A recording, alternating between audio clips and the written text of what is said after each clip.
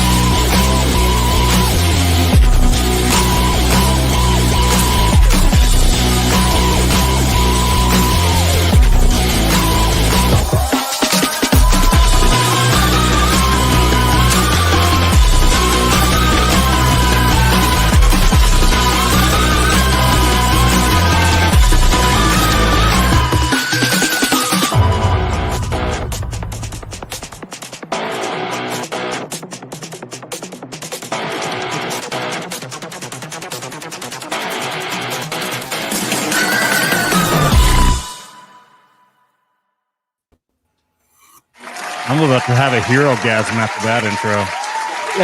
Damn, we are not worthy. It keeps getting better. My God, that was awesome. I'm waiting for I longer than the retweaked it for stream last down with week.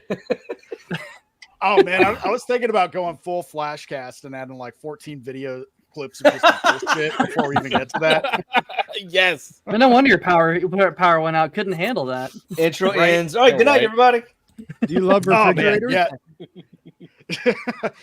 Then when he added an extra like minute and a half to that of the guy just looped walking. But we're back. Episode 32 would have been 33, but we were gone last week. Right about, I think 30 minutes before we were about ready to go. Internet went out due to the windstorm here in Nevada. So we were out until about 9:30 that night. But there wasn't a whole lot to talk about last week. Just EVS drama, maybe some of the stuff about Terrifier and Joker getting really stomped in the box office. We might touch a little bit on that tonight, but we'll see how the night goes. We got a lot to talk about. Join me as always is my co-host, Professor Savage Dad. What's going on, man? Oh, not much. Having a great week here. Glad to be here tonight. It's been a good time. Lots of shit in the news this week. Definitely a better week to have a show for sure. Plenty to get into. Right. Mm-hmm. Right. And it's all worked out too with what happened. Was it last night with what we're about to get into with the Trump at the Al Smith dinner just turned into a complete stand-up comedy show in front of all of those people he hated. It was one of the greatest things I've ever seen. So who better to have on as a special guest? I know, man. It really did remind me of one of those like the classic roasts with not even the newer like the Comedy Central ones back when they were real good. Like the old Friars Club, the Friars Club. Yeah, exactly. A good one. Michael Scott. Exactly. But again, that brings me to the special guest, Adam Soldier Spirit from Vets Talkin. What's going on, man? Hey, I noticed that everyone's wearing sunglasses pretty much, so I thought I'd mix in. But that being said, I don't know how the fuck you do this because I can't see shit in these things. What's going on, guys? My overhead light is really going pretty bright. So hey, happy as hell to be here. Yeah, I guess I'm not one of the boys. I'm one of the bad guys. I'll take it. Why did everyone have mustaches? Why did I have a mustache? Well, most of us do have the way the it's attached to the AI works. I think I probably have an old ass picture of you that I used for that. The last time when I had you is Yuri Ishiin decapitating Dermy for Skinamax one night. Look at that. He shaved though. I just want to reach over there and get one. Hold on. I'm gonna get one of them little baby cheeks. No, you can fuck right off. No, he's squaring the nuts. I got pinched. What? No. I got pinched 4 fucking times when I did my live stream at the disaster area in North Carolina. Because yeah, I did shave ahead of time because having been in situations like that, it's always better. You can just use baby wipes to wipe down your face, but if you got facial hair, it makes it difficult. Yep. And I noticed how fat I've really gotten once I shaved that off. So I don't want these baby chicks to be seen anymore. Oh, dude, that's why I don't shave more than I keep it at least a 5 o'clock shadow. Otherwise, I'm reminded just how badly I need to go to the gym. And it's like, I don't need that kind of stress on my plate right now. Yeah. but no, it ended up being cool, though, because I had my 2 buddies next to me, both of them Marines, both of them former buddies back in the day. And I said, and they wanted to pinch my cheek. I said, fuck you, nothing less for less than $100. And I got my pinch cheek 4 fucking times. So it was worth it. All right. So paid for our gas money to get down there at least. Dude, I saw your trip kind of started off a little rocky. Oh, fucking A, dude. Popping 3 fucking 2 tires. I guess you could say 1.5 tires at first because I didn't realize the other one was leaking. And then 15 minutes later, the spare popped and the other one was completely flat. So I'm like, 3 fucking tires in a matter of God knows how long. And yeah, that was fucking terrible, dude. It sucked ass. I was in a nice town, though. Friendly cop helped me out. Friendly Samaritan came by, gave me a tire for free, saved me $100. Oh, damn. Cool. Nice. Nonetheless, though, yeah, I showed up late in Gates in North Carolina to help out there, but we still managed to get some stuff done, delivered some medical stuff, and managed to help some people out, so it was not a total loss. Dude, that is awesome. Definitely more efficient than FEMA, so really know that. Which is not to be seen fucking anywhere. Surprise, surprise. Well, they put out a video today of them taking 30 plus people to move 1 log from a pile the of efficiency logs. of government. I carry 10 of those when making my average bonfire. Like, what the fuck? If they were all passing it one to another to a whole other pile of logs, if everybody just went and grabbed 1 log out of the pile and put it on the other pile, they would have been done. So again, that just completely showcased the efficiency of our government. Exactly. Oh yeah, it's the gayest thing I've ever seen cops do. Or what, the firefighters or cops? They said federal whatever. I don't know what the fuck. Yeah, I think it was officially from FEMA. I'll have to look at the post again. There was some feds of some kind. If they're local law enforcement, I'll give them. Well, they had like 5 or 6 local guys that had fucking boat arms. It's not physical strength. They had to take a break from wearing their medical masks and carrying around their paraphernalia for for all the photo ops of what's that group called where they walk around? Antifa? No, the reverse Antifa. Paparazzi. It's their other group, like Patriot Front or something. The Patriot. Yeah. Oh, you mean the obvious feds? Yeah. No. Sorry, I was muted. I was trying to correct you. That was Customs and Border Patrol that was staging that photo op. Oh, really? Yeah, instead of watching the border, there they are just being the most inefficient freaking lumber movers of all time. 2 or 3 dudes could have done that job in faster time than those guys moved that one fucking log. One guy could have done it in the blink of an eye.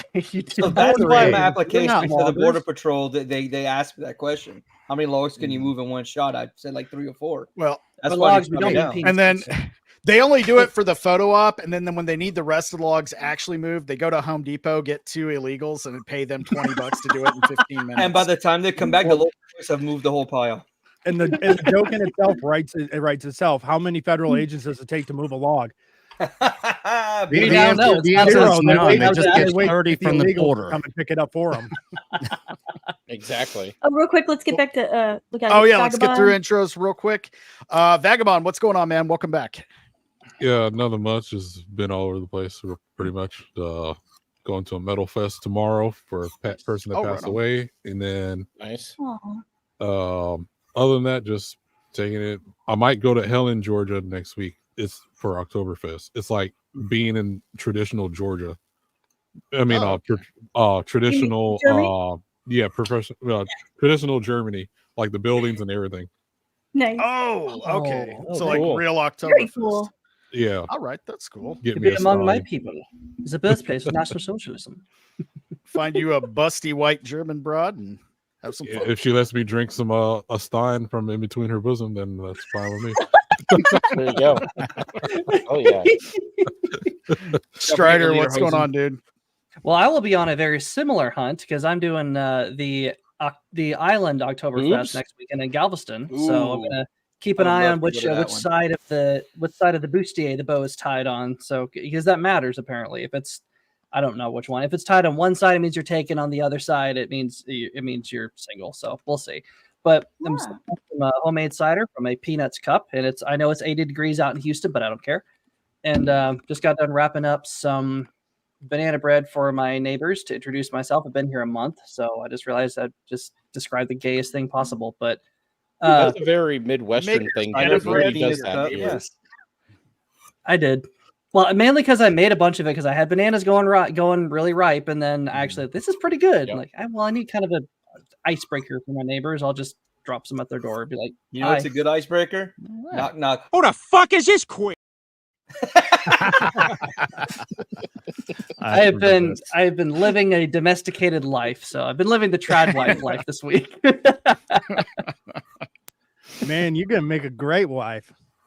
As long That's as why I as need to long go as to you're not a white Find dude. a pusty German. Kamala. All right, Drunken Emerald Arrow, what's going on, man? Welcome back.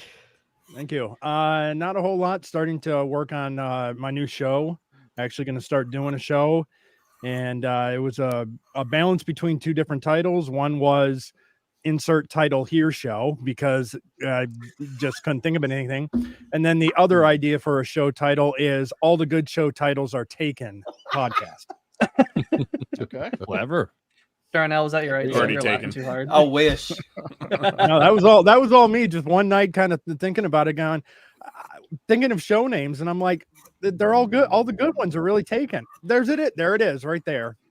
All the good titles are taken.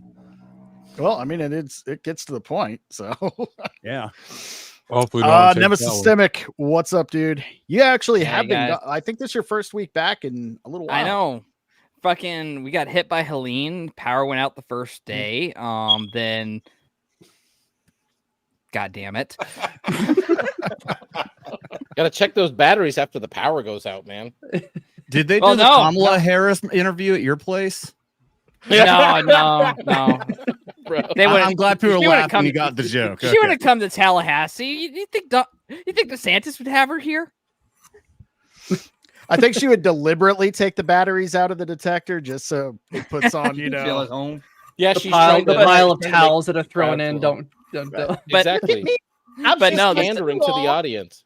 but no, the second week, fiber got wrecked in our neighborhood, so I was out of internet then.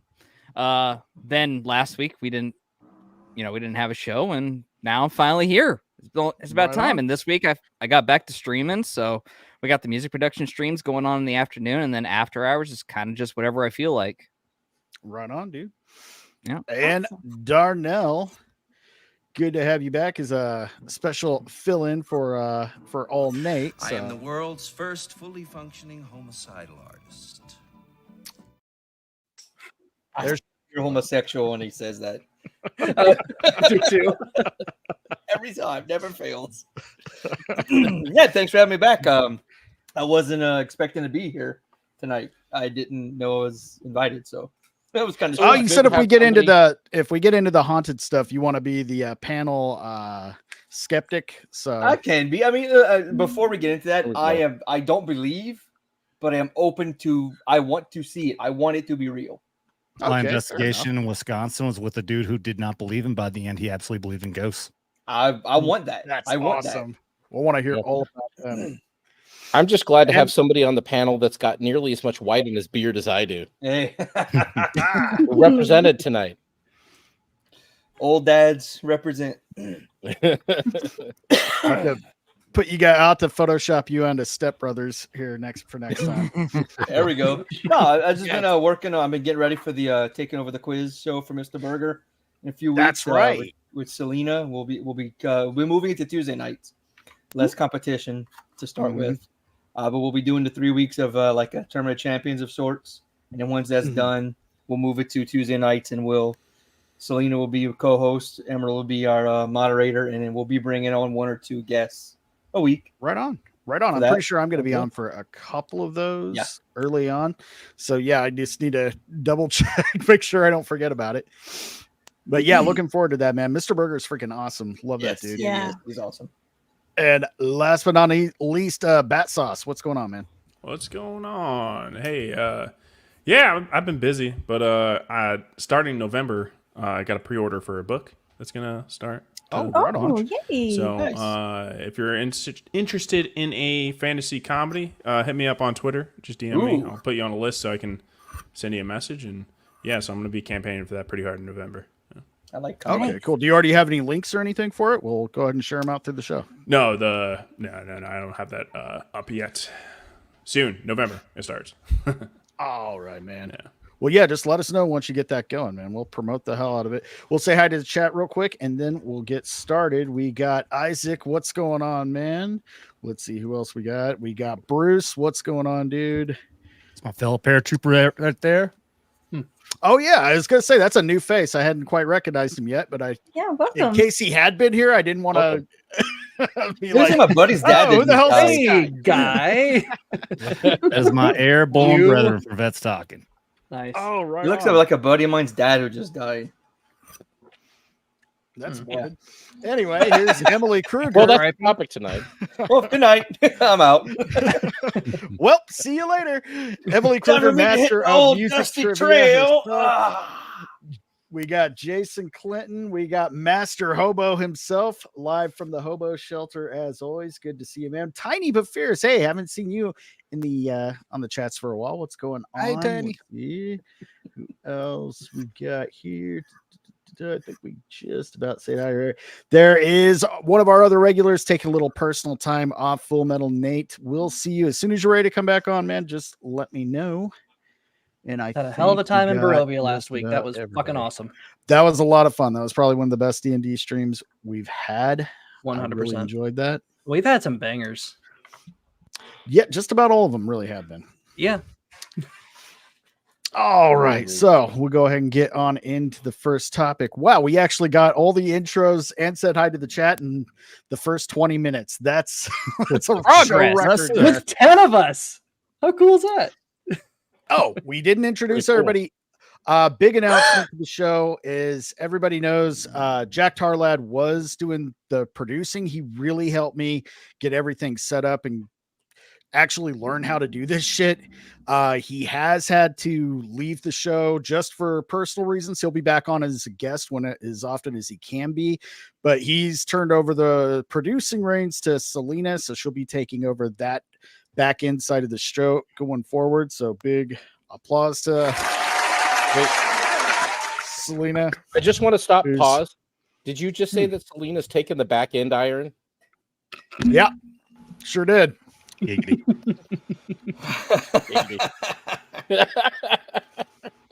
Just wanted to point that out. Giggity. That for later. Jerome, can you tell that piece of shit asshole to fucking get the hell out of here before I fucking kick him in the face? I hate that Hulu censors the episodes. Everything's blurred. Oh, Fox censors the episodes too. But yeah. No, but Hulu I'm not censors them too. I'm not going to use all any about physical media and getting it where it's all unaltered. Yep. Physical media, Go ahead baby. and Oh yeah. Man, once you watch Family Guy or even American Dad uncensored, you can't understand how you could ever watch it before on network TV. It's like half the jokes don't even land the same without, hearing Stewie or something, just that rampant gratuitous cursing. Like dude, once all the shows, South Park and Rick and Morty, all of them started dropping the F-bomb and everything. It's fucking fantastic. Yeah. Yeah. Rick and Morty's much better that way. For the Family Guy Empire spoof, when Lois says, "Han, I love you," fuck off. Fuck off. Yeah. Who are you? Raggedy Andy. Get the fuck out of my bounty hunter meeting. I love you. Fuck off. I'm done. I'm done. Love it. Good. That's what one of the best parts about not being monetized on here. You don't have to worry about like the 20-minute rule into a live stream before you can actually start cussing. Yeah, is that how that works? Bullshit. Well, I mean, it depends on whether or not you want ads on your show. Like, I don't fucking worry about it. I'd rather people not have to worry about ads and just depend on the super chat. So. Oh, is that all it is? Is for yeah, everyone is so fucking worried about like, oh no, that's the music, you're gonna get demonetized. No, you're not. It just means you're gonna have ads taken off. That's all it is. You're not gonna get a strike or anything else like that. Oh, I don't it's not like the ads pay much anyways. Exactly. If I have 300 views on my show, guess what? That might be like 20 cents. So I'd rather people have a good experience and not have to worry about ads. Exactly. Yep. All right. Now, did everybody watch this last night? The nope. I believe it's called the Al Smith. It's some Catholic charity thing. I caught the clip bring of Vinny Johnson. I saw. I got the Vinny Johnson Jim clips as well. Jim Gaffigan thing, and that was it. The Gaffigan. That was what the fuck. That was wild. Here's the Gaffigan's thing about me for a loop. Yes.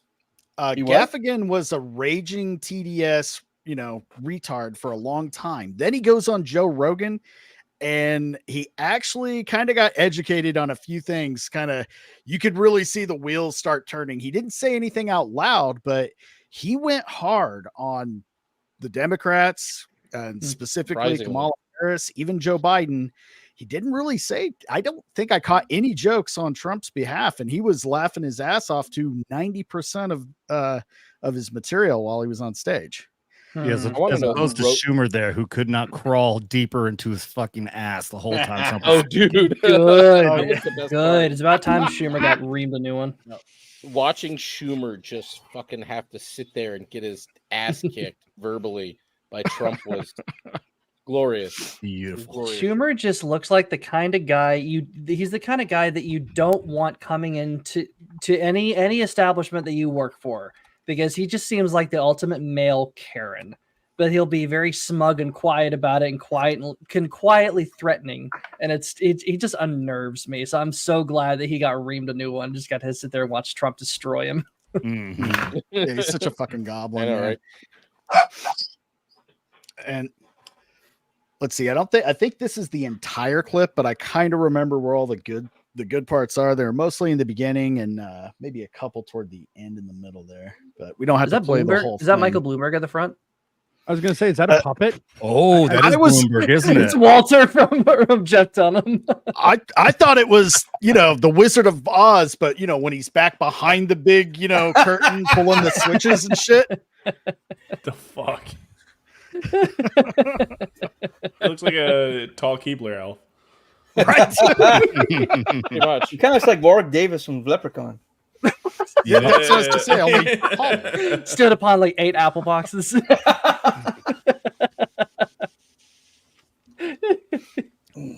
I'll admit, I'm not too familiar with a lot of these people. I've heard the names when they were getting pointed out, but I could care less. And yeah, well, Bloomberg there, everyone's picking on. He was a former mayor of New York City, big time leftist gun grabber, fucking piece of shit, dude. Tried to buy his way into the presidency. Yeah. Oh Yeah, yeah, he lest paid we a bunch forget, of he people was- to make memes, and it just failed. $500 right? million. So fucking shitty memes. oh wow, He owns Bloomberg, the magazine / channel and all that. Yep. The soda He tax. dropped $500 million to try to go up against Trump, and he lost to Biden. The left can't meme. It is an eternal principle at this point. I know. Oh, dude, they God. paid so much money for that, for memes that were worse than the stuff I could do on the toilet in the morning. on my phone. Dude. Yeah, actual they're shit. worse than your memes, and all you do is put dicks and dildos on everything. It immediately makes it funnier. Right? It works. It I does put- work. I'm not lying. You know what was the best meme that came out of it though? Was the leftist saying that if instead of Bloomberg trying to buy his way into the presidency, he could have spent all that money on the American voters and they all would have gotten $1 million. It's like, there's 300 million Americans. And math did not happen. Wait, what? Yeah. So the left you hand mean, meme. you and the mean left everyone hand would get ad. $1.75? Left can't meme and the left can't math either. And they can't shoot, thank God. Well, remember, to them, math Thank is you, racist. Jimmy Carter, for the Department of Education. Now, please take your decrepit ass back home after supposedly voting. That guy's God, Hold he's on, just what- sitting there like, Well, that's how you know he voted Democrat. He's dead. It's the only way I'll vote Democrat. You will. It'll be on my tombstone just in case, because fuck those guys. Born, died, has not voted since. Then just an etching of a little finger. All right, let's get into this real quick. They told me, and I got. They told me, under no circumstances are you allowed to use a teleprompter. And I got up here and I see this is beautiful teleprompter. So here I am. But it is a tremendous thing. It's a tremendous dinner. I've come here with my father. So it was 3 times, but it was also many times before that, a long time ago. And it's a very special dinner. And you've done a fantastic job, Cardinal. Thank you very much. I appreciate it. So I'd like to thank Your Eminence very much and members of the clergy, so many people I know. Might see if I can just Speaker find of the House, best Johnson. clips. What a job. Can I just point out how uncomfortable Schumer is already with Trump not having said anything yet? dude, He homie has has no to neck. just sit there like the cuck he's gonna get called. Him. I was, I don't know. Look I at don't how his know. neck is He gone. used to say that's true, and now I'm not sure. And But Schumer I gave him his first check. Isn't the one You know- over Trump's right shoulder Tubin the one who's jerking off on a Zoom call on CNN? I'm proud of it. I don't know about it. I think so. I think Yeah. that actually is That him, is. dude. It was his first check. It looks like Kuman that. Tubin. Tubin. I forgot Everybody's about that. tubing Thank now. God for 2020.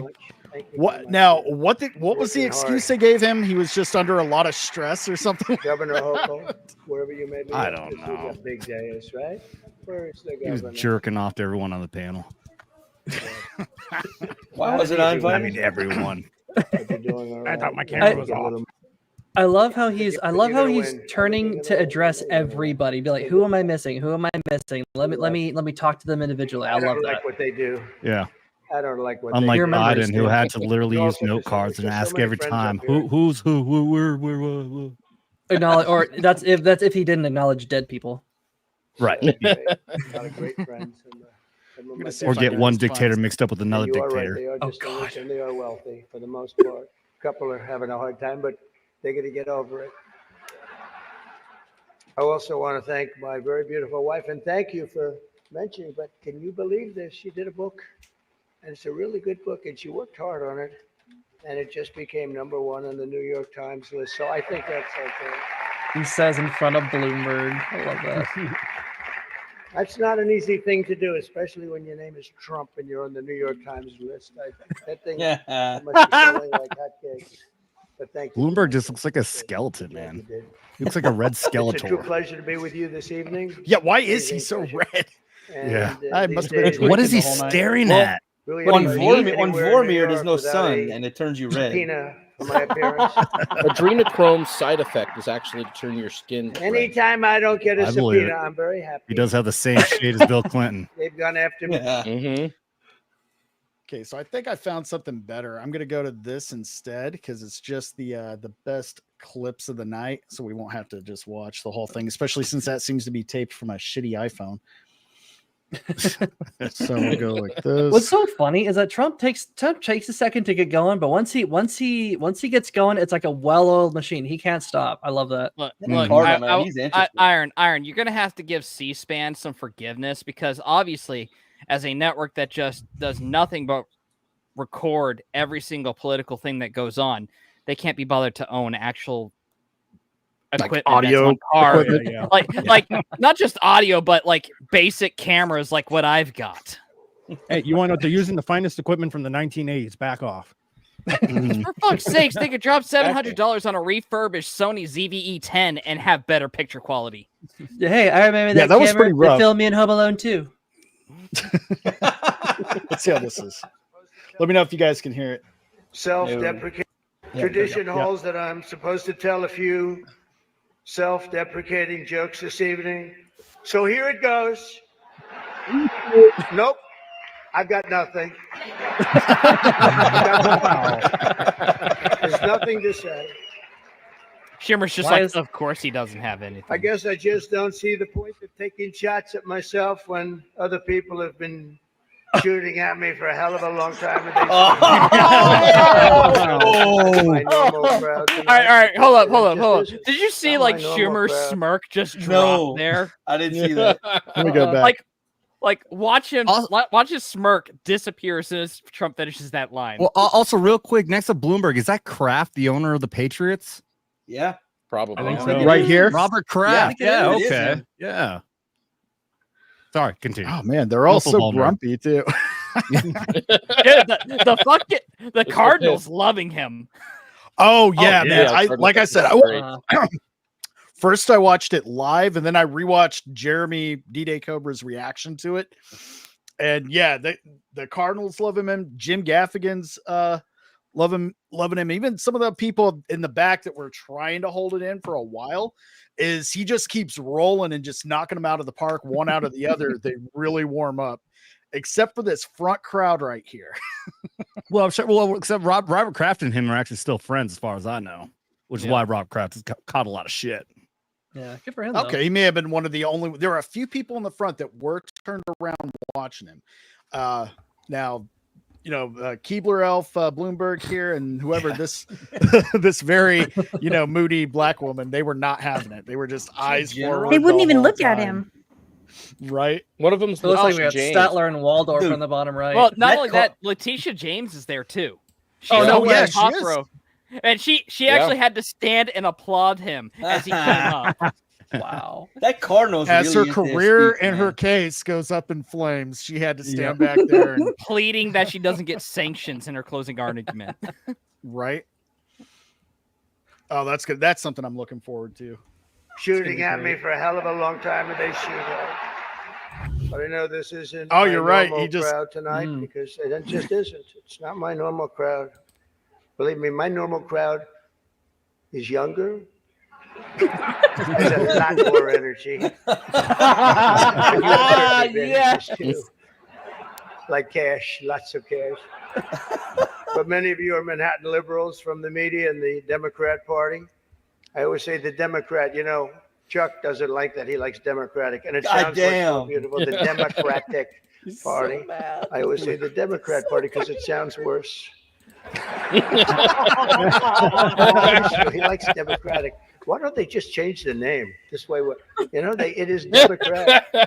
But I must say I was shocked when I heard that Kamala was skipping the Al Smith dinner. I'd really hoped that she would come because we can't get enough of hearing her beautiful laugh. She laughs like crazy. I recognize it any place in this room, and all polls are indicating I'm leading big with the Catholic vote, as I should be. Chuck has to As I nod. should be.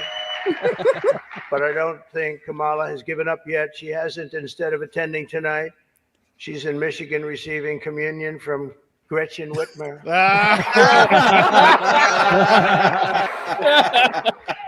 Oh my That's god. not a pretty sight. Oh. Please don't be too insulted by Kamala's absence.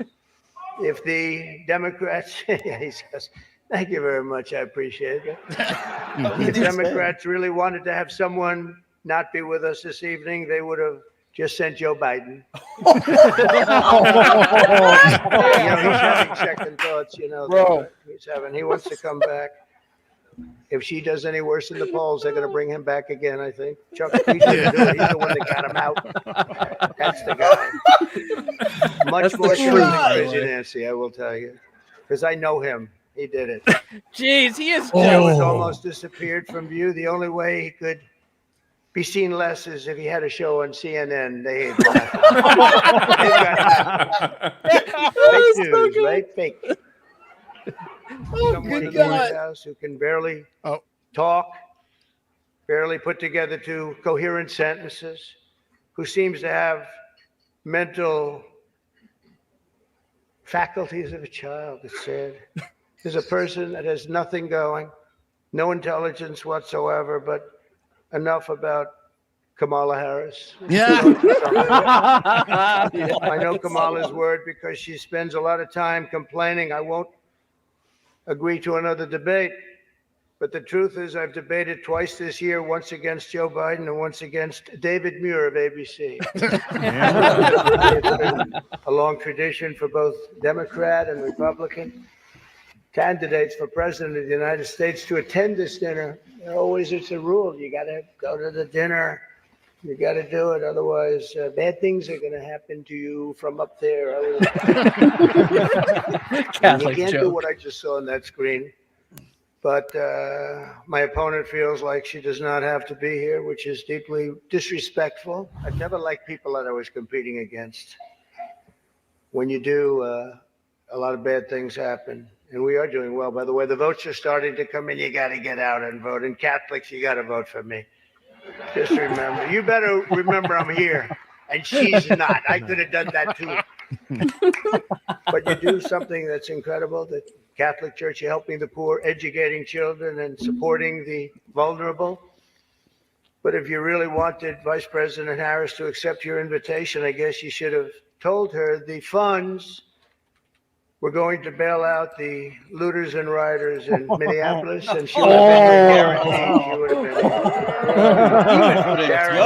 been the last Democrat not to attend this important event was Walter Mondale, and it did not go very well for him. He lost 49 states and he won one, Minnesota. So I said, there's no way I'm missing it. Actually, it was not easy for me to get here tonight. Because I wasn't going to miss this thing, no matter, I didn't care. I wasn't going to miss it. But that's true. Walter Mondale, 49-1. He was expected to He missed do well. a perfect opportunity there to say, like, Letitia James was going to try to arrest him or something. It shows you there is a God. I mean, for those It's people hard for me to that get question- here. Letitia James was out there waiting for me. I understand the real reason that she's not here is she's hunting with her running mate, spending a lot of time hunting. In any event, it's a weird. You know the word weird. They call me weird. They call JD weird. We're very solid people. This guy is calling us weird, but this was weird that the Democrat candidate is not here and with us tonight. Senator Schumer, good. JD Vance could actually I load a gun. supported him. I was, Exactly. I don't know. I don't know. He used to say that's true, and now I'm not sure he would. But I gave him his first check from an office in Beach Haven, and I was very proud of it. I don't know about lately. Schumer here, very glum.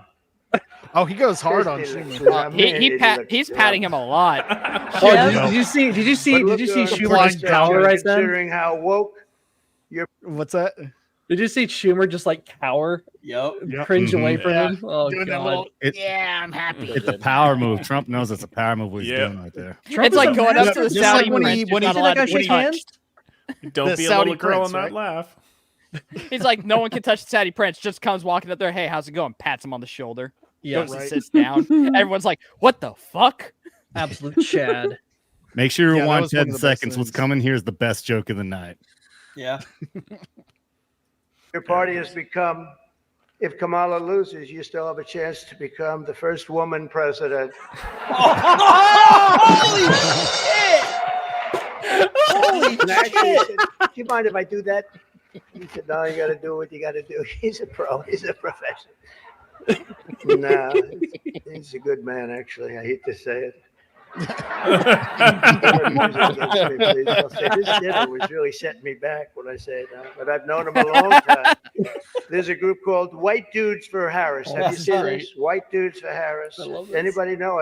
Are some of you here? White Dudes for Harris doesn't sound like it. For one woman. But I'm not worried about them at all because their wives and their wives' lovers are all voting for me. That was probably hear the most that savage one. shit. I did see that That one's clip. so I fucking good. howled. No, Yeah. you want to know what's great? There was some guy that actually posted a retort to that. It's like our wives and their lovers will be voting for Kamala, and it's the founder of White Dudes for Harris, and it's just like, so you're openly admitting that, Bro. Cucks for Harris, Right? bro. He's either a cuck or he has no clue what the joke is. I mean, Oh, these are the right. same people who Both. brought us Destiny. So Both. is anybody surprised? Yeah, that's very true. Yeah, and he's like Destiny's the their hero. baseline of all of Oh, those yeah. guys. They eat Well, cucumbers now for I the like him shape. quite a bit. You know, it's, Eat corn the long and now way. I say that she's much worse than him. He was a much better candidate than her, actually. And when we hopefully win, dispose of her, I like her a lot, but right now I can't stand her. It's true. I can't stand her. A lot of people don't like it. The only piece of advice I would have for her in the event that she wins would be not to let her husband, Doug, anywhere near the nannies. Just keep them away. Bro. He's like, oh, that's Tell gross. these idiots that gave me this stuff. That's too tough. this is about her policy on I did, children. You know, they told me the last Yeah. time I did this, I was running against Crooked Hillary. And I mean Hillary. No, I did it, and I thought it was a roast. See, I was told it's a roast, and I had the meanest guy you've ever seen write stuff up, and man, was the room angry. Even the cardinal remembers. I went overboard. Don't you agree, Cardinal? It was like terrible, and I knew I was in trouble around midway through because you know people are not. Even my own side was angry at me. They were saying it's too much, but I did it anyway. I didn't give it. I'd like to thank our MC this evening, Jim Gaffigan.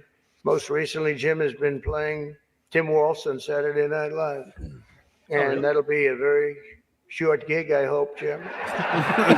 But it was fun while it lasted, wasn't it? Let's see how that lasts. It better be quick. We don't want him, and you know, I'm not going to say it anymore.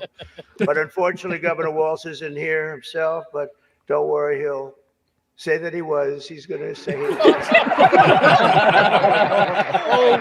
I used to think the Democrats were crazy for saying that men have periods. Oh no! But then I met Tim Walsh. The stupid show, The View. That It's blonde so is bad losing her now that mind the right other now. day I was watching it and thinking to myself, you know what? They really need to bring Rosie O'Donnell back. That show is bad. Those people are bad. I know every one of them, and they are bad news. I want to tell you. Even Meghan McCain. Heck you. Damn, that was good. That was a good one. Oh, Wow. Bloomberg's a fucking robot, dude. To be You're fair, a lizard to be man. fair, it looks like they're all looking at a TV screen. They're all looking at the exact same spot. So Yeah. Now, Yeah, real but there was quick, no here's laughter the- from him or anything. At least Schumer, you could see he's like, I really am trying to resist laughing at trying- these jokes that yeah. are funny, but I can't because it's going to be used against me if I laugh at anything Trump says. Yep. Yep. Yeah. There are so wanted many to, people on that panel that were just laughing at that roast, and you can just see like a handful of them, the vast minority, were just trying to stay grumpy and hating him. Mhm. Also, a lot of that's the plastic difference surgery. between Patricia. the left and the right. A lot of The plastic right surgery. can take Oh, dude. the right can take a joke. The right can make a joke at their own expense, but the left can't. They really do. They take themselves way too seriously. They think that they are the saviors of all mankind, and therefore you cannot joke about anything because this is serious business, guys. We're super serious, okay? And yet they Yeah. cannot make a joke. They cannot take a joke. Who wrote his set? That's what I want to know. Who wrote that set? I have a theory. I really think Pure that it gold. was that guy on Gutfeld. Oh, I were to yeah, guess it might have been Gutfeld. because a lot he slipped up and he said today on Fox when he was on this morning talking about this that he had one of the employees from Fox, but I can't say who was one of the ones involved with writing the jokes from last night. It's like, oh, it's fucking Gutfeld.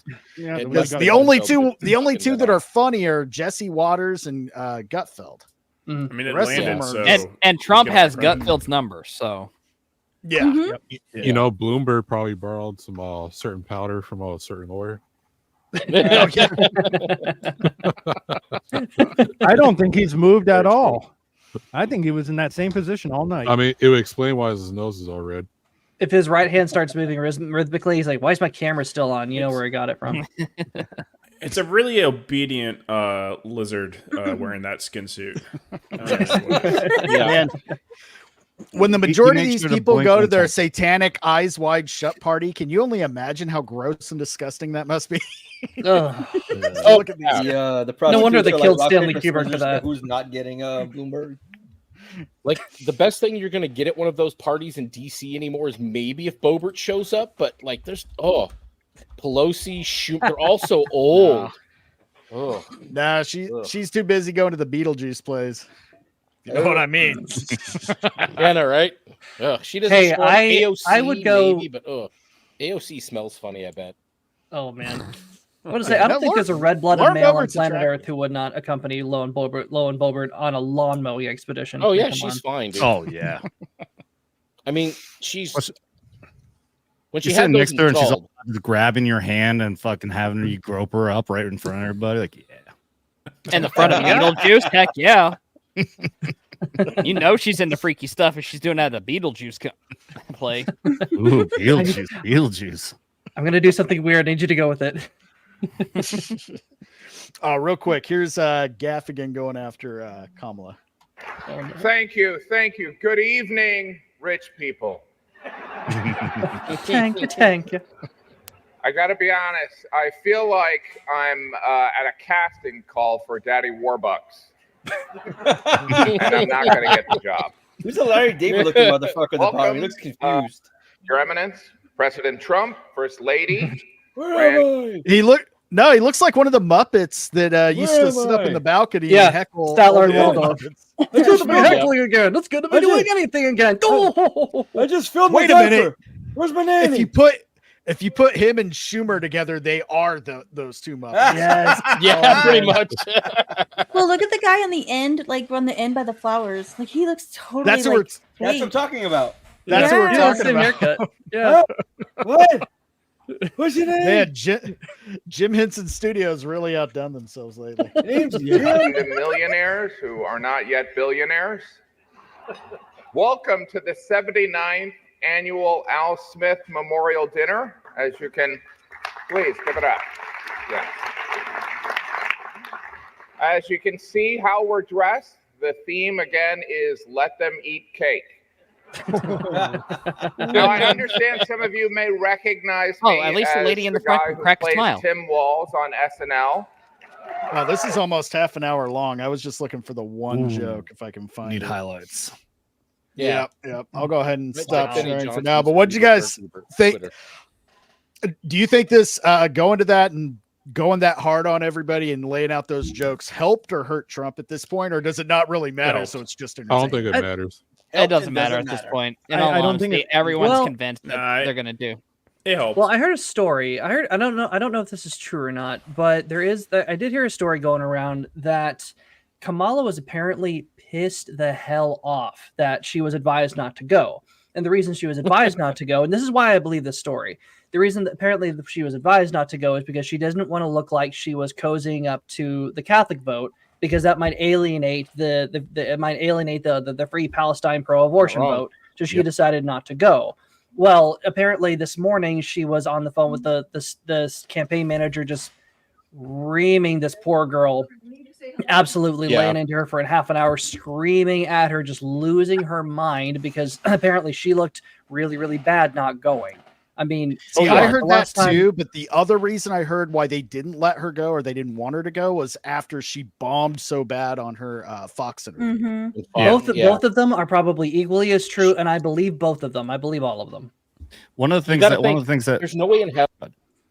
Sorry, but Adam. Go ahead, Prof.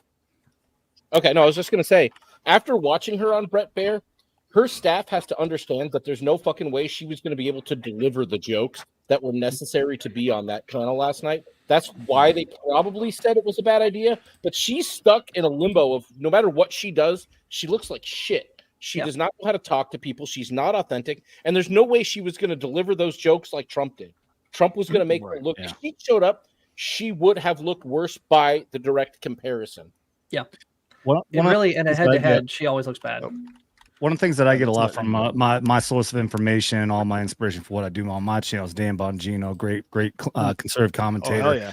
Amazing background. But anyways, one of the things that he points out, this being somebody who's actually ran for office multiple times, one of the things that can either help or hurt a race like this is whatever changes somebody's preconceived notions of who the candidate is.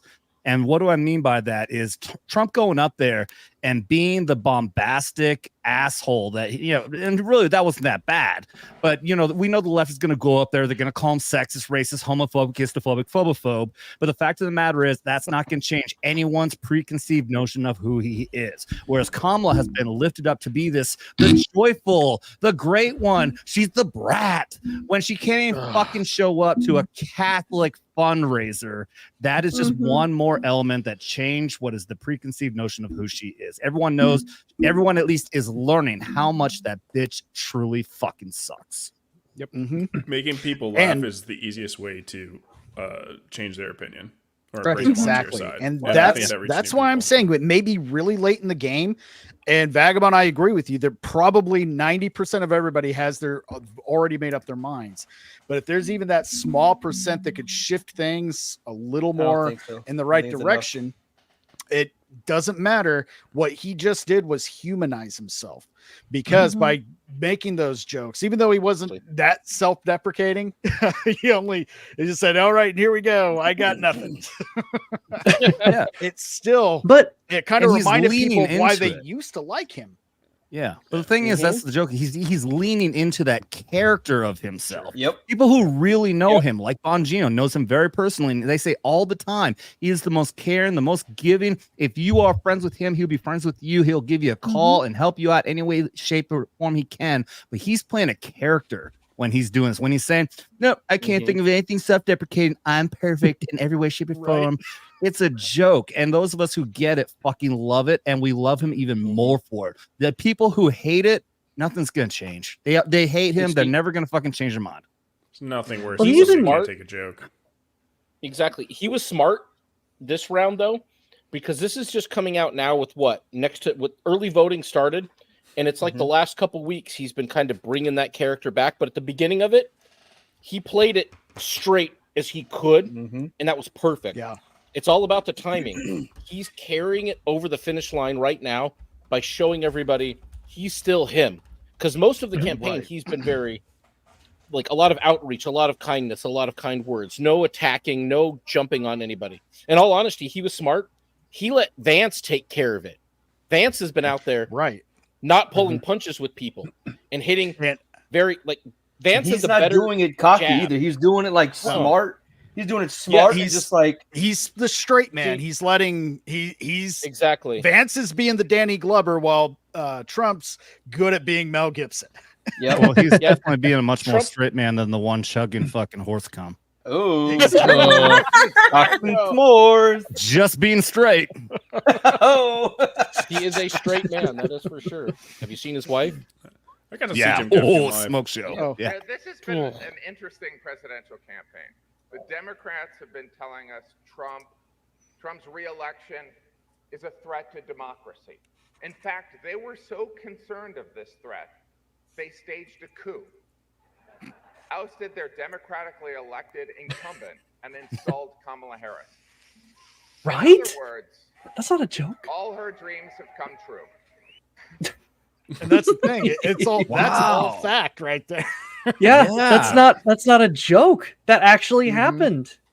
That's amazing for somebody like him to say that. Holy shit! Exactly. Well, could that be maybe an indicator that you have the kind of the blue dogs who are not like crazy far leftists, but are still Democrats, but they're thinking people. If someone like him who suffered from extreme TDS is able to make that reference and be able to say that and try to make a joke out of it, but it's not a joke. No one's laughing. Is able to say that and acknowledge how strange that is and how kind of out of left field that is. Do you think maybe that's kind of an indicator that the center left is moving a little bit more center? I really do think so. He's Gaffigan, not I would like to crazy, say so. but he was gaslit for years. Yeah. But Yeah. something But woke him up, Gaffigan and- was. Sorry, go ahead, Battsauce. No, I was done. Yeah. No, I was going to say Gaffigan is not a center leftist. Gaffigan's Hollywood, bro. That's yeah.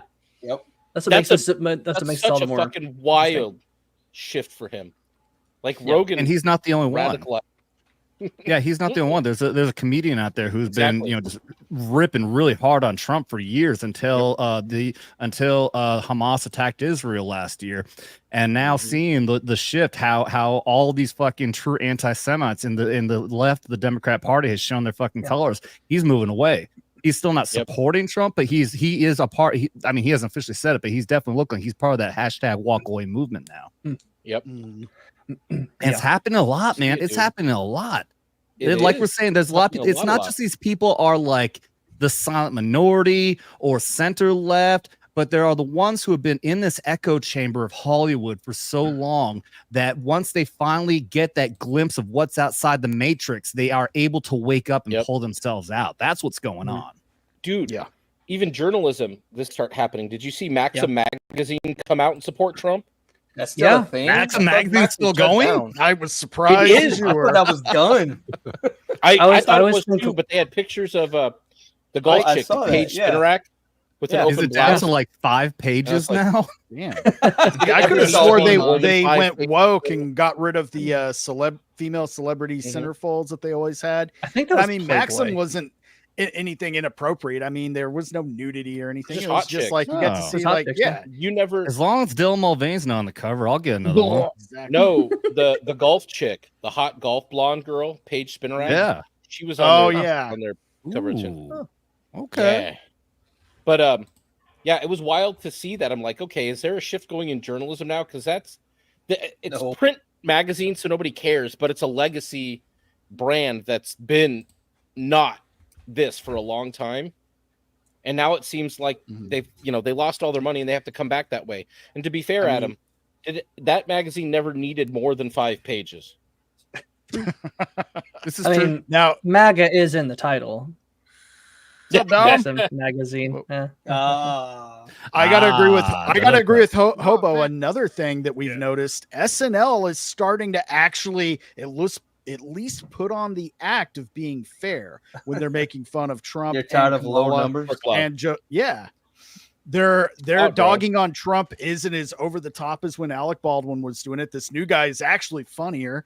And freaking Dana Carvey doing Biden is that is now, come on. Jim I Carrey think he does could not even come close to that good of an impression. Oh yeah, Dana no. Carvey does a better Joe Biden than he did George H.W. Bush. I agree. Yeah. Oh yeah. He does a better Biden than Biden. The thing is, it's not even in their is not sketch Biden comedy. anymore at all. There's been a ton of zingers from just the Weekend Update portion. Not even their sketch, not even their sketches. yes. Just the normal, just the normal, just making cracks at stuff that happened that week. They're going in on Biden quite a bit in a way it's not just like, oh, he said something stupid. It's like, this guy is not here. He is. It'd be nice if I can't remember what the joke also was. Not running for president though. Yeah, but the fact that they feel safe enough with the fact that even they feel safe enough with their audience to make fun of him, because ultimately Kamala's legacy is Biden's legacy, and that's kind of the rock and the hard place she's in between, because she either has to try to move on from Biden, which she can't do because she's running upon his legacy, which is nothing but war and destruction. So And she she's kind has of no original thoughts or policies either. Exactly, but the fact that they The are ones she willing has, they to want her to attack Biden avoid. is interesting. Yes, exactly. So the theory is with like SNL and everything else is that they're seeing the writing on the wall and they're expecting that Trump is likely going to win. And so when that happens, then they can say, look, we weren't completely against Trump. We made Right. jokes at Biden's expense last We were fucking few months of fair. the election. Yeah, exactly. But at least they are pretty. This part in particular. Oh, you suck. Yeah. Are There's we getting one more good strike? part on here. I hope not. Well, there's a big jump. Oh, God. Oh, that was about it. There is a part where she breaks her wine glass because Tim Waltz just goes, "I'm friends with school shooters." Oh, the memes from that was glorious. Oh, dude, that meme's gonna live on. That JD Vance face of just. Oh, that was, well, that was like the office level. That was like the gym level. That was gym. You know what was the worst thing?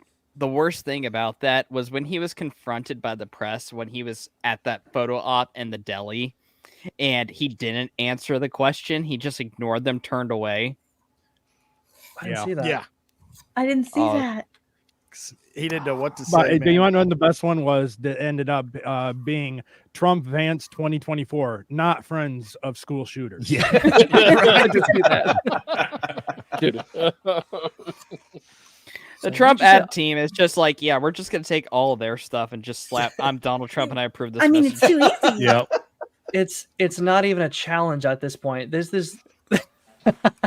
South Park is yet to make fun of Joe Biden. Italy went in on Biden a year into his I was presidency. about to say Italy's been great going after him. Yes, You guys know me. I don't agree with everything Trump does, but I love watching the establishment that has ruined my life suffer and cope and seethe with everything that's happening to them right now. I am all about their downfall. Yep. Here- And I think a lot of people feel that way too. Here's the big thing from Bongino. You don't have to love Trump. You don't have to love the Republicans. Because the fact of the matter is, Republicans may not be the solution to all your problems, but the Democrats absolutely are the cause. And that's what it really comes down to, man. But we're going to have very secure elections. We're not going to have any other countries' interference. Oh, wait. Strike that. The Labour Party of the UK is coming to swing states. They are going to be in for a rude awakening. Oh, Sounds like 76 we can fucking commence again. Can we Canada's throw all planning of the them same into shit. Boston Harbor, please? You're Brits. You've got tea on you somehow. This is meaningful. Bye. Now, student of God, See you later, communist. just to kind of be clear here, definitely not defending SNL, especially after the years of bullshit that they've been putting out. Yeah. But it's exactly like Adam was just pointing out. This is a great sign that they already know that things are changing and they're trying to make themselves look as palatable as possible to the way things are going to start going moving forward. That's why that's a good thing to see. Not that I could give a shit about SNL could get canceled. That used to be my favorite fucking show as a kid. Yeah. Dude, the Adam Sandler, fucking David Spade, and the late great of all time, Chris Farley, era was the best. You never missed an episode. I don't know if y'all caught that that Chris Farley reference in I think episode 2 of Tulsa King. They're all getting dressed up, and one of the bigger guys has like an oversized jacket on. He does the hiking his pants up, like Matt Foley. It's like a blink and you miss the thing, but I caught it. I still have to watch Tulsa King. I keep forgetting to. Me too. Great. I It's haven't. great. It haven't makes watched Tulsa look season cool. two. It's really good. Yeah, we season got two out? season one. Season. Yeah, season the two's first 3 or 4 episodes have dropped. All right, I know what I'm doing after this show.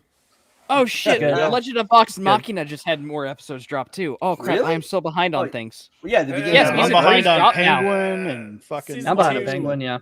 Penguin is such Vox a fucking Machina. surprisingly Oh, good season. show. I'm with you, I know. Battsauce. Season 2 Oh. sucked all up until Grog's little arc, but Yes, freaking yes, season 3 agreed. has been popping right now. He's Really? So okay. That's okay. good Well, to yeah, I know, saw good the to know. first episode of season 3 because I plan on watching with my wife. But yeah, the first episode was good. But Now, what show are you guys talking about? Vox Legend of Machina. Legend of Vox Machina. Machina. It's based off of Okay. Matt Critical Mercer Role. and the group's Critical Role D&D show that they had on Twitch, and they finally turned it into an animated series. Oh, okay. Okay. Yeah, The first it's- season was out. pretty decent. The second season was big. Yeah, I didn't. I wasn't a fan of the second season until like, you said Grog's storyline. That's I when just it got find him good. so No. annoying though. I love Grog, man. Yeah, me too. Now, see, He's my guy. the only good animated show, newer one that I've watched and really enjoyed, Terminator Zero, surprisingly good. I've heard That good things. thing from I've heard start good to things of finish that. was fantastic. I thought I liked the I've Rick watched and Morty it 3 times anime. That through. sucked. Yeah, What? Rick and I Morty watched anime sucked Rick and too. Morty anime. I watched the first episode. I was like, "This is like I'm not." I've into lost ever since they got rid of the main guy. Yeah. The actual. Dan Harmon. I don't find the Hartnell's voices all are that. behind No, that Dan bad. Harmon's still there. Justin Roiland's still there. Dude, Oh, it's Roiland's still No, good, Justin Roiland's man. gone.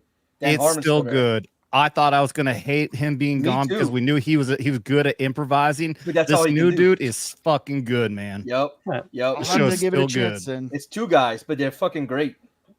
Anybody a fan of Arcane in here? Yeah, never seen it. Oh, That's based on League of Legends, right? It is. I've not played a single minute of League of Legends. Netflix? Did not appeal to. Yes, on Netflix, and it's Okay. probably the first season's easily one of the best things I've seen in the past 5 years. And season with 2 you, is Bruce. next month. Yeah, it's really good. Yeah. Arcane is. I mean, I'm so excited. So one thing I have hope League for. of I'm actually Legends is excited. for rampant homosexuals like MSK. If you're in the chat, Well, to be fair, they have turned a lot of the characters into homosexuals, and we're getting more of that storyline coming season 2, apparently. Is it like coming? No, No, sadly actually. not that. Oh, okay, damn it. We'll see if it passes the woke It's threshold. It's Vi feeling Copeland. one. She's The not with Bechdel Caitlyn test anymore. It's got past the Bechdel test. None of them talk about. Yeah, it does pass the Bechdel test. When I think about it. I was joking. No, I mean it does. we need like a woke terminology test, like something to throw Yes. all media through to see if it passes or fails the woke test.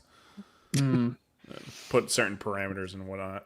Yeah, see, And somebody why should does just it make play a people parody of a character and make something so ridiculous nobody could ever pass, because that's kind of how real life is. If Velma already I support this, well, if Velma you already support did it. this, you Tomb don't Raider already support did this. it. Yeah. Yeah. Galadriel already did it. Like Yeah, there's already we beyond can't make- parody on woke shit. Yeah. we can't make jokes, we can't make memes because they are the meme. They take themselves so goddamn seriously. We can't make fun of them because whatever we have thought was the stupidest thing possible, they whatever the line is, they've run over it screaming and on fire. So we can't make fun of it. We just had to roll our eyes and groan and just wait for it to pass. Close our eyes and think of England. The left is cannibalistic. They eat themselves. There's a video of like a conference of some super woke leftist fucking thing.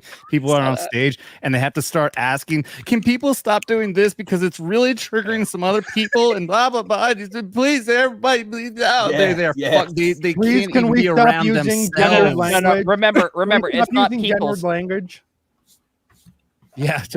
It's not people. Excuse it's me, I believe you're being comrades. offensive. It's comrades. Can we stop saying guys? Guys, it's very To kind of try and reel us back in on track. So I heard you guys talk about how good the Penguin is. I agree. We're about 2 episodes back, but every episode I've seen has been good. I'm looking forward to finishing it up this weekend, getting caught up.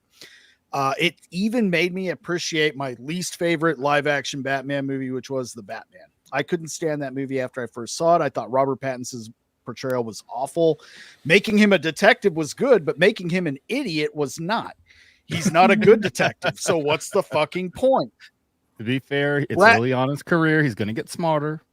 I understand that. Now that's the thing is, after watching Penguin and rewatching the Batman, I really appreciate it. I kind of want to see more of that universe.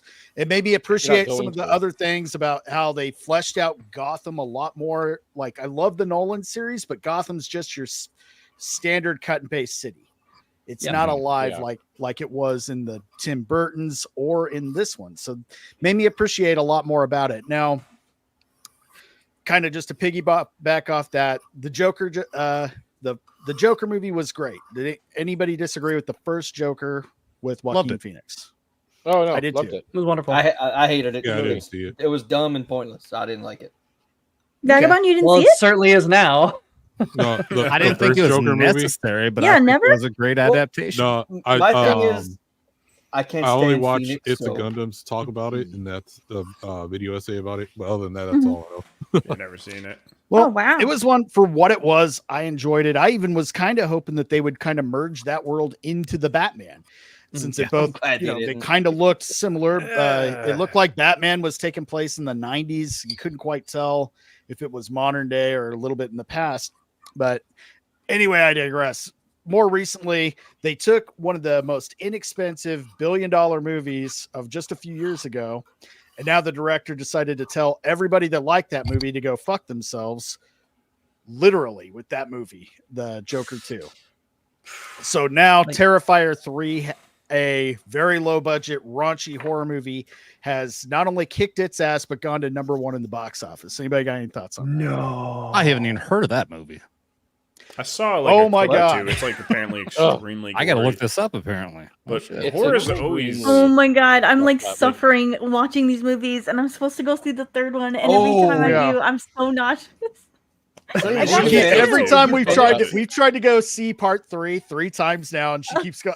I have cramps. My tummy hurts. I have a really bad headache. Did y'all finish the second I'm one? not trying to Use get whatever laid. I excuse want to from go the to a movie. Selena, To be I've fair, got a it sounds great like it's way for just you to get enough out of it. suffering for her. Right. Just find a way to leave a pregnancy text box in the trash and freak Iron out so much that he just won't go. Yeah, I'll be like, I Well, really you can't work. Just go by yourself, dude.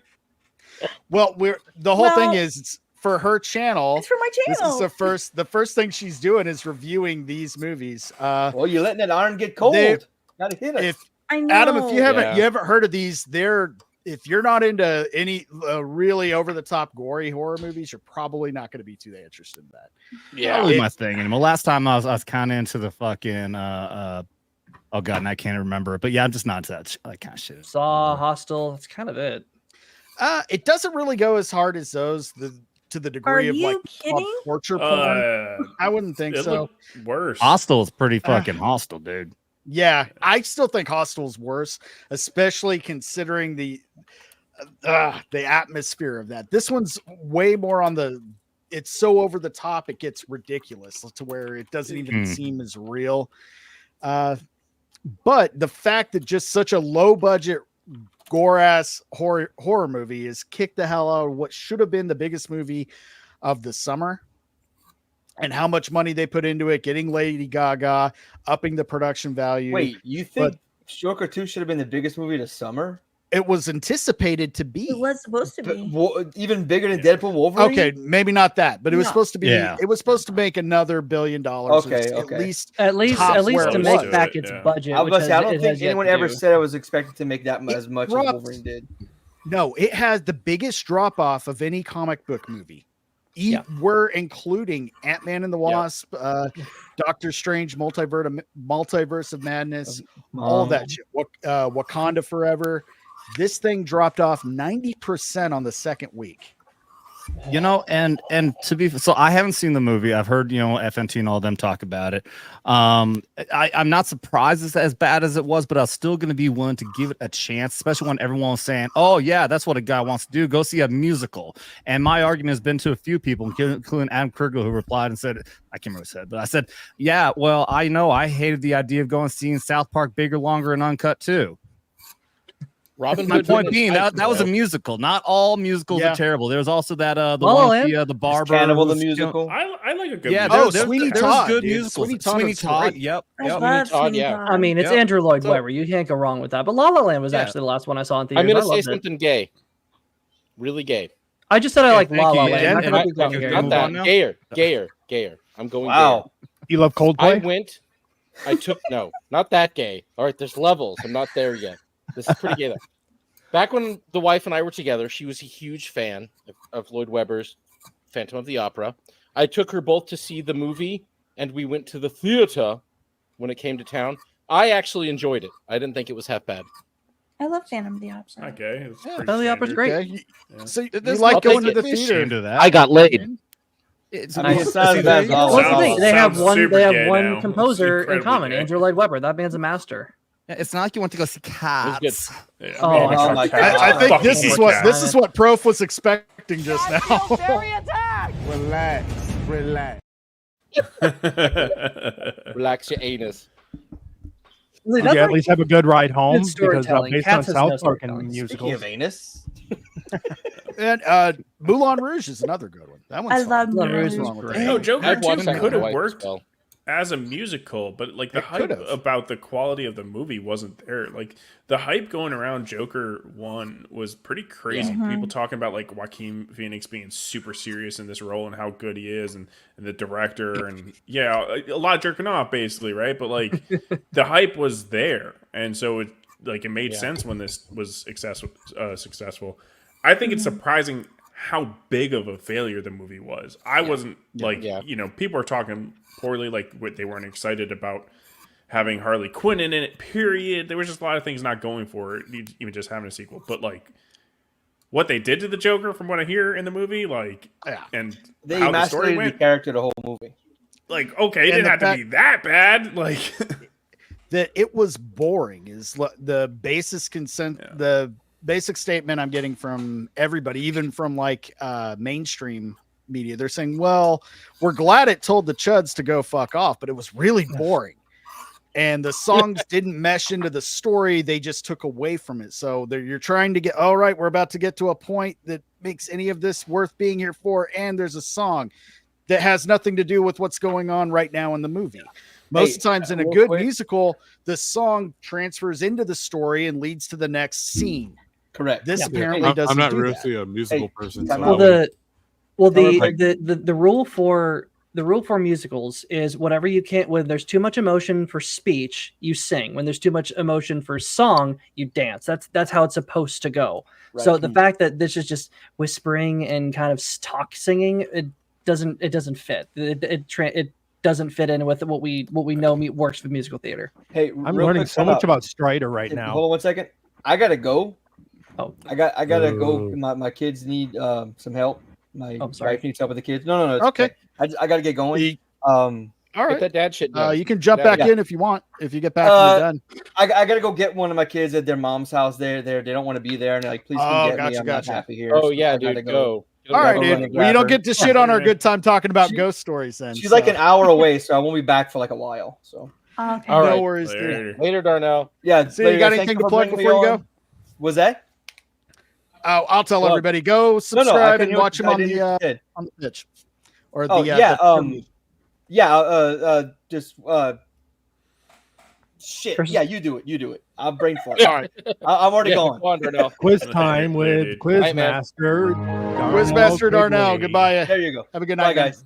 There, Darnell. People prioritizing family over YouTube. I don't get it. Right. Curse of Strahd is what Some he meant to people's say. priorities are backwards. That's all I'll say. Yeah, I don't really like for musicals. I can't really go pay to go see them. It's like I'll wait to see them somewhere else or something like that. But I will say my favorite musical is Dexter's Laboratory Ego Trip. Oh yeah. I Oh was my gosh, expecting I forgot about that. Over the South reception. Park. I don't know. I don't like know, the South man. Park one too, but Dexter's Laboratory Ego Trip is hilarious. I was expecting you're quite a the bit rece- younger, dudes. A bigger, longer, and uncut as far as animated musicals is still top tier. That was Because ahead of its time, when bro. we walked into that movie, when I walked into that movie for the first time when it originally released, I did not think I was going to walk into a musical. That was not expected in any kind of way. But then once you hear, you're an uncle fucker, that's true. Wait, World Police was a musical too. Was it? That's right. Yeah. Yeah. Everyone has Ronry. I'm so Ronry. I'm so Ronry and Sanry around. But no, I was expecting like I do have the reception to be like it was meh. It was a mess sequel. I wasn't expecting complete normies to be like this is the worst DC movie ever. Hated it. Yeah. Well, Yeah. when you go out of your way to narratively and characteristically essentially tell everybody who liked the first movie, who connected with it in any way, lump all of them in as chuds who thought that just white male rage and appealed to them. I mean, Todd Phillips has all but admitted this, and everybody gets the same sense. Like Harley Quinn is a stand-in for the audience who liked the first Joker. She only liked him because of his fame, and whenever the fame went away, she didn't like him anymore. She was supposed to be a stand-in for the audience, and one thing you don't do, and Hollywood has yet to figure that's the hell out, don't piss off your audience. Don't make them leave. But this is the hubris of Hollywood in general. You're not supposed to like things the way that we say you're supposed to like them. It's the same hubris that made Alan Moore have a conniption because people actually liked Rorschach. He wrote him to be as unlikable as humanly possible, but he's the face of the everybody's entire favorite Western character. brand. Exactly. How could you not tell he's the bad guy? He smells. He's actually a right-wing Republican who makes some really good points. But what's so funny that's what this he's Hollywood. willing to You can't die for enjoy the things. truth. Oh Yeah, no. here's- What a villain. Here's the problem. How They dare have gotten they have gotten so used to being so influential, to being able to swing things, and now that they're losing their power, they are thrashing about. They're putting it into the art because it's not enough anymore to have the actors and the directors and all these people at their award ceremonies preach their gospel and people following. The Emmys and Grammys and freaking Golden Globes, their viewership is at an all-time low. Mm-hmm. They don't, and they know that the message won't get out there unless they cram it into their stuff. So I think this is the first election in a very long time. I don't even think there's a time when that Hollywood and influential individuals in Hollywood and music are not having the effect that they've had in the past. Most people see who they're endorsing or what they're saying, and they're essentially saying, fuck you. Yeah, I mean, it's having the opposite effect, if anything else. Oh, Taylor Swift endorsed. Gross. No, fuck that. Mm-hmm. It's a lot of Swifties coming out and saying, no, I'm voting for Trump. Mm-hmm. And it's why they're saying that Gen Z is the most conservative generation so far in a long time. And I'm not saying like more conservative than Boomer or like me, old millennials. But like for their age, at the age group that they are right now, they are more conservative than any young age generation in a long fucking time. And the reason is because they're rebelling. They're rebelling against the fucking woke ass parents and all the idiots. They're trying to be fed when all they can do, all they have to do is go on their phone and say, yeah, you're full of shit. Yep. And that is a great thing too, because a lot of us had to fucking outlearn that shit and outgrow it. You get taught it in fucking, school. That was what you were rebelling against, all that, especially if you grew up during any of the hardcore conservative satanic panic and all that bullshit, going up against video games, heavy metal music, even rap music, everything else. So yeah, it made you want to put your middle finger up to it, but then you had to learn, fuck you, Debbie. Okay. Well, and it turns out that a lot of that shit was engineered. Anyway, you must unlearn what you have learned. It's like it's funny watching it like go Rage Against the Machine to Rage for the Machine. Right. Mm-hmm. They were never real. Now Green Day is just a bunch of angry lesbians promoting war. Good for you. That's on the side. That's on the side of the war criminal Dick Cheney that they wrote an entire fucking album about. Yep, they're totally there with them now. And Bush too. Bush is there with them. It's like Green Day was fake. Offspring, a bunch of fake. Like that dude was not the drummer. Not the drummer though. The drummer wasn't. The drummer, no. But like a lot of these bands, even Eminem's like fucking Street another Cred, angry all lesbian that shit was made up. Hey, I like the peanut butter kind. Fabricated. I'm gonna, even Dr. Dre, completely created. Dude, the worst of it all is Rage Against the fucking Machine, man. They are the machine Mm-hmm. now. Yeah, fucking bullshit. They always were. That's dude. what. They always. That's were why I like the EDM. So many people are just who they are. Are they people that you'll agree with? Hell no. But they're all practically self-made because the industry has basically been shunned since it came up. There were too many people not willing to give them a chance. I mean, yeah, you had breakouts like Deadmau5 and Skrillex, freaking Tiesto, Armin van Buuren, but they all made themselves. They had to prove that there was an audience for it. And now that industry is now pioneering the entire from artist to fan pipeline, cutting out the distributors that had replaced the label companies. The distributors essentially became the gatekeepers because streaming took off from Pandora to Spotify. And now it's direct to fans that's going to cut out Spotify and the distributors because Spotify has made so many things to cut the money out from the creators. You now have to have 1,000 monthly listeners just to even qualify for getting a payout from Spotify. Damn. No, and if we lived in a normal world, man, like Tom McDonald would be topping those charts, everything else, but that's still part of the big. But I mean, the mainstream, they would get the acknowledgement. That's what I mean. Mm-hmm. Yep. Yeah. Well, I mean, yeah, he is at least getting the billboards, but yeah, he has to do it through the electronic sales, and yeah, he's getting totally shafted by everything else. But did you guys see him get the shout out by Donald Trump? I was gonna say Trump noticed him. He didn't just notice him. Obviously it's pre designed. So they got the video Tom McDowell, which by the way is the reason my video is blowing up the way it is. That's thanks to Hangover Games. The reason my channel is the way it is. I'm not taking any credit on that. But he brought the plaque. He brought the Billboard plaque of the song when he did They Missed. He did immediately after. He put the song in the video out 24 hours after Donald Trump got shot, and Trump gave him a shout out. And he was out there in the audience holding the plaque up, and Donald Trump signed that shit, dude. It's fucking awesome. So cool. So fucking cool. Yep. Tom McDonald's girlfriend is cute as hell. She is. She's a badass though. I'm sure she's jealous of his hair. Hey, Drunken, you had something you wanted to share real quick? Oh yeah, let me get it back up. Vagabond, I have a question. Did you go shooting today or something? No, it's cold out here. Yeah, we got a cold front down here in the south. Like Yeah, I it was love low. it. So it's what, 85? Yeah, It got no, down no, to, 65. 82 actually. It got was down to 75 38 degrees today. the other day. Oh shit! Vagabond got down to 82. I got to 32. I got to 65. So I'm just like, oh hey, I get to put on a hoodie with my door closed. I can have the window open so I don't overheat myself with my goddamn tower. It rained today, so it's 75 here in Arizona. Oh Almost yeah. 75. I think It's been got down to 72 about all the week. It's 60s. been wonderful. You might actually It have is- to put on some pants there, Professor. So Yeah. Fuck, I will. So you got what was recently occurring with him going to that Catholic charity event, and then you got Kamala doing this.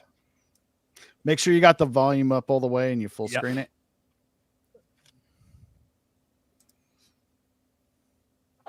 With the intention that they would undo the protections of Roe v. Wade, and they did as he intended. Oh, you guys are at the wrong All rally. 10 of you are mad. Ah! Oof. She's getting shit on at her own rallies. What'd they say? They yelled Jesus is is Lord. Lord. No, I think you meant to go to the smaller one down the street. Oh, you're small at the wrong one. rally. Wow. Christian, Slay you are not queen. wanted. Well, I mean, is anyone Pan that surprised? camera out. Come on. Is Yeah, anybody seriously. surprised the party that makes it very clear how much in contempt they hold anyone who's remotely religious or anyone who's remotely traditional in any way? They may your time is over. No, it's not. Yeah. We're the ones who are going to Well, I mean, inherit the earth because we reproduce. They don't.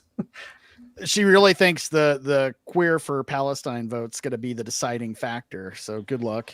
Yeah. They're just what's so funny is like that whatever you think about that, the activists are just activists. First they did it for George Floyd, then they did it for Ukraine, and then they did it for Palestine. Then they're going to do it for the next thing and the next thing and the next thing because they don't actually stand for a single goddamn thing. They're just brown shirts who are mobilized and they're going to be mobilized for the next current thing. But they don't go out and vote. They don't go out. They don't have time. They don't have the money to do so. Like they don't have jobs. They don't have the dignity. They don't have dignity or the political acumen to be able to do it. They're just empty-headed NPCs. So there's no need to be afraid of them. It's even stupider to try to cater their vote. Well, I think let's talk about something a little more enjoyable for the last 30 so minutes of the show. Adam, you've been doing some ghost hunting and you've been putting some videos up on your channel. Do you have a second channel for that, or is this all on Vet Stalking? So I did take advice from Jeremy of D-Day Cobra. I am separating all of my content now. Yeah, I have a channel. I put it in the private chat if you guys wanted to share it. It's called Vets Investigate Paranormal VIP. Yeah, I've been big into paranormal stuff for a long time. I kind of fell out. I was big into Ghost Hunters, which is pretty much like the first big fucking ghost hunting show out there. I used to watch all those. Dude, it was so good. The Halloween live streams and everything are fucking fantastic. Oh yeah, those were bomb. Oh, so good. And yeah, I was actually just scrolling through. I was looking for a fucking spot on. Yeah, there's my channel right there. The big one I've got on there right now is my edited down of my ghost investigation I did Tombstone, Arizona last year.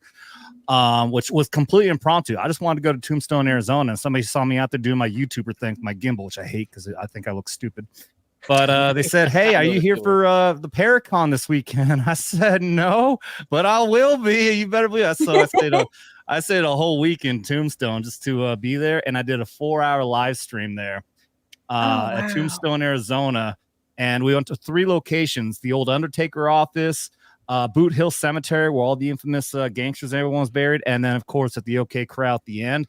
And we had shit happen at every single fucking location. I expected when I was going to edit down that 4-hour live stream, maybe I might get it like 20 or 30 minutes worth of content. I had a full hour worth of content. That was either paranormal or entertainment wise.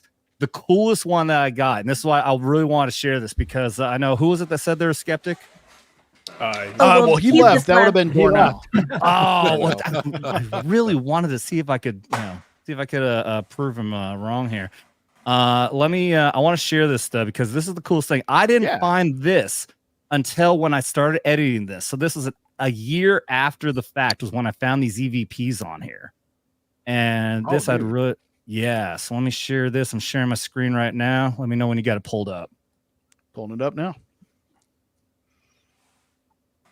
All right. So first you're gonna kind of hear it, and then I'll replay it so you guys can hear it again. So what it is right here, I'm at Boot Hill Cemetery. Like I said, this is a live stream. So you can see I've got the panelists over there. I've got Ryan, Devil Made Me Do It, Dermy Wormy over there.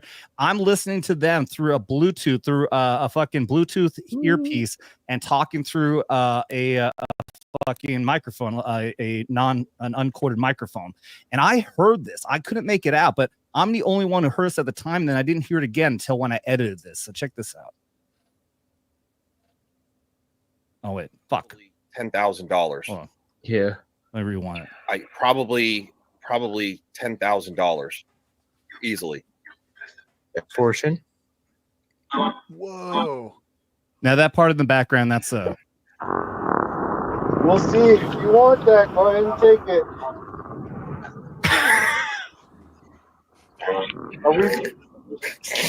I'm glad I'm not there with Adam right now. He's going. Wait a minute. Are you guys making sound effects also? I was hearing sound effects. Only fast forward. You guys want to rewind. And I was just making that. Wow.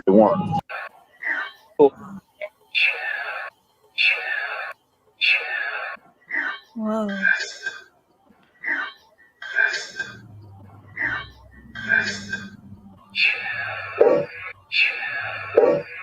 And this is enhanced audio, right? So that fucking legit happened, guys. That was That's fucking That's my dad's name. Holy shit. Really?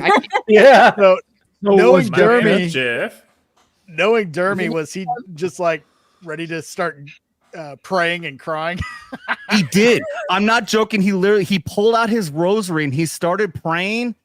And this is another crazy thing that happened. This happened multiple times where, okay, so one of the guys there, he had an app, right, that is used to be able to communicate with spirits in a way. And some people hate them. I have a spirit talker. This is the app that I use right here. Debate it or not, when Dermy started praying and Ryan was giving him shit and saying, right, Dermy, you praying, you little bitch. And then the box said, and then the fucking app said, scared.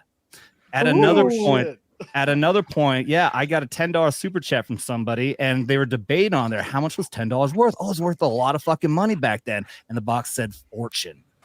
And it was just shit like that happened throughout the night, man. That was like patterns like you cannot fucking be a skeptic all you want, but we had a lot of fucking cool shit happen. Look, I will honestly admit I am a skeptic. I'm the only one out of my family that is. My mother, my sister, they both say that they can see spirits. My brother, he fully wholeheartedly believes in them, saying that he was attacked one time as a child. Me, I don't believe it. My mom claims that my emotional outburst brought a poltergeist into the house in Colorado after I left.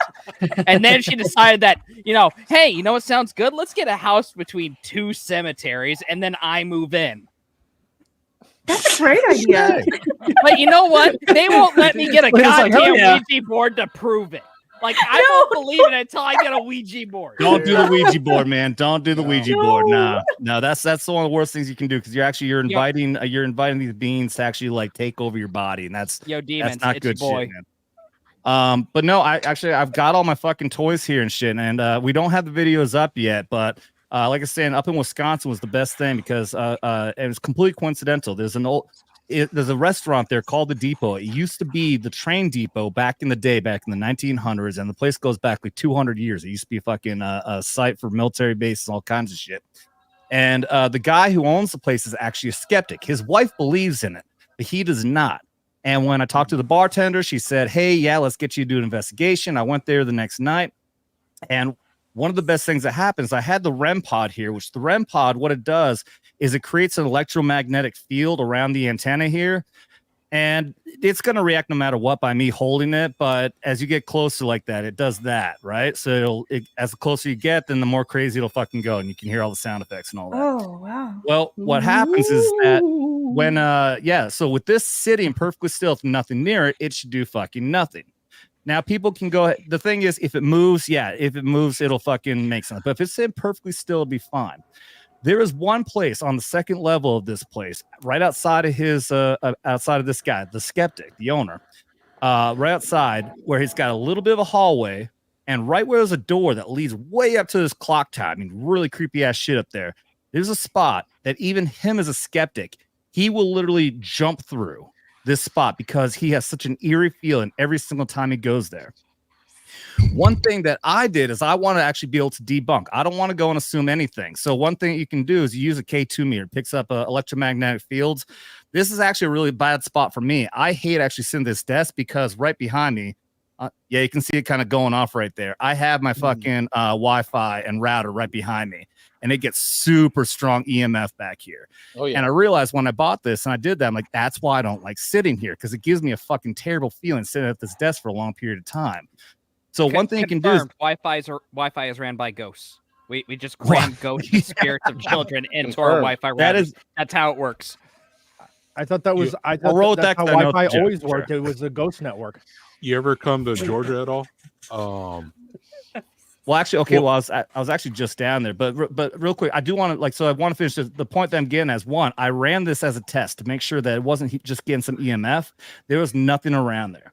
We sat there for a good while. This sitting here, it did nothing at first, and then it went fucking nuts for like 10 straight damn minutes. We could not get it to stop. I picked it up, and we're like talking to us, right? Not knowing what the hell it was. In the spot, what always creeped him out, I moved to one spot, I moved to another spot, nothing. I moved it back to that spot, and then all of a sudden there's fucking nothing. What I can say that is, I don't fucking know. But it does confirm that there's like something there that may be what it was. It gives him that creepy feeling. And then, to cut the story short, without going into all the other fucking details, because I know how boring this can be, me and him at the same time heard a woman's voice in the fucking stairwell down the hall. And immediately after that is when we wrapped things up. And I said, so, do you believe in ghosts now? He goes, yep. Do you believe this place is haunted? He goes, fuck yeah. And you got all this documented, right? You taped everything? We taped everything. Unfortunately, I had issues. One of the issues was my lights kept shutting off. I had two brand new flashlights. I had a headlamp and a fucking like $40 little light. These were not cheap ones. I bought at fucking Cabela's, and both of them shit out on me. Like right towards the beginning of the night, because ghosts are known to take energy away from electronics. Yeah. And also, there's one point where I had to avoid one of the things that came through here is they said they like the darkness. In other words, it's like they're saying, we don't like you having those lights on. Right. No lights. No lights. Yeah. So towards the end of the night when we had ghost hunting, you guys. Dude. Del Run, or I'm sorry, I don't know what to call you, dude. Just say Vagabond. Yeah. But so here in Georgia, there's Andersonville. It's it's also a prison. Besides it being a Confederate prison where they used to lock up Union soldiers. It was probably one of the worst ones to go to. It's a prisoner of war museum right there as well too. And it was the conditions are so bad you're still not allowed to drink the water today because of I believe it. God. Yeah. But you could still see the forts and like where people used to build tunnels at to try to escape, and no one could escape, and all died up there and everything. It was pretty much you go there to die, pretty much. But so they said so many Union soldiers died there that like even now you can't drink. You're not allowed to drink the water or nothing there. Yeah, it's so saturated blood and everything. Yeah, I've heard the same thing about the big final battle for the Civil War. Oh, Gettysburg. Gettysburg. Yeah. I've heard Gettysburg. I've heard plenty of Gettysburg ghost stories. Super haunted. The whole town is super fucking haunted. Yeah.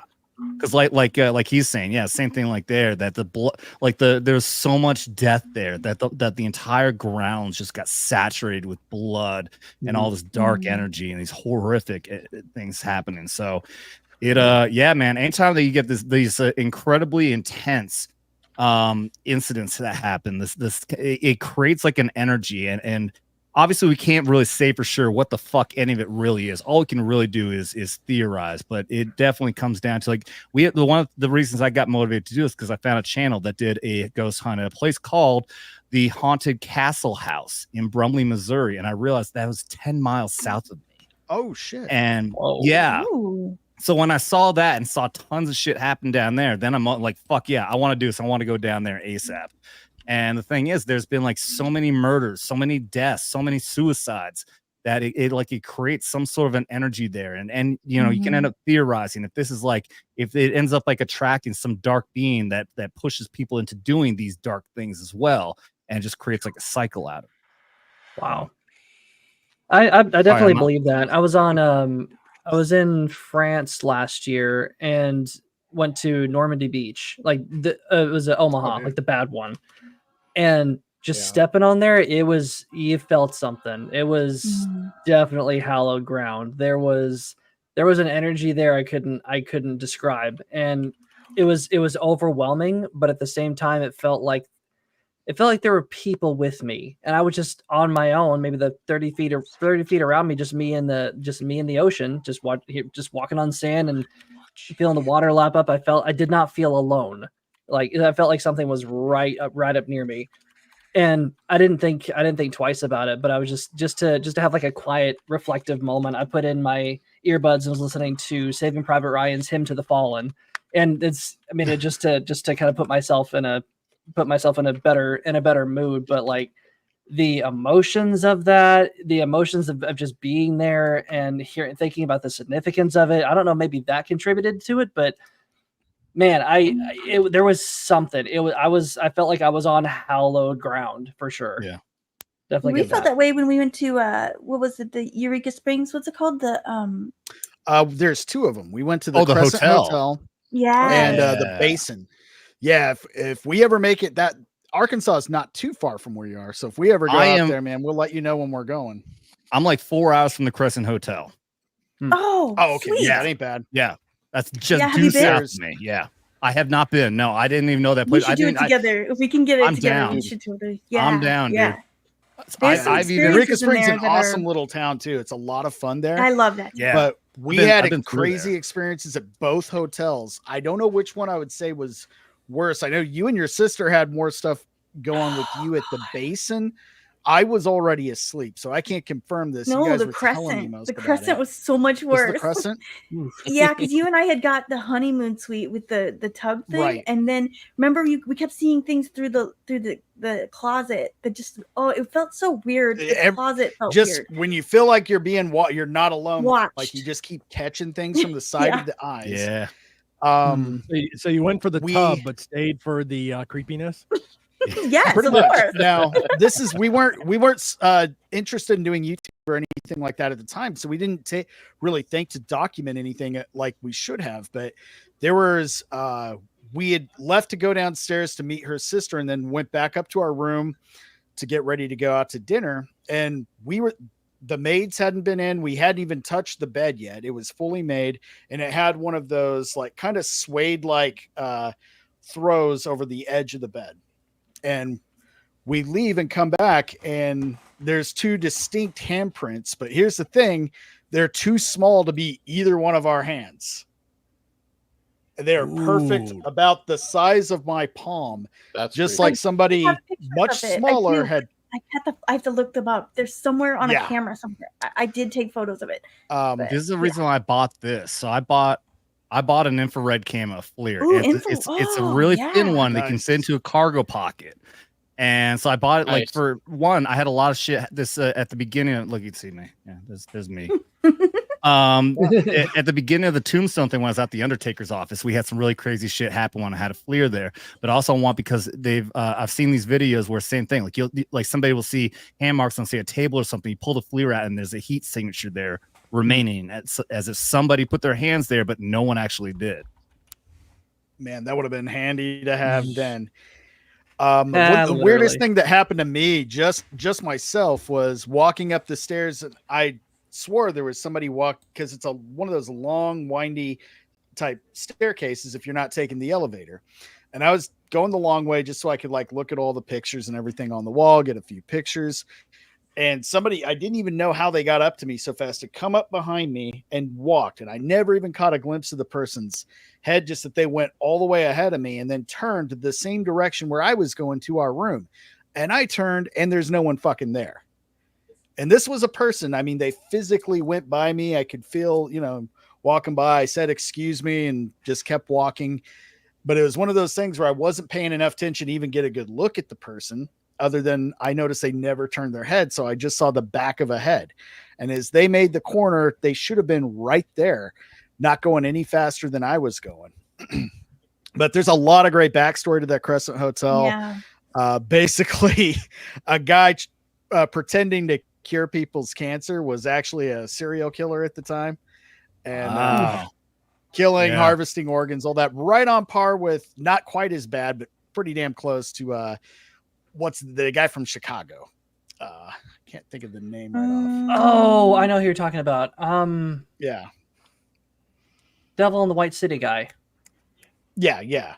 Right, yeah. The one that they even think may have been the Jack the Ripper. Yeah. Really? I hadn't heard that. This guy, Dr. Norman Baker, claiming to be a licensed physician, examined cancer patients in the hotel's basement while charging unsuspecting families their life savings. Several apparitions from the hospital visit the hotel to the day. I was hoping there was more backstory on it, but yeah, he was just swindling people and murdering them for money. So he wasn't like a thrill killer, but it was a very dark history. I'm sure he got the some other kind hotel, of thrill out of it. Yeah. Let me go. I'll go ahead and share. He was a murderer and he was a dick about it. Absolutely. Very much so. I mean, Very if much you're gonna so. do one, you should It's do okay the if other. you do some murder, as long as you're not an asshole. Don't be an asshole. But yeah, here it is. This is they actually keep the basement and morgue the way it was. They We're here. We went to the morgue. You get It a was real weird feeling there. Oh. Well, there was a tour, Yeah. and that was the last stop. And let me tell you, when I had a panic attack. It was something else. Yeah. Yeah, here's the staircase.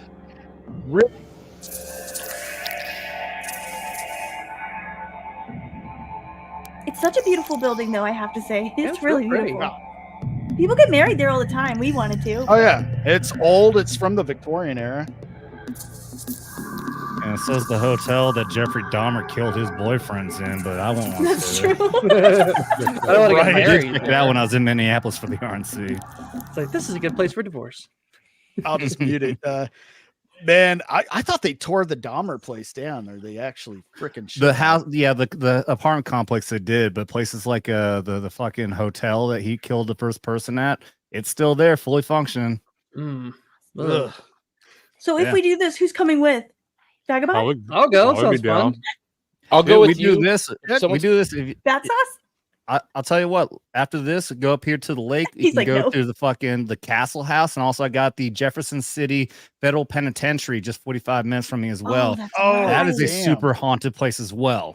Yeah, Yeah, that I've place seen has a everything legit about that fucking- place. That has I a did a dungeon haunted in it. tour at UCSD. We went in some places you weren't supposed to go to.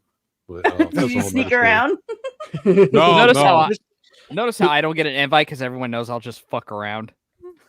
No, Yeah, you're I was just just gonna- gonna say Neb's got to go. Everybody who No, wants to, yeah. If we can work it out, Okay. that'd be a Make lot this of the fun. trip? Heck yeah. You guys want to do this, but who is up for going to Skinwalker Ranch? Oh yeah, what if we could go in? That I'm place is down. pretty well locked down, though, dude. I think you can get pretty Not close. for long.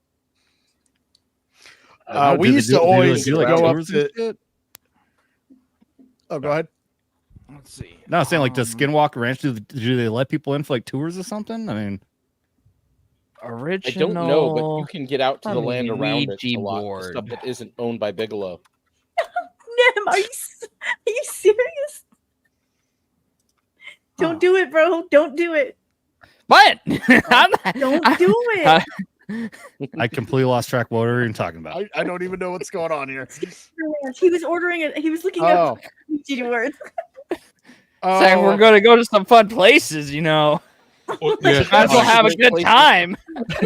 I was at the You Whaley guys- House back Oh, in. oh man. Well, Oh, that's that a I'm from popular San Diego originally, so the Whaley House, I had a Kodak camera that I put brand new batteries in there, and my batteries kept dying, and wouldn't let my camera wasn't working to let me take pictures, so I had to like Yep. I kept putting up, so I was like, let me put in a new pair of batteries, and And it sure kept enough, the new dying? pair of it just kept dying, and I was like, I Yeah. was trying to take a so there's like a part of the building where you'll see like a ghost of a little girl there, so that's what I was trying to take a picture of, and it wouldn't let me.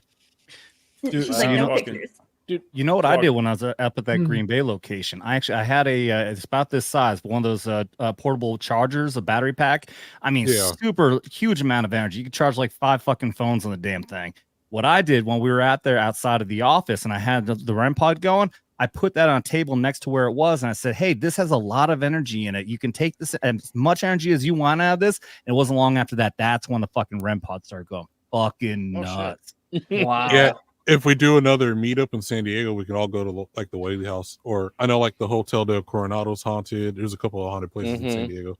The USS Hornet. Dude, even in Vegas. Yeah, or There's Navy ships out there, haunted Navy ships. Yeah, or even Yeah. the Star of India is haunted at night. We had to spend the night there for like a 5th grade camp type of thing, and act like we lived in a time period. There's, walking there's through actually a street here that's. Sorry, go ahead. Oh, I was gonna say I was walking through a forest in around Fuji, and I got in a serious fight with my wife. Got out of the forest. We don't even know what the fuck we were fighting about. It was the suicide forest. No. Fucking with you? Oh, no shit. That Yeah, place, we were like, what I were wouldn't we even want to arguing be about? there. That's one place I No, won't go there. that- Fuck that. We didn't know it No. was a suicide forest. But yeah. Dang, you didn't see Oh, anything? shit. Like nothing? No, I mean it's big. Like so. Yeah. Yeah. That's more. But Isn't you that more of literally, a you must place have felt you like feel anger it? or something. Yeah, I don't know, man. It's weird. crazy. We were like, it was really like a hardcore fight too. And like the Whoa. second we walked out, we're just like, what were we fighting about? Like in Ghostbusters 2. They get Yeah, covered yeah, with the yeah. ooze, they start fighting, and all of a sudden they take all the clothes off and like, wait, what were we fighting about? Yeah, dude, there's the one very infamous haunted place that a lot of these shows do. I will not do is the Sally House in Kansas. That's about 4 hours from me as well. That is one I will not fucking do because every one of them can say that they had like attachments and nightmares and all kinds of shit afterwards. Like, None of there's that. I something don't want there. anything like that. Yeah. Same. Okay, I'm not. Would you fucking around do? with that shit. Would you go to the Winchester House? I go. I know the name. I don't know the Yeah, history. that one doesn't really freak You me don't know out the that much. It's Winchester? just confusing. Oh, So the Winchester. Yeah, go ahead. You know, you can tell the story. yeah. So the wife of the guy who the Winchester company, the Winchester rifles. So basically, she was like into ghosts and like a witch or something. So she was building rooms. Some of the rooms have doors to nothing. Some have like doors you can open, you fall out the building and stuff like that. And she just kept building them. Like Yep. they made a movie about it too. But Yeah, the movie is more fictional. Yeah, Yeah, now it was- the doors that lead to nothing. I remember that. Okay. It was I meant, don't- I yeah, don't it know. was meant as a place for the ghosts of those who have been killed by Remington rifles to gather, and apparently it's really strange. Mm. Yeah. Huh. Yeah, she had apparently kind of lost her mind before before she passed, and was just adding on all of these abstract. Well, it's not just pointless even adding on. additions. Like even the house was just like, oh, They like built it that way. let's change this wall to this, and so the building got like Mm-hmm. over the years, like after she built one room, demolish it, build another room, and like all kinds of There's crazy some like places where you can literally like you open a door, you're gonna fall outside. Like it, yeah, that you'll kind of you'll crazy. yeah you'll fall Yeah. down and die or whatever. Or Yeah. I Sounds mean like maybe fun. not die. It's like You could. Super Let's play excited. hide and seek All there. together. That's where the next movie Saw is going to be taking place, is in that house with different trap doors and everything else. It's already in the place. That was what I was trying to think of earlier. That was the last Oh. like really gory shit I Yeah. watched was the old Saw Ugh. series. Yeah.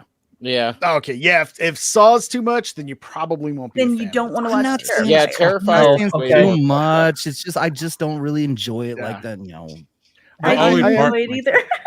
I'm need to surprised. have the Yeah, hour horror is a into it. pretty niche I am thing. surprised how many of the free streaming channels there are that actually have Terrifier on it.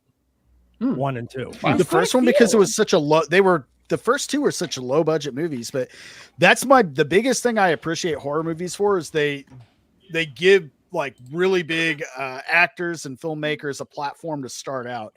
You know, Kevin Bacon wouldn't be anywhere if it weren't for Friday the 13th. Toby Hooper wouldn't have gone on to make so many great movies if he didn't originally make Texas Chainsaw Massacre. And it just kind of Christopher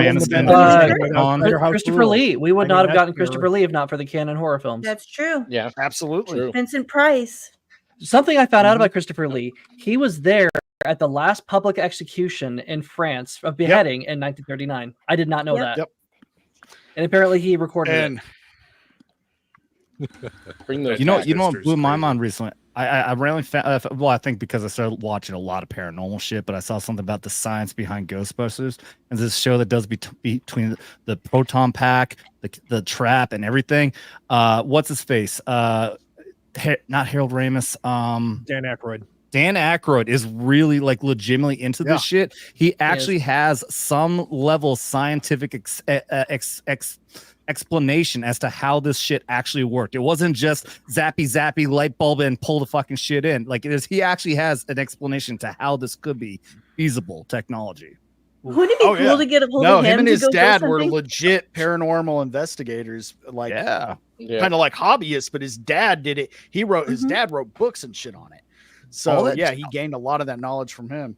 Yeah, most of that shit he's talking about in those movies is actual real shit from real books. Obviously a lot of it they made up for the movie, and that's the reason why that movie is so good, because the comedy is sprinkled in, because it's the actual story itself is the ghost hunting aspect of it.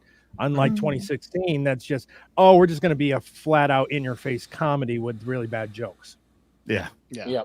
They weren't jokes. I still haven't seen the last attempts one. at improv. I know 2016 sucks, but everybody liked the Afterlife, but I haven't seen Frozen Kingdom or Frozen Empire yet. I don't Frozen know Empire wasn't as bad as everyone said. It wasn't as bad as everyone said. However, they went over the top by like making like let's have 50 fucking proton packs and like a whole fucking platoon of people killing ghosts at the same time. Like it's not interesting. It's not fun. When it's on a mass scale like that, it loses its meaning. Yeah, it was too much. Sound like fun. Yeah, they're trying to bring in the old and the new at the same time, but it didn't work. But it's still not terrible. I mean, watch it. When it's available for streaming. Oh yeah, I think it's already on Netflix. We just haven't checked it out. Oh hey, this is from the other hotel, the Basin Hotel. This is a really popular photo. Hasn't been fully debunked yet because it's many years old. I see it. You can see it. Oh god, you can see it. Oh god, what? That one. Basin, I would say, was a little more of a negative experience from what I remember. I think so too.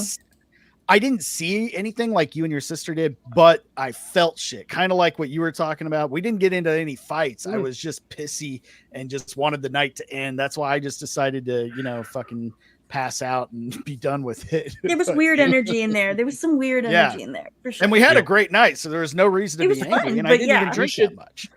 I had a tour Vegas. A Honda tour in UCSD at some places you weren't supposed to go to because so because a lot of people there, they're like, I'm just saying there are a lot of Asians there, so they all have to get good grades. So how racist. Well, not racist if it's true. But the thing is, like, a lot of them commit suicide because they didn't meet. Like, so there's like certain areas they would all just commit suicide at, in that the school is just like blocked them off. Oh god, that scared me to death. Yeah, this is the wrong time for a soundboard. Yeah, so we would like there's certain hallways at UCSD where like you're not allowed to go in them. But like people would write graffiti and stuff before they would like off themselves or Minecraft themselves, and so we would just go there, and then the only thing that we were missing, we couldn't get a key to this. There's this one room in this one of the buildings where it's the hotel. I mean, it's not a hotel. It's one of the dorms is dorm 666, and you're not allowed to be in the room, the room above it, and the room below it, because it's like all kinds of weird stuff happening there. So they think like people were like doing satanic rituals and stuff in room 666. Probably. Well, I mean, if you're gonna, that's probably the one room you're gonna go into. That's the room you want to go into. 666. I'll tell you, Vegas. Oh, go ahead. Yeah, is there anywhere that's What, just- haunted in Vegas we could go see? Yeah, I'm sure there's a Oh, lot. yeah. Yeah. Tons of haunted. Yeah, I Ooh, was just gonna say let's the go to Area Pioneer 81. Saloon's probably the coolest one, and then I know there's an up a few towns up. There's this warehouse, but all the investigators that have gone in, they haven't just had experiences; they've been fucking hurt. Like they've had things thrown at them. A few people hospitalized. That was the first thing they did on the Ghost Adventures guys did for their documentary before they got a show, when they were actually taken seriously. But yeah, they literally in the documentary run away screaming after bricks are thrown at them. But Wow. so much stuff had I'm happened down. after that and before that I don't think they let anybody in there now. But anyway, Adam, I didn't mean to cut you off. No, you're good. No, I just the scariest thing I ever encountered, I wanted to share this, was back when I was living in Vermont. My girlfriend at the time was really big into the paranormal. It's not that I didn't believe in it, but I wasn't into it, and she wanted to go to this place. It's called Emily's Bridge, middle of nowhere, very rural part of Vermont. It's a covered bridge, and she is middle of the night. She was fucking taking pictures, doing all shit. I'm just leaning up against this rail in the middle of the bridge. There's this like separation part, right? So there's a rail that kind of keeps cars and everything from going too far, and then there's the outside, so there's a separation, right? I'm leaning up against there, letting her take her pictures of the fucking dust and let her call it orbs and all that, blah, blah, blah, blah. All of a sudden, she fucking looks at me wide-eyed, grabs me, pulls me away. I spin around, and I see this big black mass with, I always say, just 2 red dots because I want to assume they're eyes. But it fucking just all of a sudden I look back and it fucking shot up and disappeared. And she told me that the reason she grabbed me is because she saw it appear behind me and it was reaching down to grab me the second before she fucking pulled me away. Oh no. Now, Thank if all she did was tell me that, I might have rolled my eyes and said bullshit, but I turned around and I saw exactly what she was fucking pulling me away from. And to that day, never went back to Emily's fucking bridge. Let's go. I'm very fucking cautious, dude, about it because that was fucking terrifying, man. You into cryptids too, or just ghosts? Oh, cryptids? Oh yeah, fuck yeah, aliens, all that good shit, man. Yeah, all that shit. I'm more into cryptids than I am ghosts. I believe in that more than I do ghosts. It's interesting. Interdimensional clockwork elves.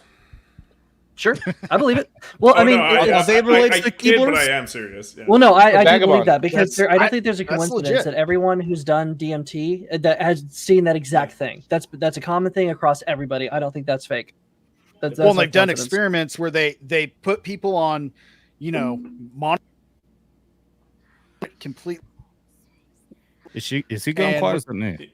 It's him.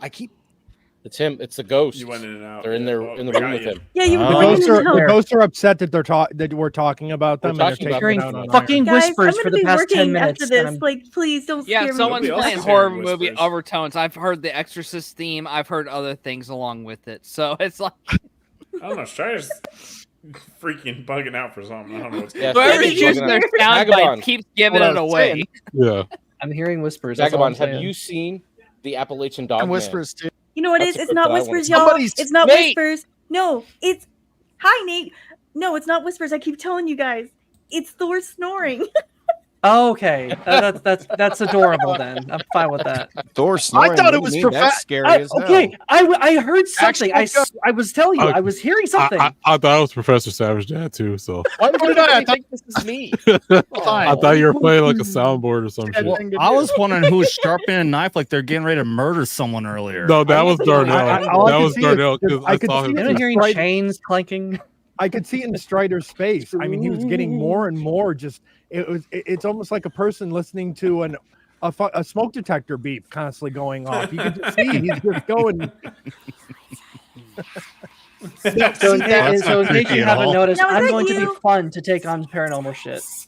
Okay, that's what I was hearing. That is you, Professor. You're Hey, doing it. hand check, Professor Savage Dad. Hand check. Come on. You I bastard. knew it. I knew it wasn't Bro, just hand, Thor.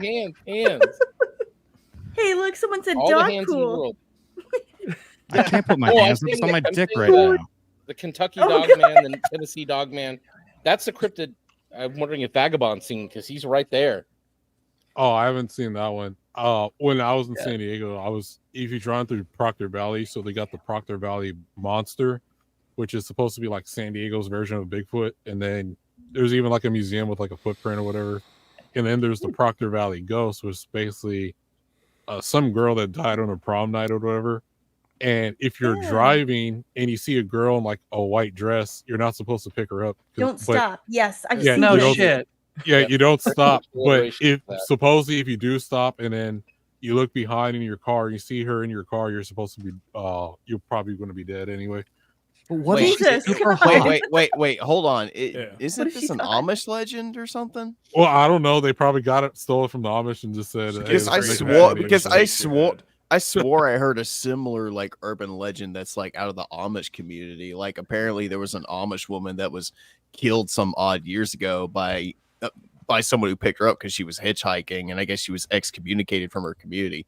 Well, the guy killed her, and now the legend says that if you're walking down that stretch of road where she was supposedly killed at a specific time of night, you'll see her walking, and if you pick her up, she kills you. Okay, Whispering yeah, Rose, the one bring us this one's alive. different because she died on her prom night, but like she's like stands in the middle of the road, and then if you like slow down, they're like, oh, I need to help this girl that's on the side of the road or whatever. So I just don't But pick you're up supposed to hitchhikers just in take general. one. It's fucking stupid. Yeah. See, this is out of Oklahoma area. It's more There you go again. reservations. Ghost got a hold of your mic. You're cutting out a lot. Yeah, It's weird. in and out. Hey, let me Ghost leave and trying to come cut back. in, saying y'all been talking too much. Let us have a voice for once.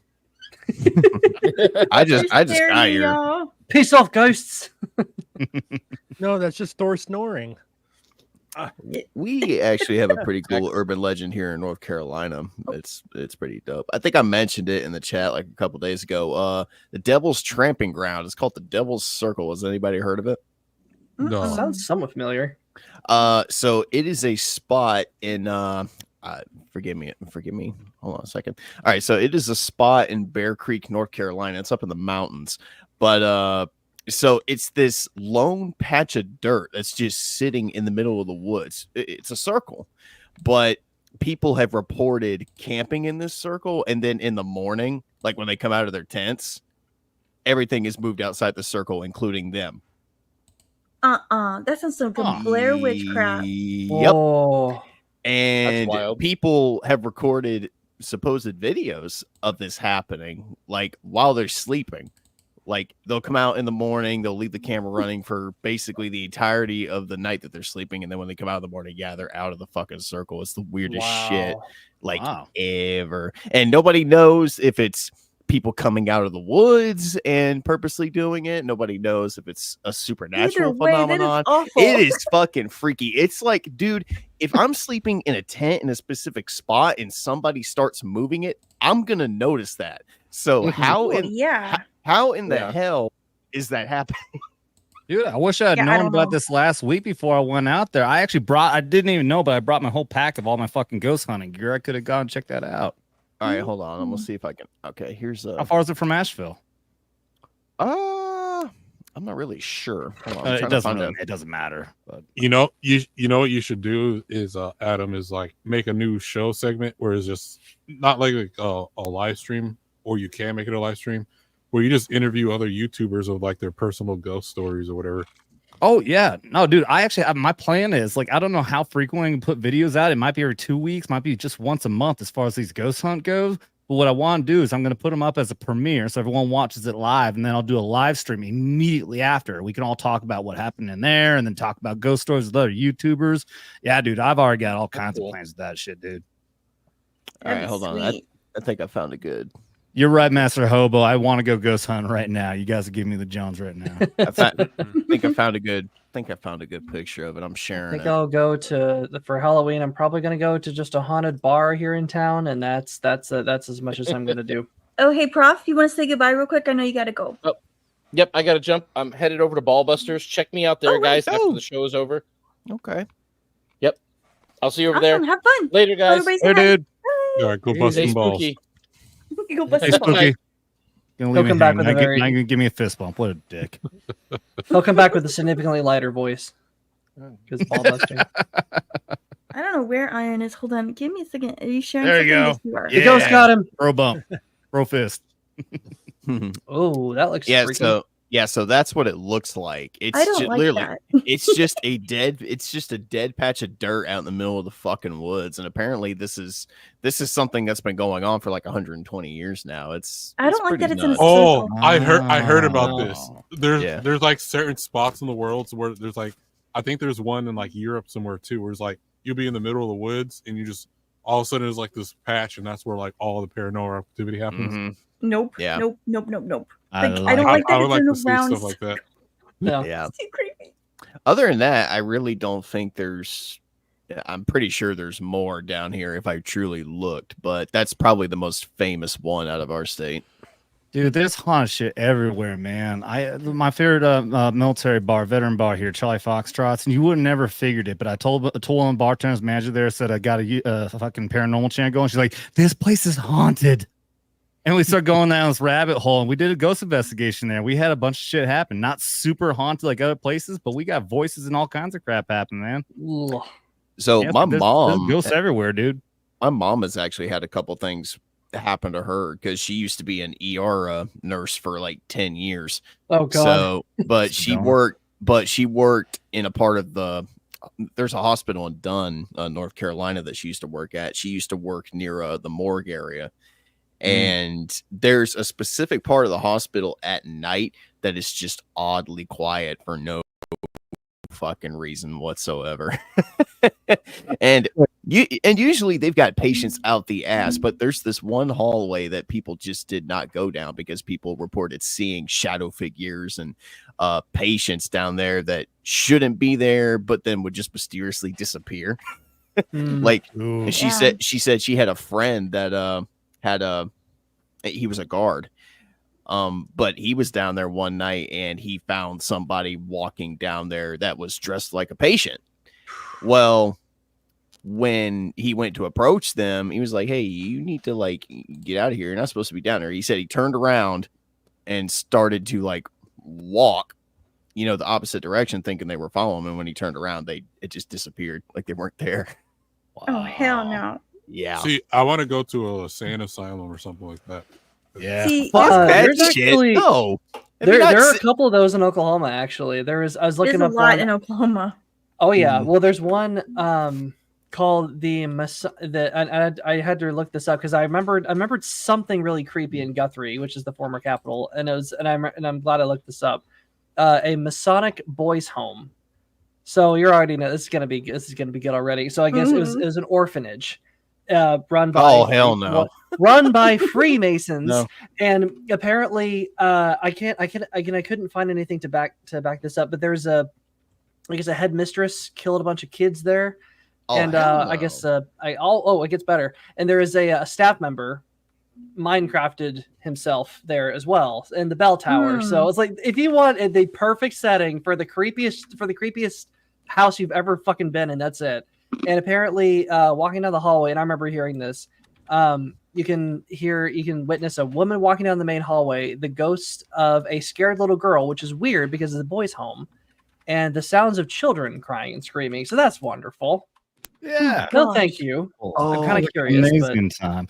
Dude, there are sanatoriums / tuberculosis fucking infirmaries in place all over the fucking country. Oh yeah, there's a place in Galveston it's a huge building. I remember, and it's freaky because I pass this place every time I go down there. I park there, and it was a field hospital for the battle of Galveston down in the Civil War. It was also a treatment center or a sanitarium for TB patients. And then in the 1900 hurricane, which is probably one of the most disastrous hurricanes in human history, killed like thousands and thousands of people. It was a morgue.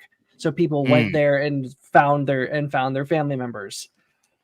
It's like, I had no idea. And I pass this place every time I go there, and apparently it has a huge history. Did not know that. Well, the cool thing about the South too is you got all them gravestones, the graveyards where it's like You're going in and out. It's strange. That ghost has got you, man. Dude, Yeah. Stop, you guys scared me. Sorry. have to restart. Goddamn, son! I know that microphone costs at least $100, and you can't fix it. You sorry piece of trash. No, I'm just You know what's strange is that it's a good microphone. So what the These fuck? are not these microphones. The thing is, this it's a coincidence. The ghosts aren't doing anything. It's a The coincidence. ghost heard him talking shit, so he was like, Here I am. I'm like, let's go ghost hunting, and then I'm like, ghost chicken. you need to worry about blinking tonight. behind and you, You're Strider. chickening out before even going on the ghost hunt. No, for real. Hey, just think about it. Being that the mic is having the problems right now, it means there's ghosts in your place right now. Sleep well. Yeah. Anyone else annoyed about the light blinking Have fun. behind Strider? Huh? Anyone else annoyed by the light like blinking behind you? Fuck you. What are you talking about? What do you mean? What am I talking Nothing, about? Strider. Strider, what Really the fuck is that behind you? Dude, turn around. What the fuck is that behind you, man? I'm looking at me. There's Like nothing. my face. That is just like best of us. I'm not that dumb. I just thought of another. I mean, there is. Oh my goodness, it's a TV out of a box. MSK?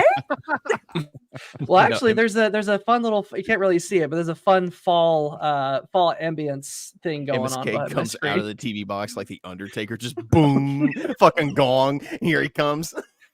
I was thinking more like Get you the cop rain chasers. him crawling out I of was the thinking TV. You're Yeah. gonna Greasy rest hair all over him, yeah. in peace. Scariest thing I have behind me is a fucking Canadian bear. That thing starts moving. I'm fucking jumping out of Oh no. It was winking So- at you earlier. I don't know I got why one it behind me wasn't. too. I don't know why it wasn't the first thing I thought of. But in North Carolina, we also got the USS North Carolina. It's a battleship. Oh, yeah, So Dude. it was torpedoed. I think it was torpedoed during the Second World War. But they were able to salvage it, and it's now a museum. I never experienced anything there, but from what I've read, they do haunted tours because Ooh. people have gone there and have reported seeing like sailors and soldiers like in the damn thing.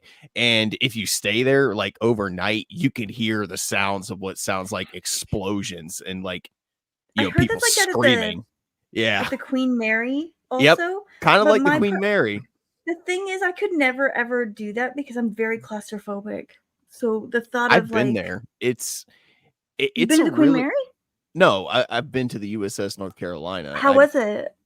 It was really cool. It is huge. People really take for granted how big those fucking battleships really are. They are humongous.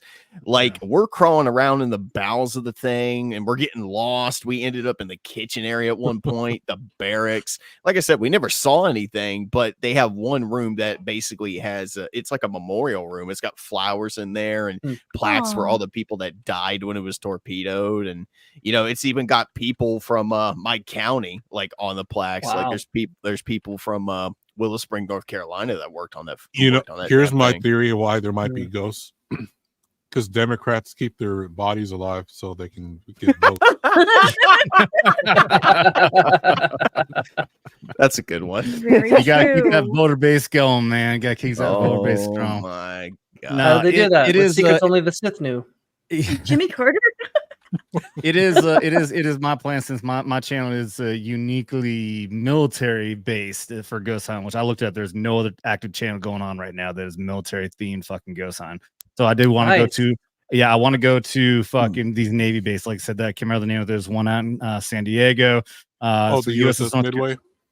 Midway, I think that's another one. Yeah. And so I want to Oh. go out and I want to like bring the actual thing. It's gonna be actual military veterans. I want to get as accurate as possible, time accurate uniforms. So I want to get Navy uniforms if we're gonna go in these ships and we get out there and use the fucking man voice coming in, all that good kind of stuff. And You want to know? rile You these want to know a fucking really ghosts up, creepy you know? place? A really What's that? creepy place. That at night, standing watch, tied up to Ford Island, and you have one of the sunken battleships still moored behind. That's still behind. That is a creepy. Pearl Harbor is one of the Oh, most yeah. oddest feeling locations to be. Oh, I And like I bet. said, standing watch from midnight to 6 a.m. up there on it is just the creepiest feeling too. Wow. I do want to All check right. that out. So check this out. So I just pulled this up because I wanted to read more about it. So Battleship North Carolina participated in every major naval offensive in the Pacific during World War II. One of the deadliest attacks on the battleship was a Japanese torpedo that struck the hull, where 5 men died. One young soldier was killed in the battleship's washroom, and his spirit has been seen in there. There have also been sightings of other apparitions in the passageways, shadowy figures peering through portholes, hatches, and doors, opening and closing them on their own, sounds of running, and even objects being hurtled through the air. For even more of Wilmington's haunted sites, and it just gives a bunch of information. But yeah, but they do haunted tours around Halloween. Like, they'll bring you in and they'll lock you down for the night, and you get to spend the night in the battleship. A lot of these places all monetize the ghosts now. Like even the Brumley house that's just 10 miles south of me. Like it's a business, dude. Like they got amounts like, if you want to do this, then it costs this much, and this for this amount of time. Like, and these fucking ships, same thing, dude. The Valexi. I was gonna say, hopefully those ghosts are woke, because I mean, the last thing they need to do is get canceled and monetized. Well, you scared a black man to death. How dare you? I know Andersonville. Like I said, there's a prison of war museum there, so it's all donation based. But I'm not sure they will let you do that there completely, because I think there's always still finding like tunnels people accidentally fall through sometimes. Yeah, not every place is going to do it, and most places, and well, yeah, as far as I know, all of them, they'll still make you sign a waiver, like in case you get hurt or anything. What were you saying, Iron? Though it was like the axe murder house. What was that called? Yeah, the Valexi axe murder house. They just turned that into a bed and breakfast, but most people don't make the whole night. Wow. I mean, that is sick. I wouldn't be able to. Because Lizzie Borden sells fucking t-shirts. That's why. Well, no. This is way worse than Lizzie Borden, man. This was a family, like a mother and father with 2 daughters, and then a neighbor girl next door that was staying the night. They come home from church on Sunday and let the girls have a sleepover, and somebody breaks into the house, or while they're at church. No, even worse, while they're at the church, the fucker's hiding in the closet with an axe, comes out, kills everyone, including the children, with the axe, leaves, and is never caught. They think there were a few drifters that they accused and even tried. They all got let off because they didn't have anything solid. There was the former preacher at the church that was had a drinking problem and got like shunned by the community. They thought it may have been him, but nothing could stick. So the crime is still completely unsolved. Wow. Yeah, the Valexi house murder. That is interesting. How do you spell that? I'm curious. Let me see if I can find the link. Oh, is my mic working now, by the way? We exercise that ghost. You're good. Beat me to it. Well, Professor's gone, so. Is that the one where they theorized? I think I missed a portion of what you're saying. Is that the one that theorized the guy got off of the train and made it out to the house? I may have been, yeah. Maybe. Okay. The main thing, it was the person who did it was hiding in the closet. Like even back then, they figured out he was in the closet. He left the axe. So and I think it's the same everyone in there. Yeah. They really thought it was a drifter. Yeah, Paranormal Files that I got really big into. They did a big investigation. I think they even found something that could have led to more of the evidence of who the guy actually was through their investigation there. Wow. Now, is anybody fans of Ghost Adventures? Do you think I just saw? I know that Nate had. I hate that guy. No, here's the thing. I used to watch that show religiously. Me and my mom have talked about them, and here's the thing: the first couple of seasons, I feel like they did really see some shit, but as it's gone on and gone on and gone on, I feel like Zach has gotten more of an ego, and I feel like the show is just not what it used to be. It's less and less about ghost hunting now, and just more and more about Zach and his crazy ass. That's Aaron from his original crew left. And he was like on a podcast. He's like monopoly. Well, here's the thing. He's like monopolized all the fucking ghost hunting shit on the Travel Channel. Like, there's not a lot of ghost hunting shows on there because Zach has basically told the network that, if they try to do anything with anybody else, they're gonna fucking like quit the show and like shut it down. Like he's a fucking prick, man. Like he is. I checked out of them a long time ago. I would like to go to his museum because they have a lot of stuff that you've seen that he's purchased from actual locations. So I would still like to go see that. If you want to watch a good show that does a really good job of telling ghost stories in a cool way where it's all reenacted, go watch A Haunting. It used to be on Discovery Channel. I used to watch A Haunting all the time. I haven't seen a lot. It started with The Haunting in Connecticut, but the smoke pit. The Haunting in Connecticut movie pissed me off because I was like, this is nothing like the movie the was Discovery awful. Show. Yeah. Which one? Yeah, the one terrible. with Ryan Reynolds? Is that what you're talking No, about? no. That one's that one is Amityville. That's Amityville. Amityville, yeah. The show A Haunting started because of the Haunting in Connecticut documentary. Yep. They made a movie. And then they made a movie. Yep. And so I was like, oh shit, I can't wait to see this movie. It was awful. I was like, I was pissed off the whole movie. That's all the movie Yeah, the did. movie It was sucked. Like, this had nothing. The only thing similar was it's in Connecticut and there was a basement. Did you see the Haunting in Georgia documentary they did too? Yes. With Heidi Weirich? Dude, that's some spooky shit. Do they have some pictures, Iron? I don't want to see like gruesome pictures. Oh, crime scene photos? No, but here's the house. I don't want to see that, but that's the house. Yeah. It's very small. And the people that own it just renovated it and they're doing a bed and breakfast and they tried to make it look as close to as it would have looked in at the time. Nice. Oh shit, I didn't mean to stop sharing. But yeah, that's one I would love to check that one out at some point. What do you guys think of Ed and Lorraine Warren? Are they full of shit or are they legit? No, I bullshit. Little of both.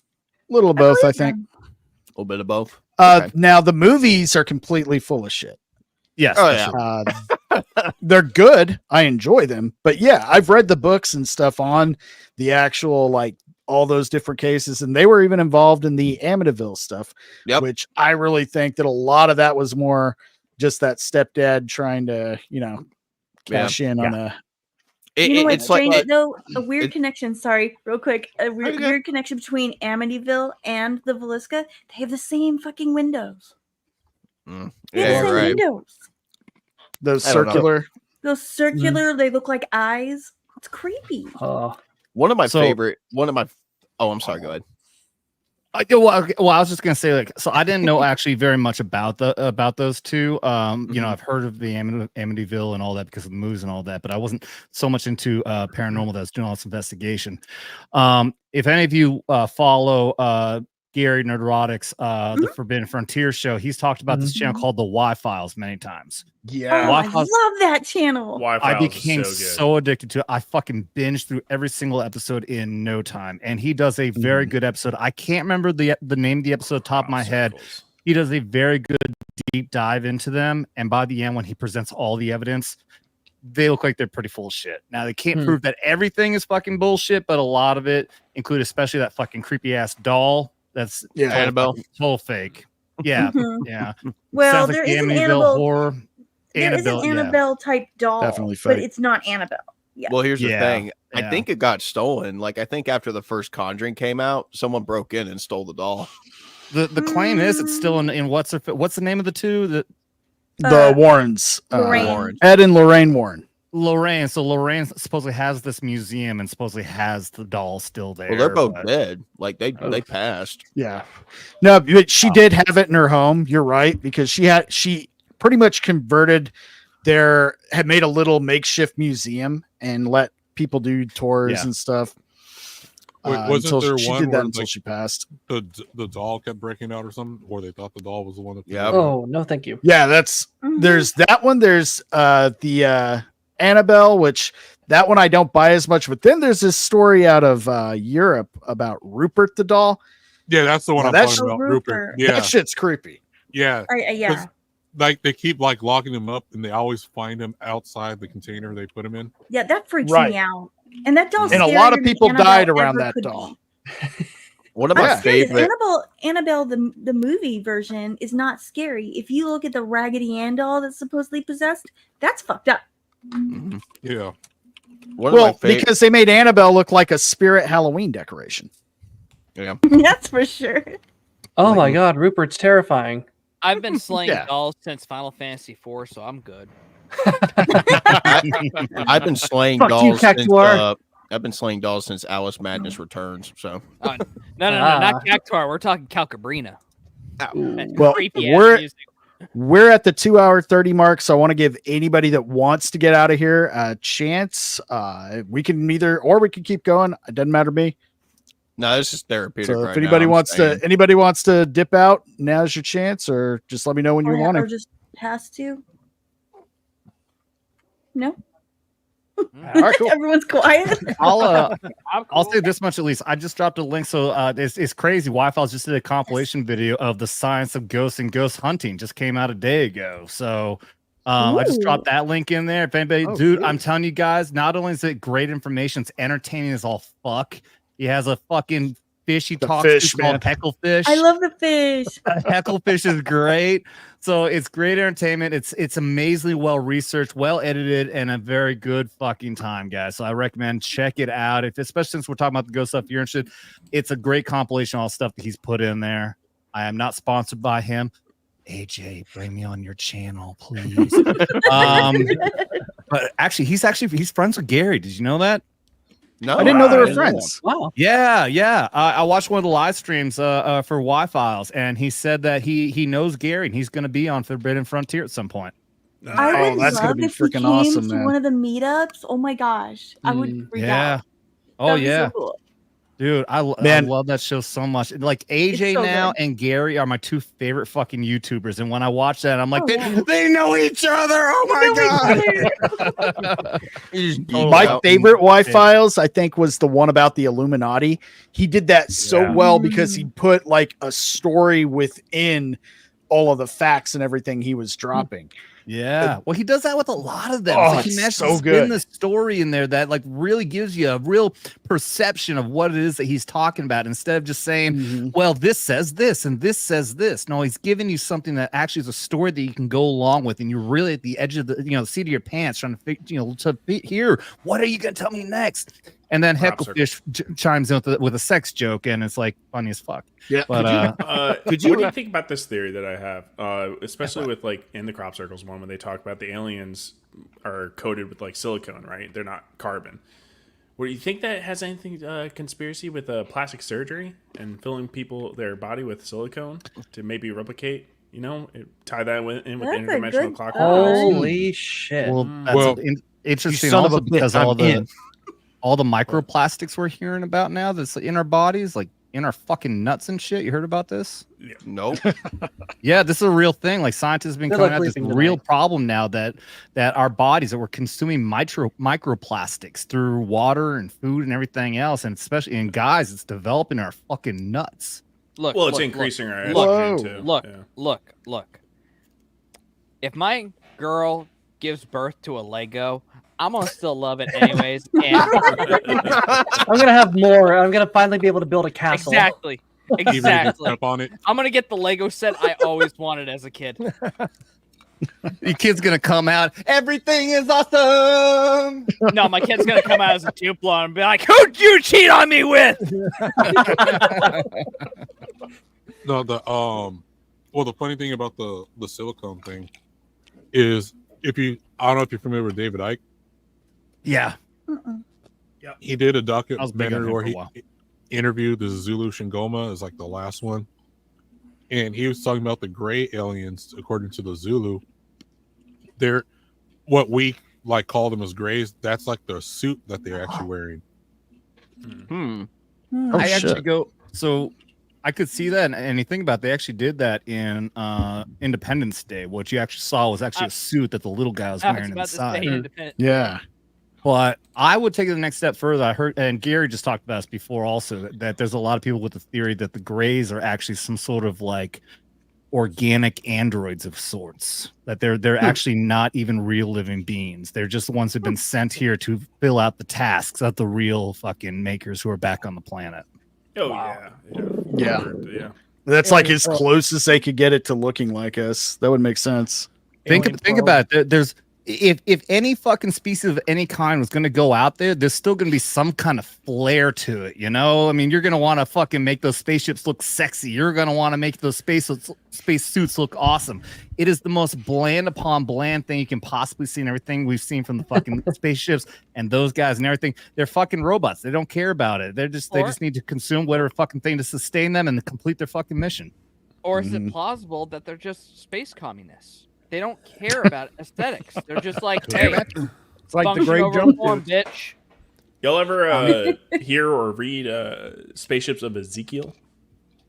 No. So that's a aerospace engineer. He tries to be as objective as possible with analyzing the Ezekiel text about witnessing angels, and instead of analyzing them, trying to perceive them as beings, wings and eyes and stuff, he takes it as if they're trying to describe airplanes, spaceships, and it's actually very kind of accurate with some of the descriptions. Like maybe instead of eyes, they're talking about windows, right? If you think about it, fucking dragons they describe as being a flying thing with wings that spits fire. Does that not sound like something that has weaponry that's just fucking blowing shit up? Yeah. And also every culture has a dragon. Every continent, every country, every nation has a dragon of some kind. Kind of weird. Like a spinning wheel wheel of eyes. Dragon. Like maybe they were describing like a gyrosphere with, Or maybe it was Cthulhu. Maybe it's Cthulhu. Yeah. Could be. Maybe Cartman was tempting Cthulhu to destroy us all. There's plenty of all stuff. I mean, if you watch Ancient Aliens, I know so many people think it's so dumb, but you end up watching enough of this and you're like, holy shit. I mean, how in the fuck could they possibly do that? I mean, there's always depictions of like gods being inside of what can only be described as being like a space capsule. He's fucking manipulating devices. He's got fucking air tubes connected to him. He's wearing a fucking helmet. How can somebody back in the day fucking conceive of anything like that in their imagination and come up with what looks exactly like space technology? Yeah. Well, yeah, you take their concept of words and technology and stuff like that, and you time travel a spaceship and see how they would describe it. Might sound like an angel, Yeah. Well, we had man, I know it wasn't recently, but it was it was not long ago enough that it was still. I've been drinking too much apparently. There was videotape of. I haven't been drinking enough. To get in a conversation like this, sometimes you got to drink a little bit and put a tinfoil hat on. But so there was this tribe that was completely separated from humanity, right? And they had one of those water planes come in and land to bring them supplies. After a while, this tribe drew an outline of the plane in the sand as if to summon it to come back. Now, does that not sound exactly what we see when you see depictions of some sort of aerial craft, something flying in the sky, and they call them gods? And obviously, they call them gods because they brought them something that was of value, and they couldn't think of any other way to describe it. Now, if you were to take long enough, let that tribe that just simply drew the outline because they're trying to summon the aircraft to come back, let that mystery go on for generations. What are they going to do? They're going to call that airplane a god, and they're going to describe in the most simplistic way they possibly can with their misunderstanding of what that technology was. So I had soapbox. I'll get off. I'm sorry. So what you're describing makes sense. How the hell did Indiana Jones 5 make that look so stupid? I'm glad I didn't see it. I couldn't tell you. Because Hollywood. They call it because Disney. That's why. Yeah, they call it a B-24 Liberator, a dragon. If there's one thing I can remember, my uncle looking at me after he saw Indiana Jones 5 because he was like, I gotta know. We got done.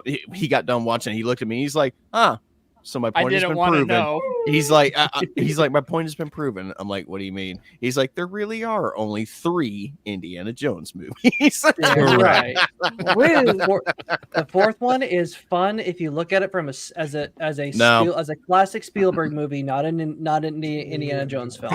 If you compare it to movies today, but that's a stupid thing to compare it. Agreed. Yes, but it just at least that was an Indiana Jones that liked Indiana Jones. It Dude. liked being a part of itself. It knew what it was, and it liked Indiana Jones. That's all I can say. Like Such this a one low hates bar. it. You were I know. supporting the fact that Indiana Jones got raped. You could not. Oh my God, mention dude. Kingdom of the Crystal Skull around my South uncle. Park Because reference. South Park, Yeah, it's the South Park reference. Well, Yep. they mentioned that joke all those years ago, and it's just like, what do we call what they're doing to cinema today? Like raping. It's a snuff film. It's so much worse. Dude, if you mentioned that movie around my uncle, he would look at you like he's going to punch you. He hated that fucking movie, dude. Like, Yeah. he's like you would say its name, he'd look at you and he'd be like, "What'd you just say?" Just like I that. said The Last Crusade. That's what I said. I named the Obviously, dog. I said Empire's the greatest movie of all time. That's right, son. Good job. Look, That's not even a lie. That's a truth. That I is have a to truth. disagree. I will disagree because I enjoyed Return of the Jedi far more than Empire. Now, before you guys You're not the call first me a person I've heard say that. blasphemer, hold on. That's fine. The space battle was tits, and nothing makes me feel better during a bad day than watching the 5-second clip of the Ewoks getting blasted by the ATST walkers and hearing their cry. Sorry. You know, I gotta admit, Return to the Jedi.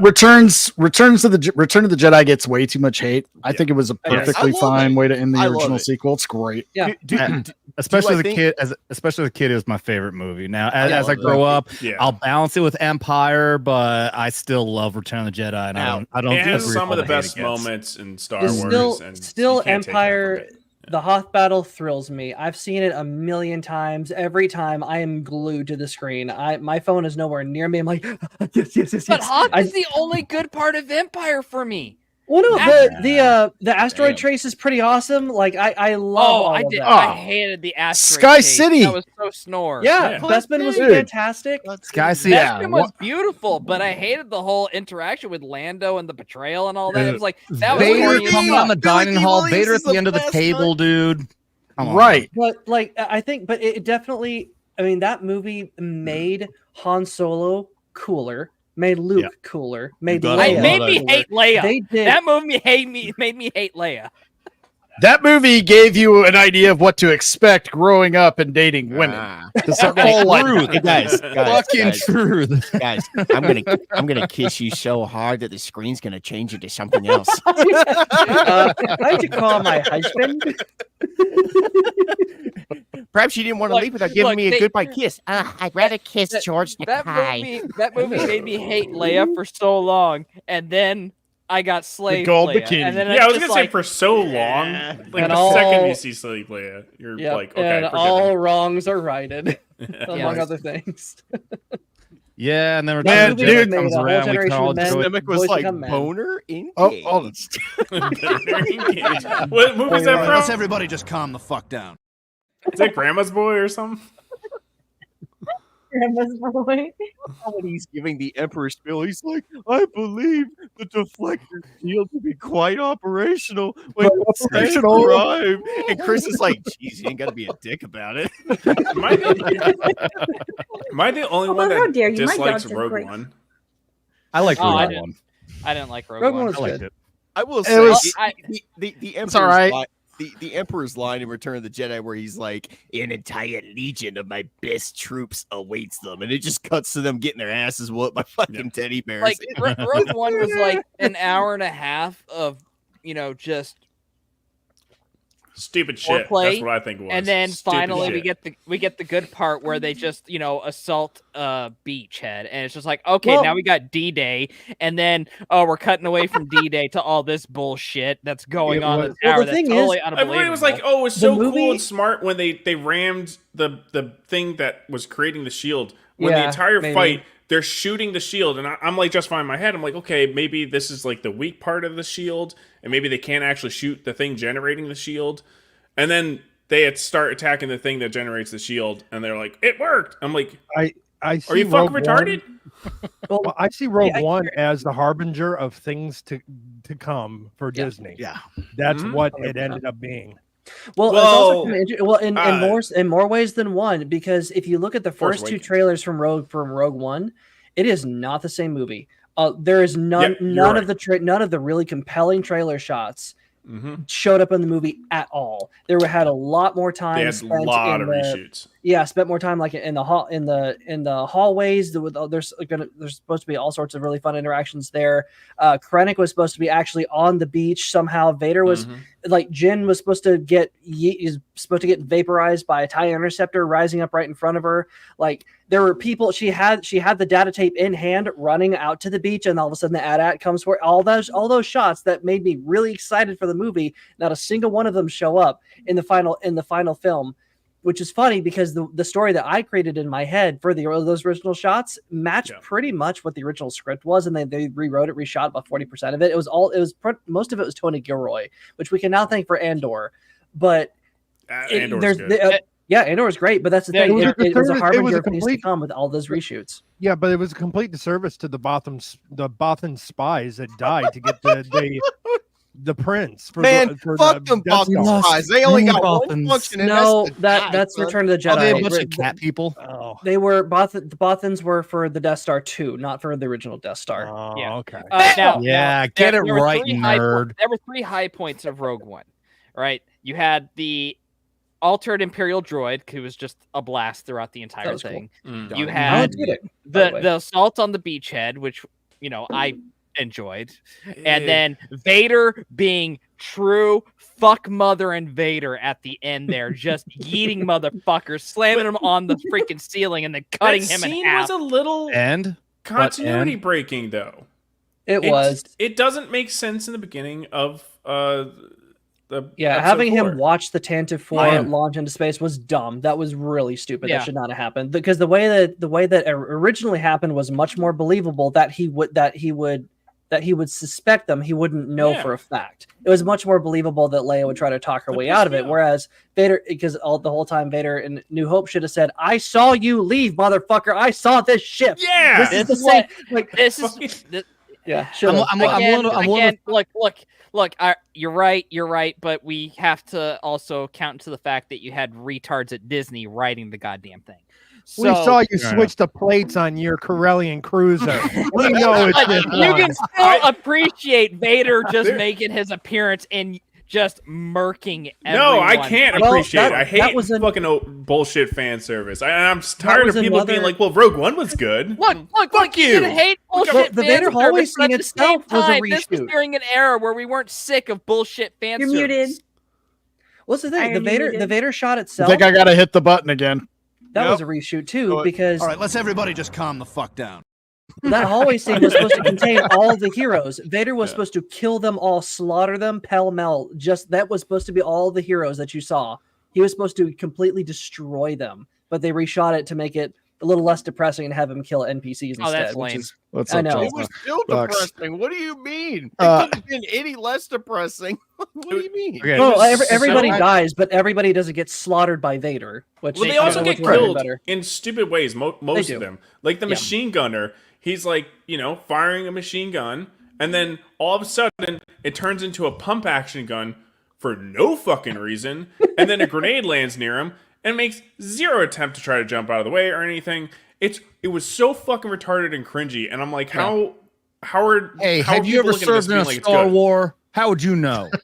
And they probably pulled it. That doesn't look like standard issue pump action machine They gun. were probably pulling inspiration from Dick Johnson. They were probably pulling inspiration from EA's Star Wars: The Old Republic MMO game with the Commando class, where it has all these alter variations on its attacks and everything. Why did it vary? Wait, why did it shift to a single action because shot? I think he ran out of laser ammo. And he had done that a little bit. What's the explanation? Why did it switch to single action? You know what? I've never thought about these people are unimaginative and just pull from shit. Let's let Adam chime in. Cool. Wait. I think I have a theory.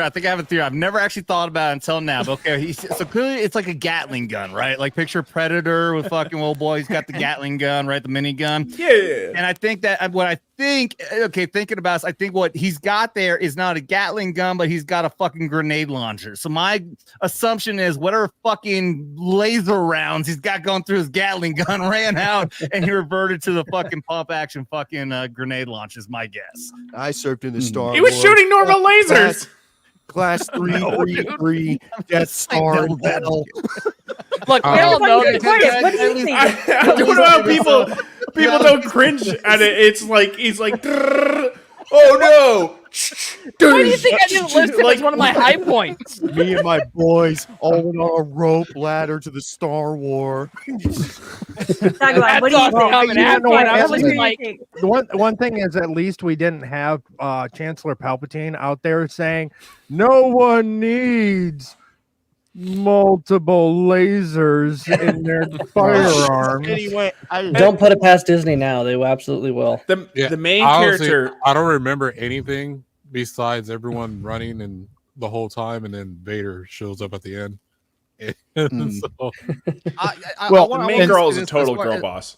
As far as fan service goes, and no one ever brings it up, his castle on Mustafar and seeing him in the back to tank. Fucking call fan service all you want. That was fucking awesome. That was pretty great. That was fucking I awesome. will say what kind of really took me out of really did take me out of the movie was their digital Tarkin and the de-aging of Leia. That they look like PS2 characters. I really this like movie was circa PS3, and they were fucking PS2. I swear to God. Yeah, I really like the part where Leia was awful. The rebellion, when they were like, "All right, we're just not going to be rebels anymore," and then that chick that kept on saying that she doesn't want anything to do with it was like, "Actually, I changed my mind. I'm going to be in charge. I'm going to be the best rebel ever." Yeah, exactly. That was somebody mentioned it earlier that I think it was you, Drunken. This was a prelude of everything to come, Disney Star Wars. And it was the beginning of the girl boss. That's why I will not forgive that movie as much as I thought it didn't suck as bad as the other three that came after it. Force Awakens was already And who did she have in tow? A diverse collection of people, not a single white man in this, not a single white man in the bunch. They're all diverse minorities. And at the time, we were too stupid to notice. Speak for yourself. Okay. We didn't know. We didn't know. Yeah, you're right. Every single thing that Disney is now known for when it comes to Star Wars, every single thing, not Force Awakens, Rogue One did first. Amazing. Yep. But back when we were stupid and we had hope, and then they exactly destroyed ignorant. We're ignorant. We thought movies rebellions are built off of hope, Drunken. Yeah. We thought that we were actually paying them to entertain us. What fucking idiots. Yeah, I love when she chastised the rebel leaders on how to rebel. Yeah. Dude, now, Battsauce, I got to argue with you about fan service, because if they would have just made the whole movie nothing but fan service and kept doing that until now, they would probably still be relevant. I'd take that over member berries that we got in freaking Force Awakens. Well, the thing is, with Rogue One, that was clever. That was subtle fan service because it was fan service that made sense, considering the time period that it took place in, recycling some of the background rebel pilots, recycling some of this. That made sense within the time frame, within the context, because we were leading directly, and we're minutes before episode 4. I was okay with that with fan service, but when the reaction after Force Awakens, I mean, as much as people did like it back then, they still were like, okay, it was episode 4. If they just do that again in the Last Jedi, they're like, we're out. And then they didn't get that. They got the exact opposite worst kind of thing. And so I think if they literally repeated episode 5 and it was nothing but fan service, there still would have been a really bad reaction. By fan service, what I mean is just having Luke, Han, Leia, Chewbacca all on the Falcon for at least 30 to 45 minutes of the movie, interacting with each other, doing something that advance the plot forward. That kind of fan service could have saved this whole thing. But no, they did that. We must imagine what can be unburdened by what has been. When what has been keeps showing up in every single Star Wars thing from now until the cows come home, it can't be unburdened. I'm trying. It needs more than good fan service. it still That's needs a true. good story. Yeah, exactly. Yeah. Fan service can be good as long as the story, like, I mean, they do it great. Cobra Kai. At least I haven't seen the newest season, but the older ones, that was great. Combination of fan service and good storytelling. Yep. The only problem is when it even to give the fan service, and let's say because of everything that they had set up in Force Awakens, even if in the Last Jedi they had done the fan service, the fact that they had already destroyed the characters, there was no going back. There was no way even to try to give fan service by putting them all in Millennium Falcon because, well, for one thing, Han's already dead. Now, Oh, that's Han right. They'd hadn't- already killed him. Yeah, people if he always- hadn't died, let's say, then with what we've seen with Disney, they would make Leia and Han bicker like an old married divorced couple. Oh, yeah. They would. People are always like forgiving or forgetting the like all the bad shit that Force Awakens did, but it was just as bad as the other two, and it's like it really wasn't even. It was almost not salvageable, right? There was anything good about Wicked Force Awakens? Like, what reason was Luke not didn't helping have, out? Luke until the final scene, and he didn't talk. Well, yeah, and then you had to explain why he was there, not helping out the rebellion. Like, what excuse is there going to be? We went, and I swear to God, Nate, if you say Daisy Ridley because she's hot, I will fucking kick you off this stream. She's hot. I know you're thinking it. We all went into that movie. I would take her to a nice dinner and come on, Twilight Boy, tell her exactly. She's not a bad actress. She just had a terrible script. She had an awful director. She had a shit character. She's not bad. I have seen her. She's actually what she was able to pull off was kind of commendable because say what you will about Rise of Skywalker, she at least got a chance to flex a little bit and show some range, and she was okay. But unfortunately, it was the writing and the directing and the character that was total shit. And she, you know what? They're gonna fix her character. They're gonna fix her in her own movie. That's not going to happen. There's no way that's going to happen. No, the Force Awakens. We went in. We all went. I remember the lead up with the marketing and everything. We were all jizzing over every single fucking ad that came out. We were so excited. I remember the first time I saw a trailer, the Millennium Falcon came in. Even though I'm looking and going, what the fuck is with that rectangle fucking satellite dish on top? But nonetheless, we were all we could not fucking wait. So I think we all had that expectation. We went in, we still came out, said we finally got Star Wars again. And then it's the second time when we watched it again. Like, I will never forget the first time I saw Kylo Ren's lightsaber. I fucking busted a fat nut in my pants when I saw that shit. I was like, oh fuck yeah. Fuck. I still, on occasion, watch the second trailer for Force Awakens where Han's like, it's true, all of it. It's just that that was a good trailer. Was fantastic. That was a great trailer because it reminded me of everything I loved about Star Wars. I shit you not, 20 times the first day. I could not put it down because it reminded me of everything I loved about Star Wars, and I thought that's what I was going to get. And then I actually saw the film, really liked it, and then the more time goes by, the more I realize how terrible it was, especially with Disney shit in the bed as bad as it did. It has not aged well. It's not held up at all. But that trailer, I still watch it. It's I love the trailers. The trailers are good. Yeah. Difficult trying to break that initial impression people have of the movie. So when they like something or they dislike it for the first time, it's going to be really hard to convince that person otherwise. Because their emotions are latched on to the original. Sometimes you don't need to convince them. Sometimes you just got to let people like what they like. Well, I liked The Last Jedi for the first couple times I saw it. I really enjoyed it. And then the more I realized this is kind of shit, the more I actually talked about it and engaged my prefrontal cortex and remembered that I have never looked at my watch during a Star Wars movie before. And I did. I was like, is this over yet? Good God. That's not good. But I didn't. I didn't want to believe it. I put that out of my head. I filed that away because I was in denial. I was like, "Am I bored? I'm bored. Dude, I'm bored." And then I realized, I'm okay. Independence Day 2. That was Independence Day 2. Halfway through, it would have been the first time I was ever going to walk out of a movie. I wanted to walk out so fucking bad, and I wanted to enjoy it. At what? Barbie? Yep. Barbie wasn't that bad. Barbie's terrible. It wasn't that bad. I walked out of it. The Ken scenes were entertaining. Dude, I could. Here's the thing: I could take a shot every time they said the word patriarchy in that movie, and I'd be fucking dead. I wouldn't be wasted. I would be dead. It's like, can you? If you're at least gonna preach to me, make it clever. like preach to me through your writing. Hide it in the characterization, hide it in the plot. But no, it's straight up it's straight up patriarchy propaganda. Well, and I can see why a lot of people started enjoying the movie the wrong way, and that's what I appreciate about it. I'm not one of them, but I can see like Az's point where he thought it was the funniest movie he'd ever seen because he was enjoying it the wrong way, the ironic way. The Ken is actually the victim in this movie. He definitely was. Ryan Gosling is still the best thing in it. I will admit that. Like the moment he starts singing a song and shit. Oh my god, I'm dying. I'm laughing. I'm like this guy's pretty cool. Everything else. Well, the thing is, that just shows you the incompetence of these writers that in Hollywood they wrote the whole thing they wrote a Barbie movie. Yet Ken was the most sympathetic character out of the whole thing because once you break down exactly what they were doing to that poor man, the communist state ran by women.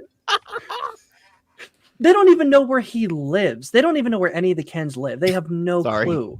All they're wanting is just a little respect. That's it. They just want the Barbies to notice them every once in a while, to acknowledge that they're basically slaves. They are inhumans. Mm-hmm. They are the lowest part. They are the lowest on the totem pole. They are the unmentionables as far as the caste system is concerned. Yet the writers and it's like 1 second. Well, will we get homes? Yes. Can we vote? No.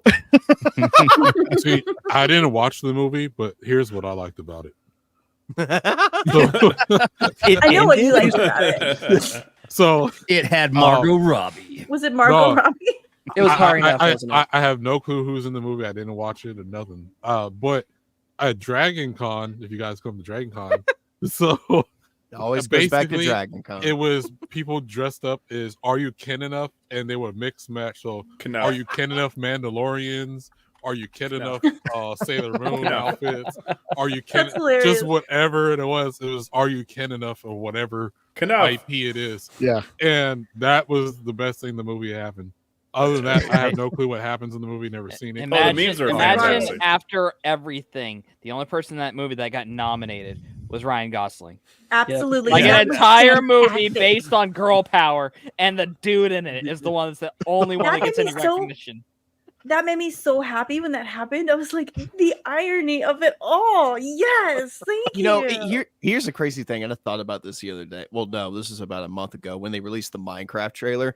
You know, it seems like every single year I ask myself. It seems like every single year I ask myself this question. I'm like, are they out of ideas? Because it truly seems like they're truly out of ideas, and it seems like every single time I ask that question, they have to release something that's much worse than the bullshit that they released. Gladiator 2, they are out of ideas. Yeah. Disney still has plenty of cartoon movies to put out. I love the D&D movie. The D&D movie is so fun. I love it. Listen, they just have to consult the interdimensional clockwork elves, and they will always have ideas.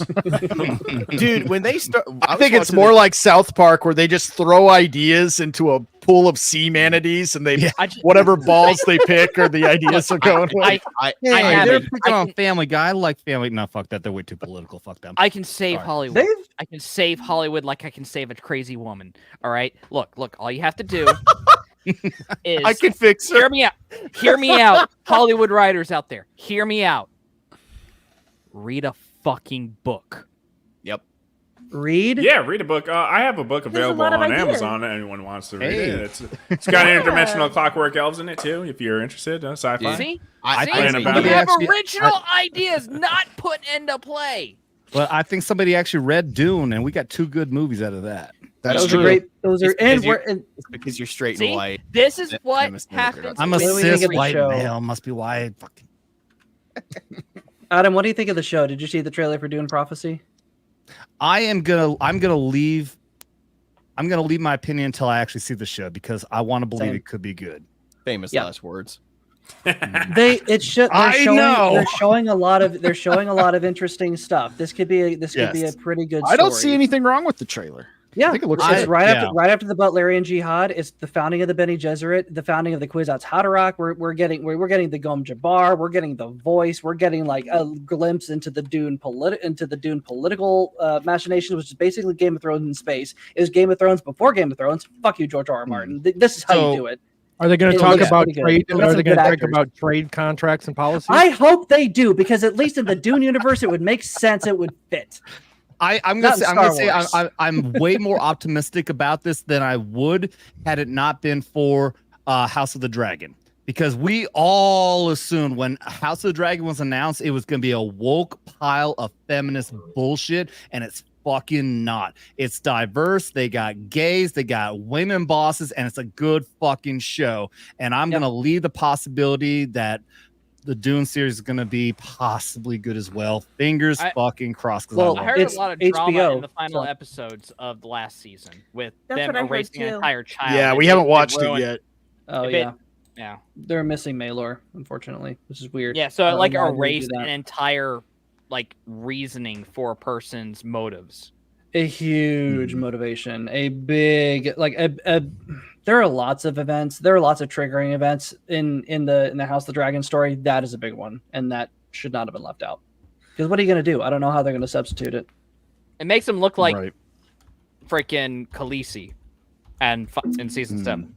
Yeah, things are just going to have to happen without I that- don't know what's so without that hard movement. about with any of these shows sticking the landing. I mean, you've gotten that far, that good, and then just you're right at the end and you just shit the bed.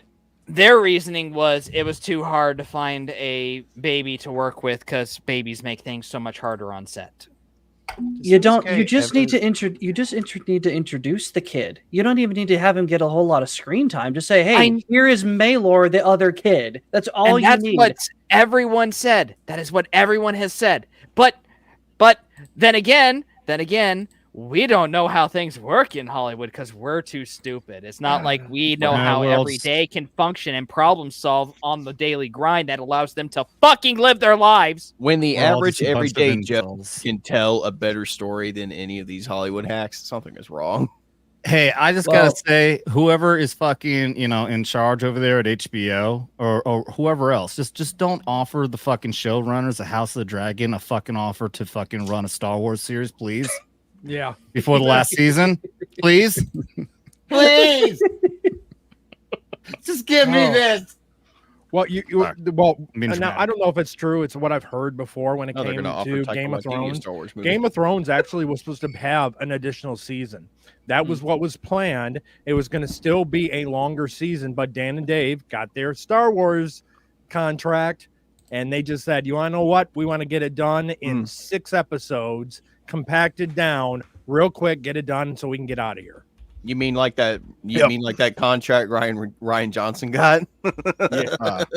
Which is funny because look, when's Dan and Dave Star Wars trilogy coming out? Not nowhere. Okay, When's we that got nothing. When's that Kevin Feige Star Wars movie coming out? Oh, not soon. Huh? Well, you were just talking about the Ray movie. DB Weiss and whatever the other guy's name is. Yeah, and that's why they fucked over Game of Thrones, and and it's also George R.R. Martin's fault because whether he admits it or not, he gave them cliff notes about how the show was going to end. That is his ending. He is bullshitting when he says that's not how it is. Fuck you, George. We know it is. That's why you haven't finished the books. Yep. He knows people are going to fucking hate you. Well, I don't you believe for a second sorry. he knows.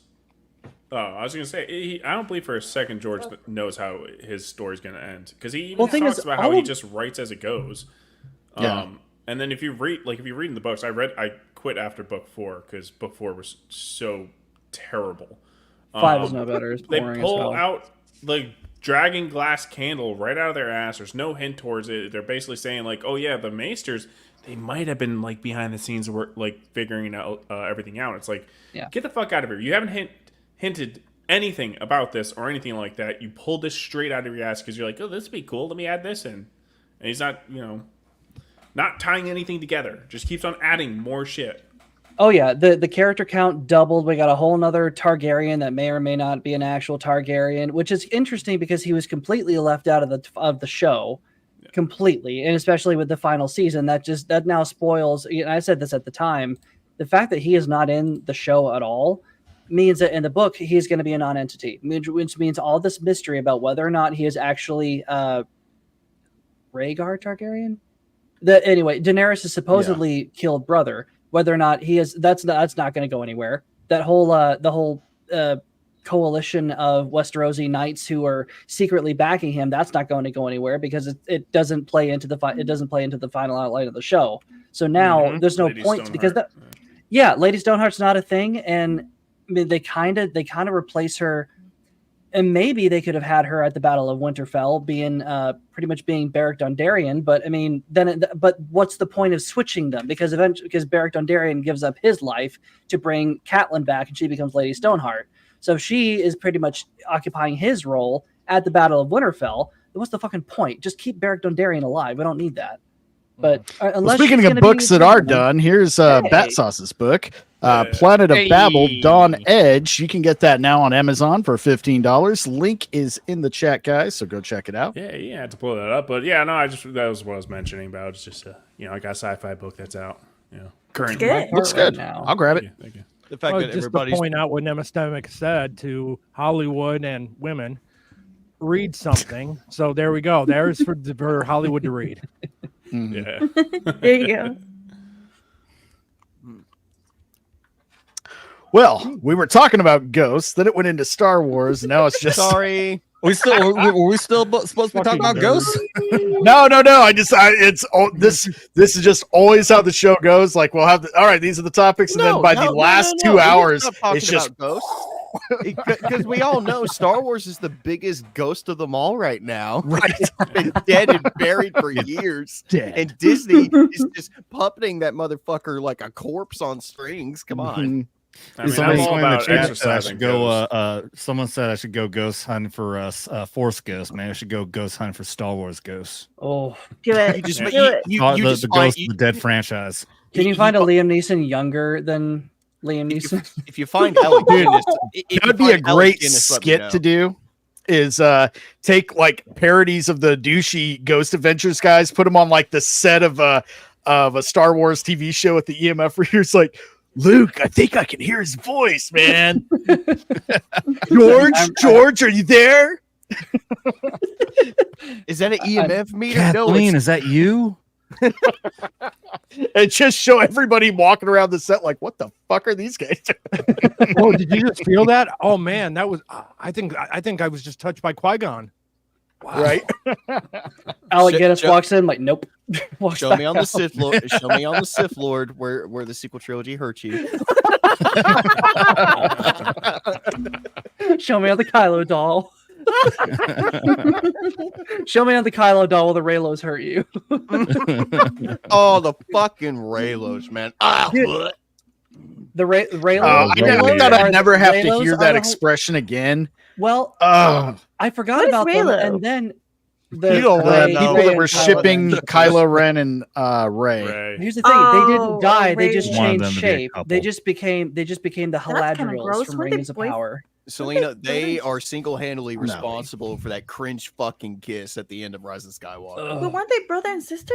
No, they're connected at first on vague force bullshit. No, that wasn't near as bad. That at the end of that wasn't near as bad as fucking Rose Tico and fucking. My god! That was. Here's the thing. That was the worst fucking kissing movie ever. No, hold on. That was awkward and just kind of out of nowhere. The one between Rey and Kylo makes no fucking sense. At all. At least there was people who were believing there could have been something romantic building, even though those common sense, common sense knew it was bullshit. But Rose Tico and what's his face.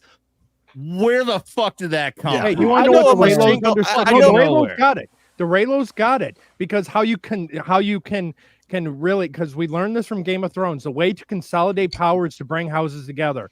The actual Skywalker bloodline that was darn it, I'm calling him Raylo.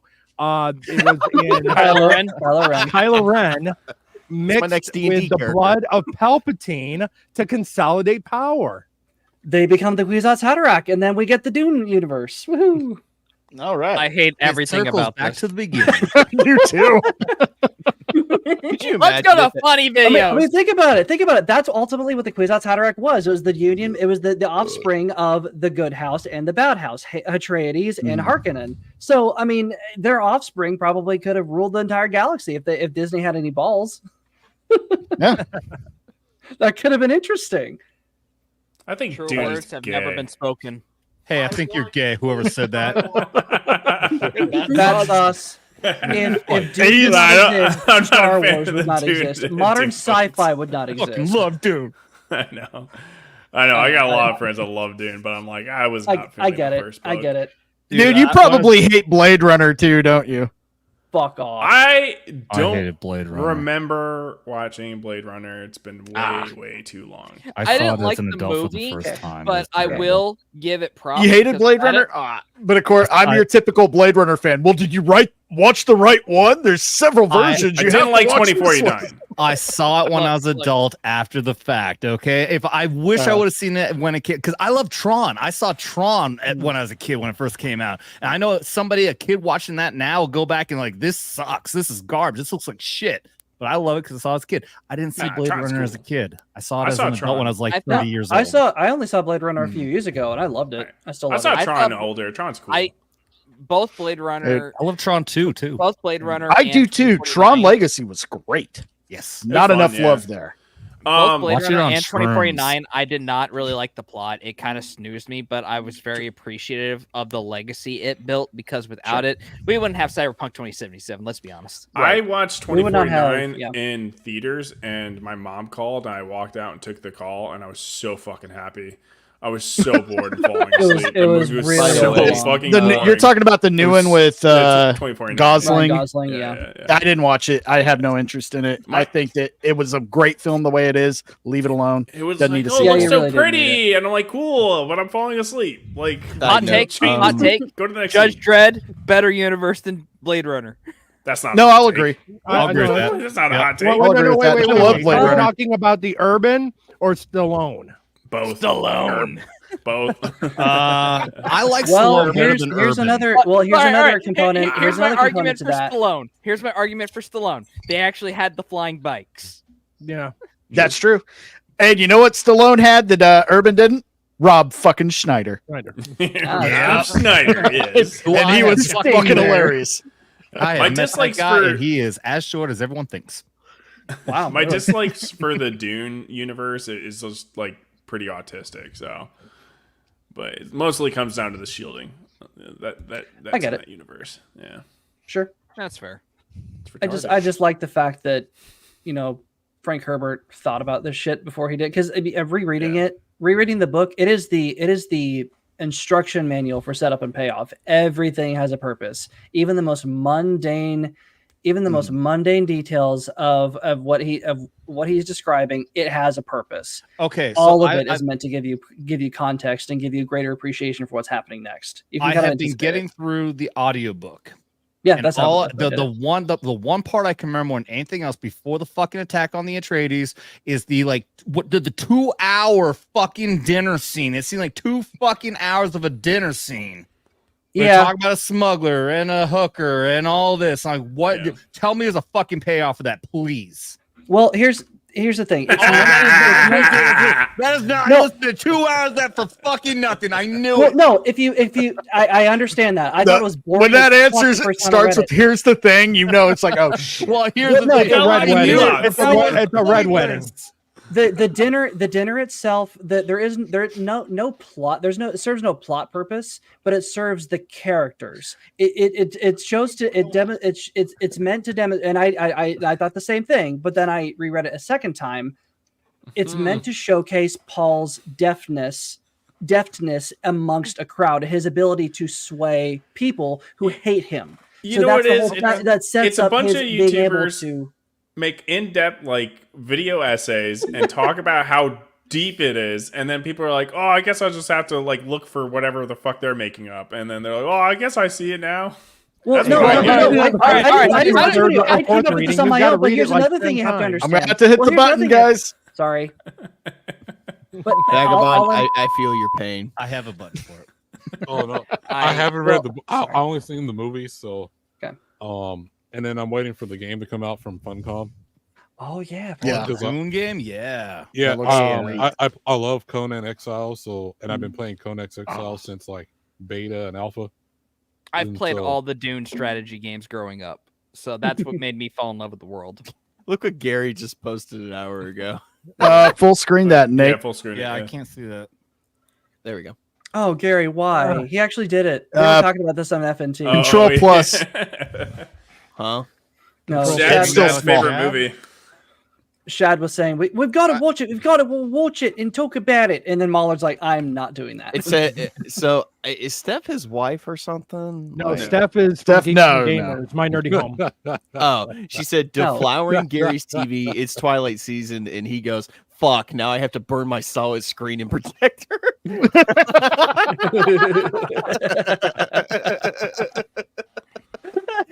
I don't know. I was just flipping through Twitter. I thought that was funny. I didn't know Steph lived in Texas. BestStrider, Oh, if yeah, I she may lives in be Texas. devil's advocate to your basically blowing of Frank Herbert. How do you know that he just wasn't writing a bunch of fluff, and it wasn't one of those situations where it's like, oh, but you see, it was to explain Paul's deafness, and the blue curtains expressed the author's depressive look on life at that period of time, and it's like, how do you know it just wasn't the fact that the curtains were fucking blue? Well, here's the thing about Frank Herbert stuff is there is, when you think of it, actually have a legitimate point. I'm not trying to blow smoke up. I'm sorry, I had to. I know. Like nobody's like really, yeah. No, I know. But I didn't it's be much- facetious by saying I was playing devil's advocate. Oh no, I understand. It's a for me it was a mind shift when realizing that there are no machines in this world. So all of the programming, all of the figuring shit out, all of the minute details, it all comes down to human no, it's in the world, okay? There are no machines, there are no computers. The whole thing, everything that's meant to figure. What are you laughing at? God damn it. Sorry, I need to get off the fucking internet today. No, just real quick. Okay, So everybody knows who Chris Chan is. Let him finish. Right? Everybody Oh knows. no. Everybody knows who Chris Chan is, right? Yeah. Whoever What have made you this done? is going to Oh, fucking no. hell. What I have you swear to done? God, whoever made this is going to hell. All right, I thought you were just laughing at Nate. I'm like, that is extremely mean, dude. Or laughing at Strider. I'm trying to explain my Like, Oh, I've seen this. Wait, what? Oh, that's No, Don't Selena, worry. I'll explain later. Don't worry. No, don't even No, I do don't want that. to know. I don't Don't want to even know. do. You don't want to know. Oh my god, that's No. hilarious. You want to know, Selena? good. This is not the No, I show don't. for I don't that, wanna know. Kristalina. This is not the show for it. No, Selena. Ghost hunting to Chris Chandler. Let's go. We'll tell you later. Can we go back to hauntings of and having echoes of horrific murders Just before think- we go into that? If we are doing Chris Chandler, you have No. to look the gun. No, I'm sorry. Oh yeah. So I thought Dune had computers, just no AI. They No, don't. there's no They don't even have computers. computers. No, They because have there's an entire. interfaces, but I they probably have just forgot. interfaces, but they don't have actual systems that do any computing. That's why Spice Right. is so important, because it expands consciousness and allows the navigators and basically a all of them computer, to yeah. actually It's- have the mind capacity to do all the calculations. It's all organic. That's what makes the Bene Gesserit so dangerous because they have access to untold centuries of space and time. So they think so. It's just all about how people think and how people behave and how people perceive. Especially in a world where there is no technology, you're not necessarily worried about guns, or at least you are worried about guns. technology. And yeah, there's not as it's. Well, that It's goes into the medieval- whole rabbit hole about because they have shields. That's why they use swords. That's a whole different thing. Well, It's Yeah, medieval but at least- feudalism brought into understanding the is future. Spice Exactly, is but the best that's- drug it's in the all- world.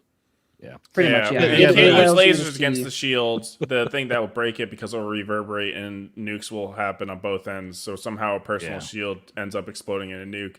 But then, like later in one of the books, they actually figure out, well, why don't we just man a little robot and shoot the laser from the robot? Then we don't have to worry about the nuke on our side. I'm like, wow, how did I figure that out in 2 seconds? It took them 3 fucking books to figure that out. Well, the thing is, Sure. you can't have shields on Arrakis because it drives the sandworms insane. So if you even don't even touch it, because if you do, you're going to attract a sandworm, and you can't escape that. So that's why there are no shields on Arrakis. They're all susceptible to laser to las guns. They're all susceptible to all of it. The only time they're not is when they're not in worm territory, which is in the capital city of Harakeen. But the entire thing is looking at the intricacies of how do you have an entire civilization of space travel without computers and because NASA couldn't even do that. I mean, the computing power in your TI-85 brought us to the moon. Well, you have to have some kind of automated something that makes humanity's consciousness just expand. That's what spice is for. But it's also just for it's just individual behavior. You learn how to think beyond all of that.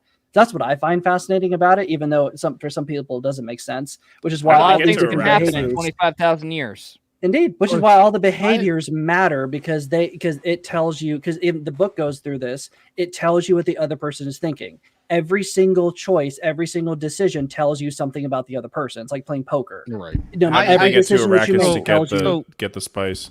So going back to the beginning of the discussion when I brought this up, bottom line is still, I completely understand the intricacies of which you need to tell the story when it's that fucking complicated, but you still need 2 fucking hours for that dinner thing. I agree. Yeah, I agree. But honestly, the time that I got absolutely long-winded. Oh yeah, it definitely is. It's up his own ass quite a bit. But when that's the perspective that I come to. Every single time, like, they're in the desert and he has to spend fucking 30 minutes describing Jessica's hair and her facial expression. For the love of God, man, I don't need every single fucking detail. You want to tell me how many fucking freckles she has on her face too? You know what my real problem? Pretty sure he will. My real problem does she look like Rebecca Ferguson? I'm down. Isn't really my complaints about the book. It really is because I went to read it, well before the movies came out, because it was literally on everyone's top list of their sci-fi, like their sci-fi list. Like every top 10, top 50 I saw, like Dune was either number 1 or is number 2. I'm not kidding. And I was like, so it has to be good. And then it was just like, it's not that good. It's not. It's not the Tolkien of sci-fi by any extent. But at the time, no, because there's plenty of sci-fi well before Dune ever came out. But to that extent, though, actually, imagination, it was greatly expanded beyond anything before, though. No, people have done stories that were way crazier. Like Philip Dick has done way crazier stories. Sure. Here's the best. Okay, I'll give you that. I love Dune was like the Baldur's Gate 3 of the entire sci-fi genre at that point in time, where they went above and beyond, and no one was like, "Nah, I ain't gonna do that fucking much work." Yeah. Well, I have to ask a question because I actually am having a discussion with somebody about Baldur's Gate 3 tomorrow. Do you guys think overall, as a product, do you think Baldur's Gate 3 is woke? I knew you could ask that. Yeah. No. After having played it, no. No, it's I don't think it is.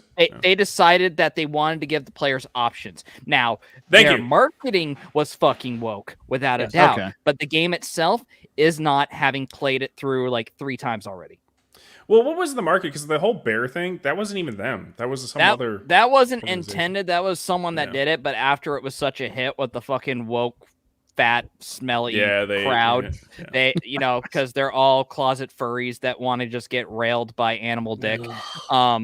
They just ran with the marketing campaign because it was so positive on their end. The marketing team separate from the development team too. So But Larian itself did not actually want that scene played. It was actually a mistake that they showed it. Well, it was supposed to be like a big secret, and it was supposed to be a complete joke. Like it was very obviously played off as a joke.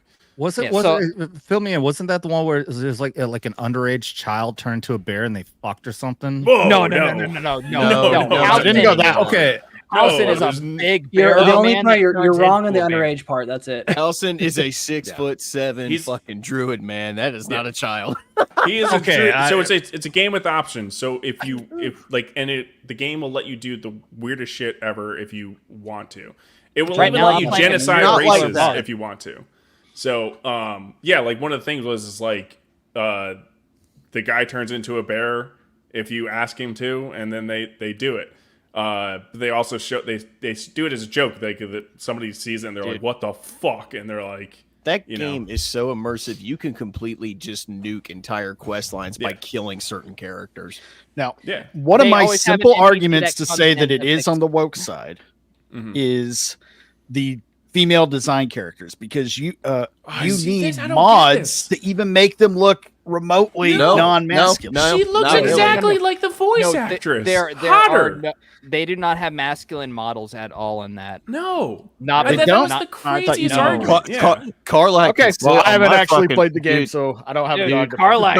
I just want to be the contrarian for once. The barbarian chick, right? She can sit on my face any day, Yeah, man. she is a Fuck. hottie. And I'm not talking about her being from hell, all right? Yeah. No, I saw one review of the guy saying that they masculized Shadowheart, and I'm like, dude, Shadowheart's fine. No. First of all, she's hot as fuck.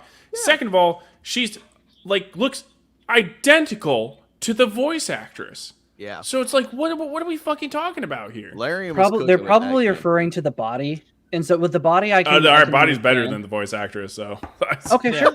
I mean, well, that's something I've noticed though. Yeah, for I'm a looking lot at the of pictures right now. Other games, yes. It doesn't look is as it a bad thing as that I- other games? as I've Yes. been led to believe. Yeah. My so, I mean, argument is you can kinda see.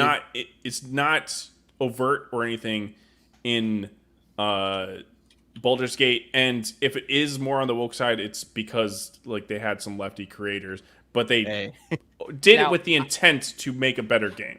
Now I don't know if they The, fixed this, but my main problem with the game was that all the interactions you could have with your party, like every single cast member in there is basically player sexual. Like they want to jump your bones if you give them any positive affirmation. I don't see a problem with that.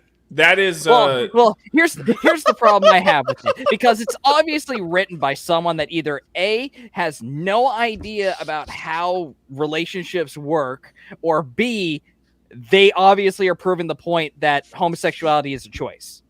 Yeah. You know So what's yeah, to me that is like definitely the gayest thing in there, but it also just seems that like they want to give the character the ability to romance every single You didn't dance with Will, man? Come on. Will's cool as hell.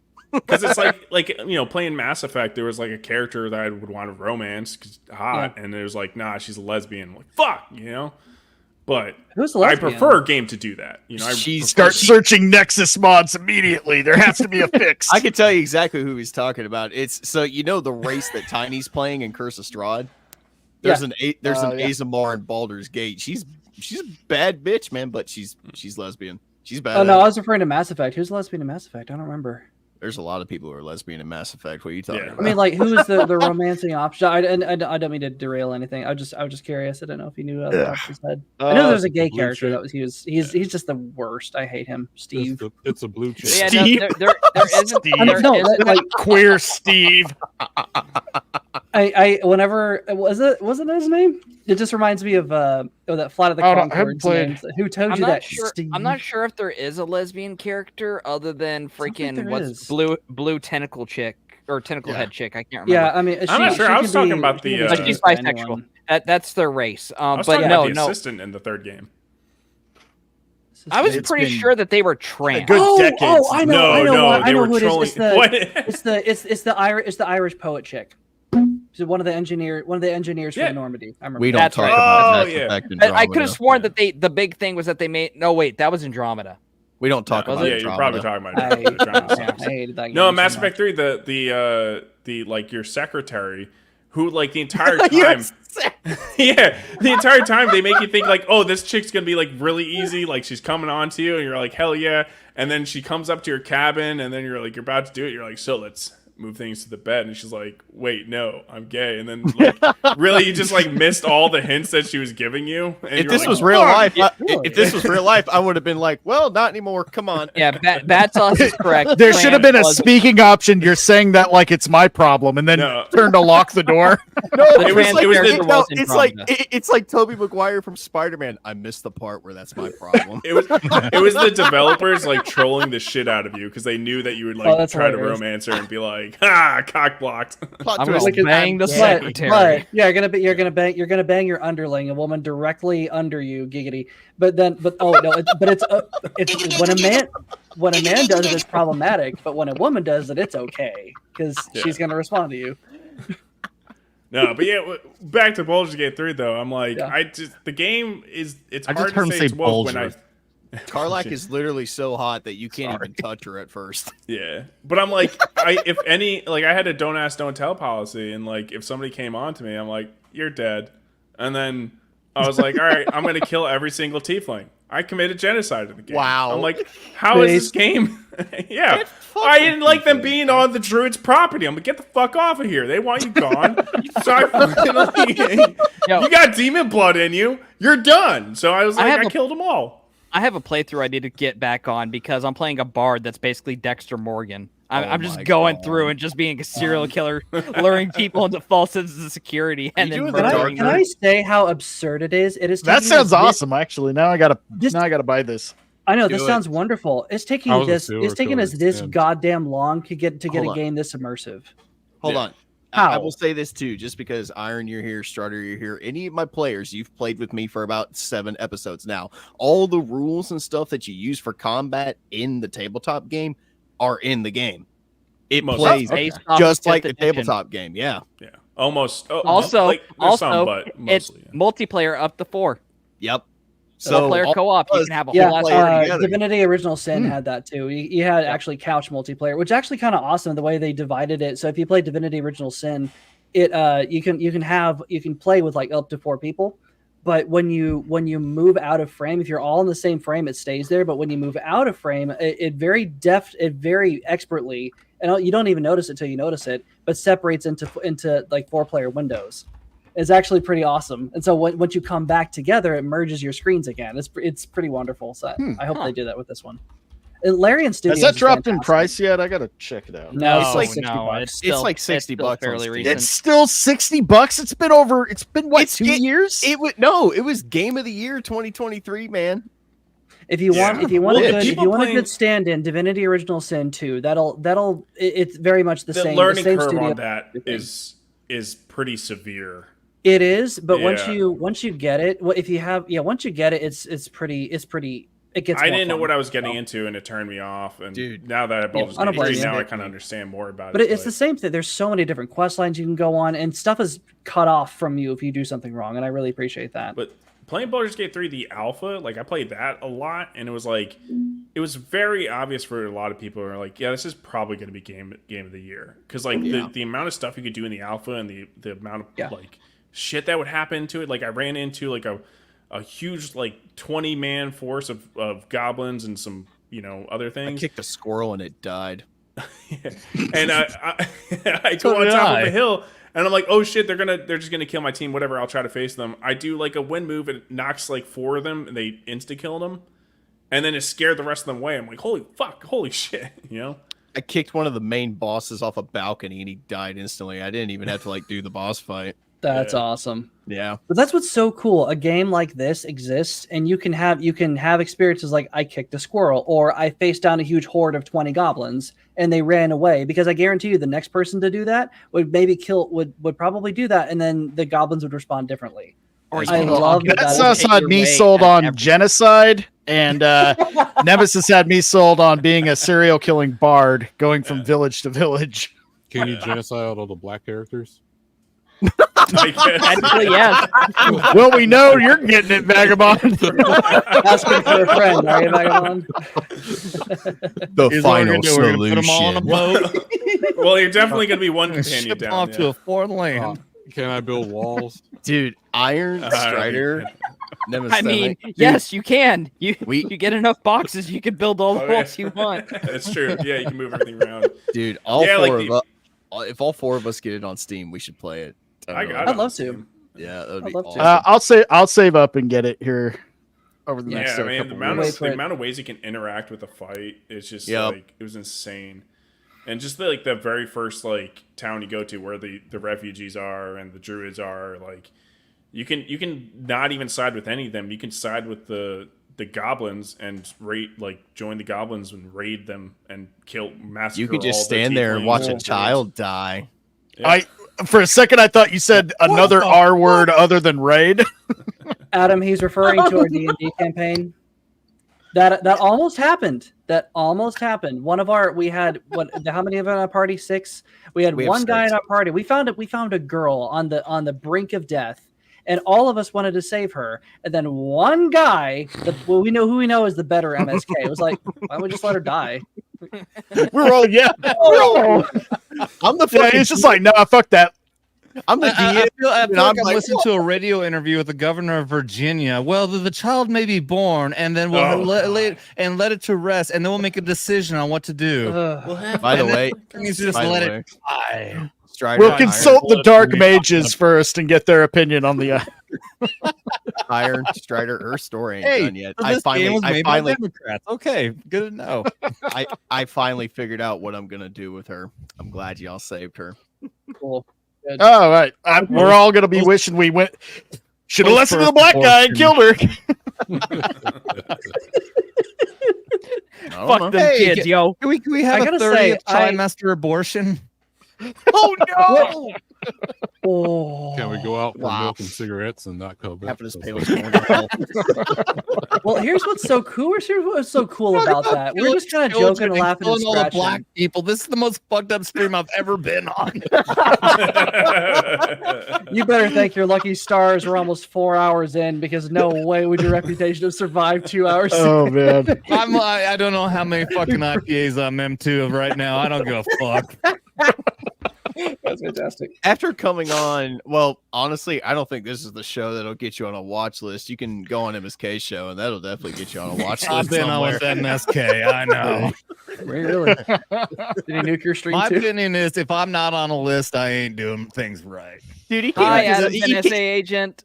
Hi, Dude, FBI. he is so random. Like, he came into the Weekly Rogues Weekly Rogues Gallery chat at like 11:49 and said doing black guy stuff. Like, what does that mean? I was like, okay, the millionth Okay. time Oh, hi, you made that Dude, joke. I'll tell you what it Vagabond. means. It means he's not doing anything. Yeah. So you're making a joke. I just when he's agreed with you. 15 minutes late for work. He's not doing anything productive to society. That's all that means. Dude, He's that was he's the only fixing his thing funny smoke alarm. about that Charlemagne the God and Kamala interview. She's like, "Yeah, sorry, I'm late." Well, you are black. Wow! Wow! I'm He's telling black. you, It's okay. He touche. didn't make that joke. she's not black, and the Yeah, proof she of that black. is she makes greens in the bathtub. That's totally something an Indian street vendor would do. I'm just saying. or Kramer from fucking Seinfeld. No, I'm just saying that's more proof that she's Indian. Have you seen those street vendors like having Oh, their yeah. feet inside whatever meat? I they're try cutting not up? to. Yes, yeah. Oh. Society has shown us that video. Like she's swear. making Yeah. greens in the bathtub with all that soap scum and whatever else people washing themselves with. Dude, I was like, that's Oh. more proof she's Indian than anything. the day I see her Oh. cutting meat with her toenails, I'm so fucking done. What? Yeah, like, oh my, no, he's not lying. They're Yeah, literal there's a Indian video of vendors some who do Indian that guy. shit. All right, He y'all. has, I'm gonna barf. Stop. He has, We had a great show tonight, everybody. he has a- Right. he has a razor blade Jesus between Christ. his toes, and he's like I slicing some can't do meat this. with the razor blade. Again, welcome to India. You gotta see the collab of the Indian street vendor and the ghost. That's Oh, what you God. see. Yeah, there you go. Oh, my Ghost God. is- Guys, if you want a great collection of some of the best Indian memes ever, go on Alex Rosen's Twitter. That guy has declared war on the entire fucking country. It is hilarious. Dude, he gets I- so many death threats. You know, His we- you private know- hold on, chat, hold on. They're all We- badly we- spelled.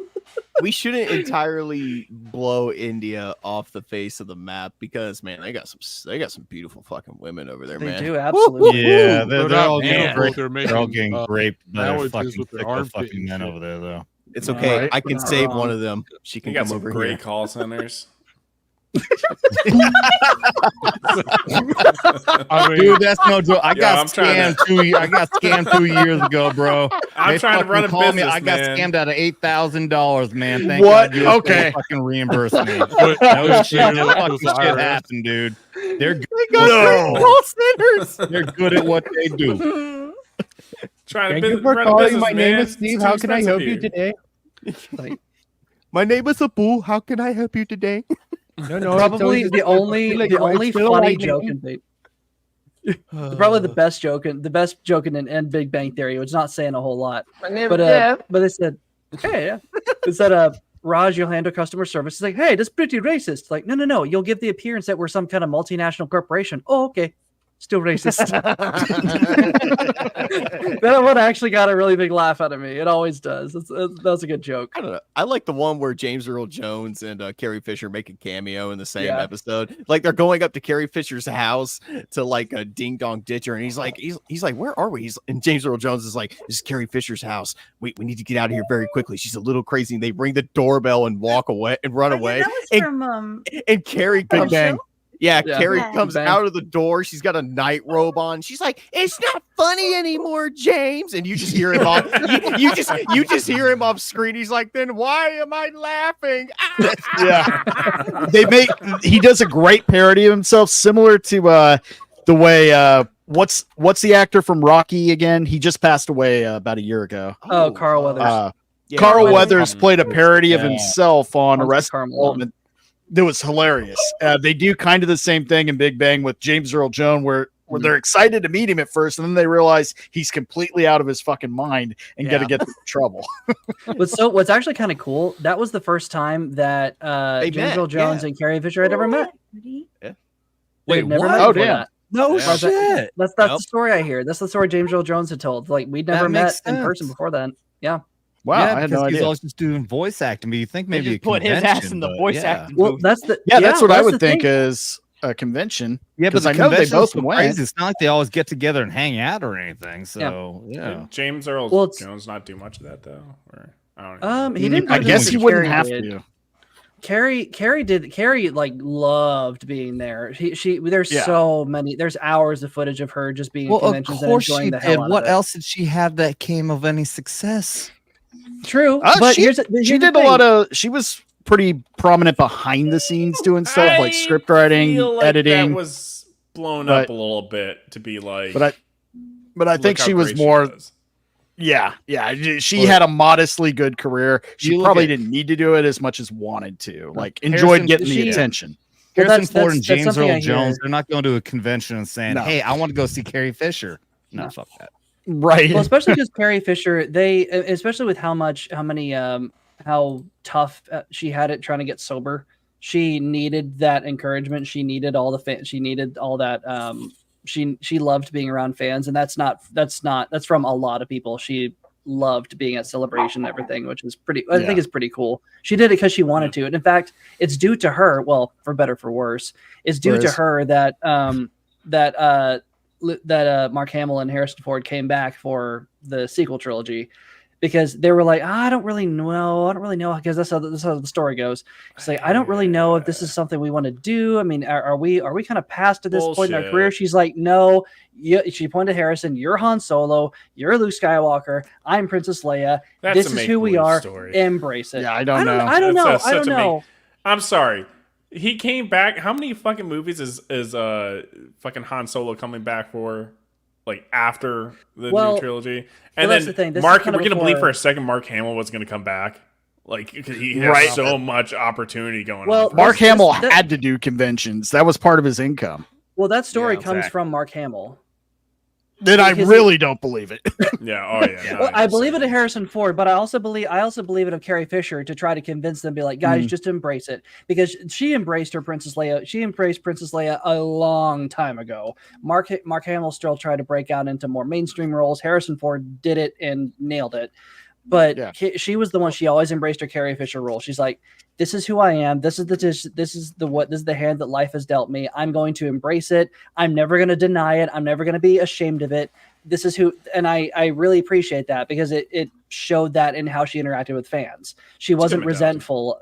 Yeah, absolutely. And that's the way that everybody should be. Harrison Ford kind of hates the fact that he was Han Solo, loves the fact that he's Indiana Jones, but hates the fact that he was Han Solo. And Mark Hamill, for the longest time, has been trying to break away from Luke. Only until it brought him Are you fame. sure? Are you sure about that with Indiana Jones and what we saw with Indy 5? That was part of why he came back for Star Wars. He wanted to do a fifth It's Indy gonna film. be the Red Hulk. Yeah, and that's gonna be Em, Red what Hulk. the fuck are you sharing? That Look, is, you guys that's you the guys Hot laughed at my Badonk right thought. there. You guys laughed at my thought of breeding into a Lego Master Race, and look, here's the proof: we can actually have women be women again. Please Oh, tell bro. me. She got We them can shits. build them. We can make them better. Well, what was that show? That really terrible show. Big Bang Theory? Star Wars one. show. Pick one. Ahsoka Tano. Obi-Wan That was Kenobi. the best part about it, Boba dude. Fett. She had an ass, man. Mary Elizabeth Winstead is. Yeah. Oh wait, the one with the one female lead. I can't remember her name. Again, pick one. Again, No, Mary Elizabeth Winstead and Rosario Dawson were in Rosario Ahsoka. Dawson. Yeah, she hot.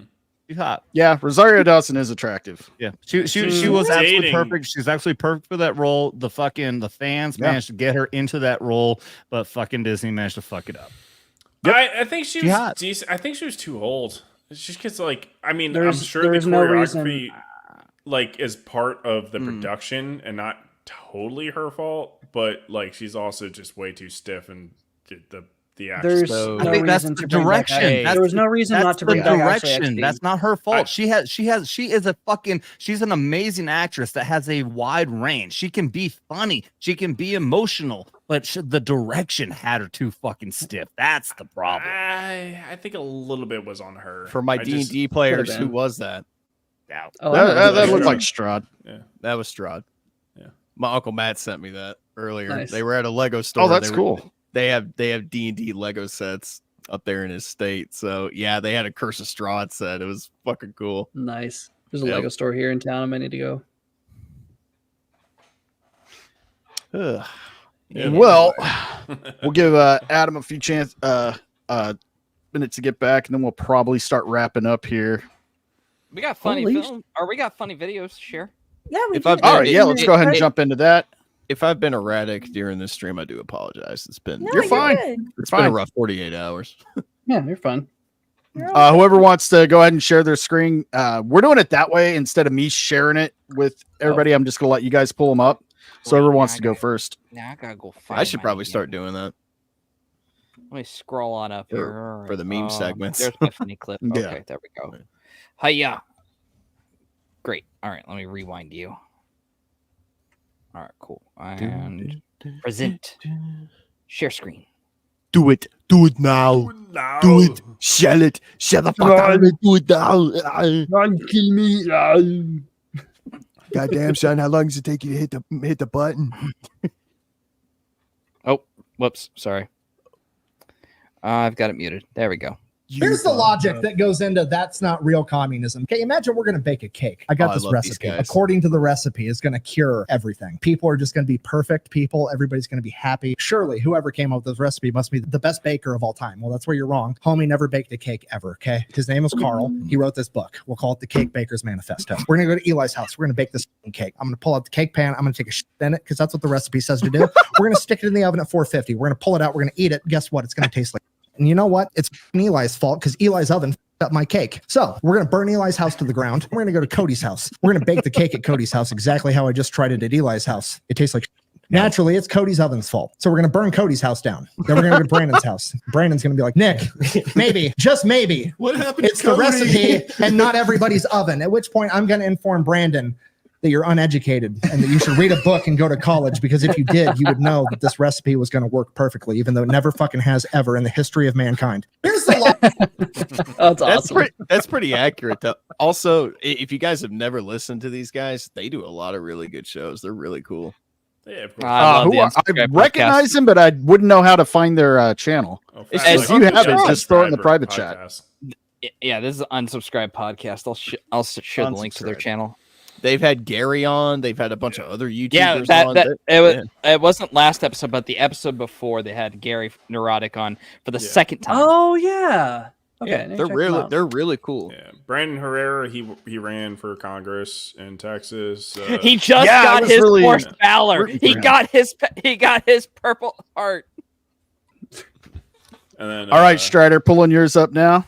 Oh, Adam, we're wrapping up. So what we're doing, we always close out the show sharing memes and funny videos. So if you got anything you want to pull up before we go through outros, I'll share your screen. But we'll go with Strider next. Okay. Let me know if you can hear it. Favorite characters of yours is the legendary substitute teacher, Oh, Mr. yeah, Garvey, sure. who has some interesting ways of pronouncing people's names. That's correct. Jay Quellen. Where's Jay Quellen at? No Jay Quellen here? Do you mean Jacqueline? Okay. So that's how it's going to be. We have come up with a list of NFL players and asking you to Mr. Garvey them, and we'll do our best to decipher. Y'all ready for roll call? Yeah. It's going to be Deontay. I'm going to call out these names. If you hear, just say yes. Where is Ladidi Mekonkai? Mekonkai. Ladidi Mekonkai? Are you here? Ladidi? It's Ladidi Mekonkai. Oh, Lad McConkey. There he is. Your name is Ladidi Mekonkai.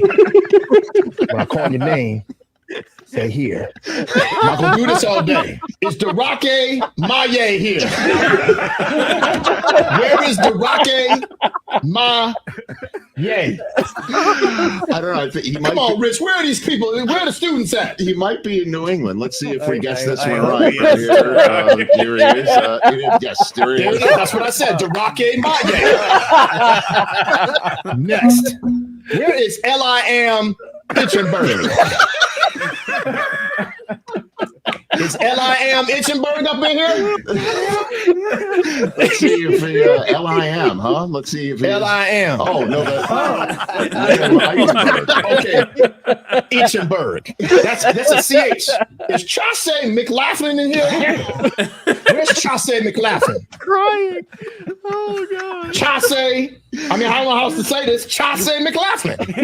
He's in Tampa Bay. He's in Tampa. Mm-hmm. All right, Chauncey. I'm going to go to the next one. Here, watch this now. This brother's name is Balake. I know that name. Everybody familiar with that name? Balake Karoon.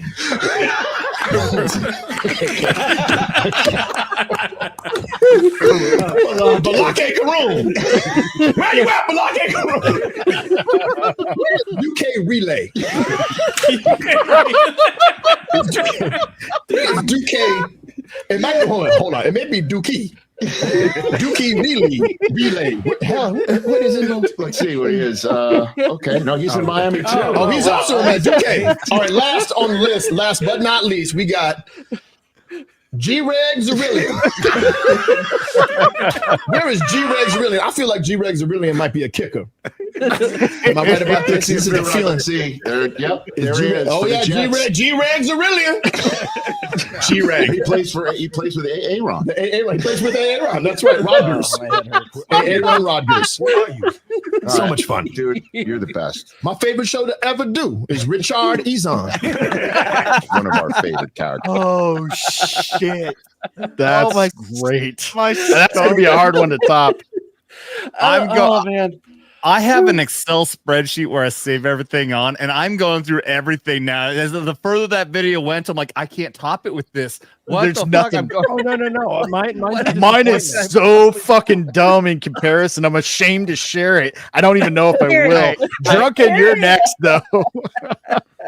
I'm gonna bring in Elon. I'm bringing Elon in. Oh no.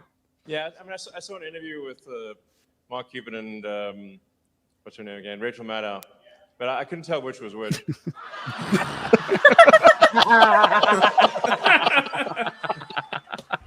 I love how he drinks water after. That's a good one. I know. I just cooked.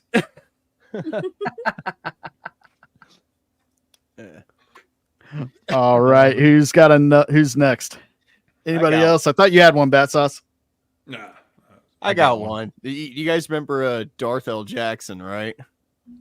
I don't think I've heard of that. You never saw that? I played it one stream. Go ahead and pull it up. No, this one is Darth Stone Cold. Oh no. Hold on. Swig a beer for the working Jedi. All right. Here we go. Darth Stone Cold. Oh no. You gonna flap your gums? You gonna put up or shut up?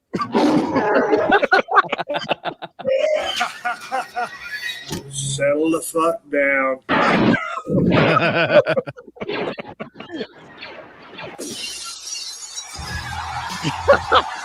Hold on. Bull, my book. You agree with me? Well, it really don't matter if you agree with me or not. I need more men. Get your fat ass outside there, you cocksucker. You son of a bitch. I'm going to come over and put my foot up your ass to get you motivated. I will. We should double our efforts. Do your damn job.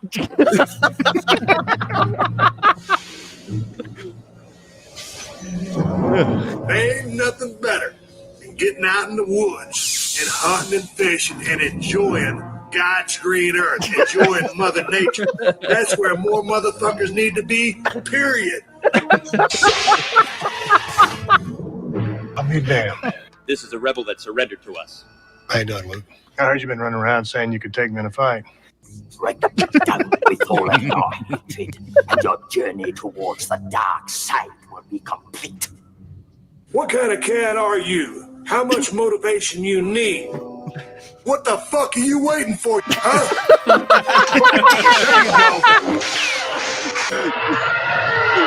Hey, dig this. Yes, sir. Come on, goddammit.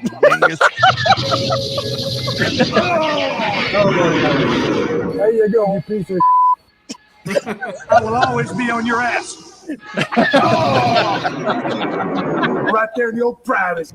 Death Star plans are not in the main computer. You got the best goddamn years of your life ahead of you, son. Intercepted no transmissions. This is a consular ship. We're on a diplomatic mission. It sounds like you got good intentions. What are you going to do to follow up on it? Answer. There you go. There you go. It's Austin's house now. It's Austin's house now. You could be so bold. The Imperial Senate will not sit still for this. When they hear you've attacked a diplomat. Shut up.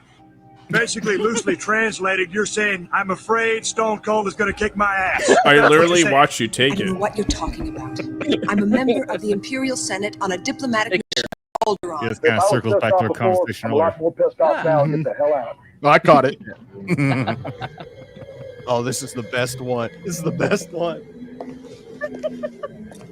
What? What? What?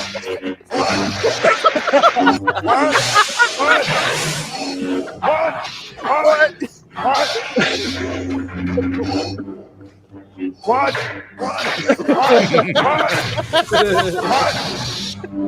Oh, it ain't gonna last long because Stone Cold's on fire. Get the hell out of here. I've accepted the truth that you were once Anakin Skywalker, my father. Huh? What the fuck is that, you little motherfucker? It is the name of your true self you've only forgotten. Huh? I know there is good in you. That's why you won't bring me to your Emperor now. I've got a problem with you, Luke. I don't like people who think their shit don't stink. Oh, that's so great. You sorry son of a bitch. I'm gonna throw a man over the top rope.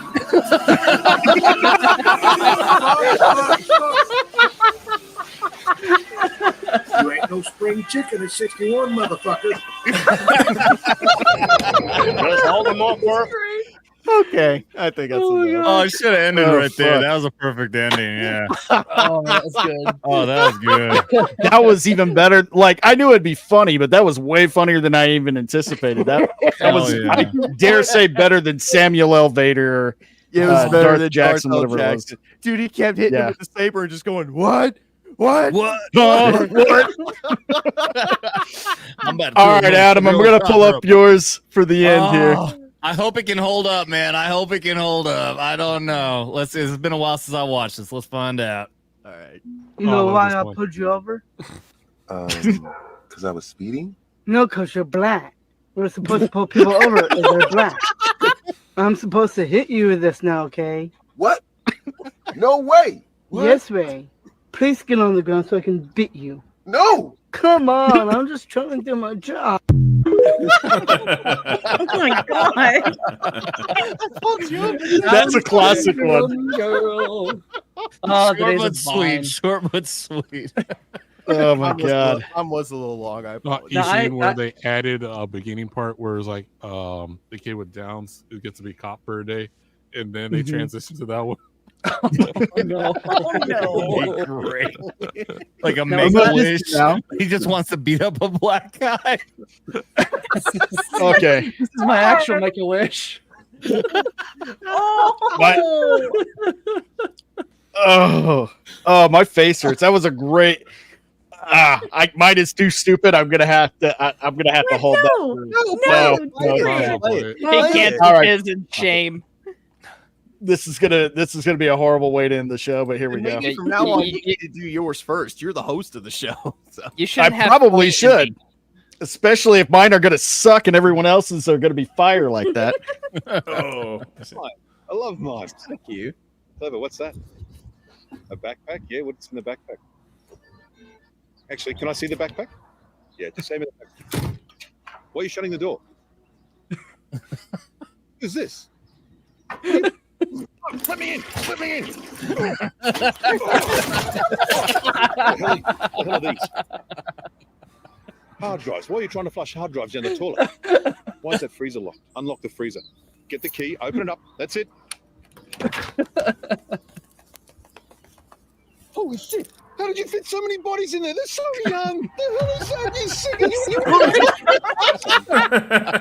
sick? Don't do something you can't come back from. Where's she going? No, you come back. Bring her back. Hand me the gun. Hand me the gun. That's it. Hand me the gun. That's it. No! That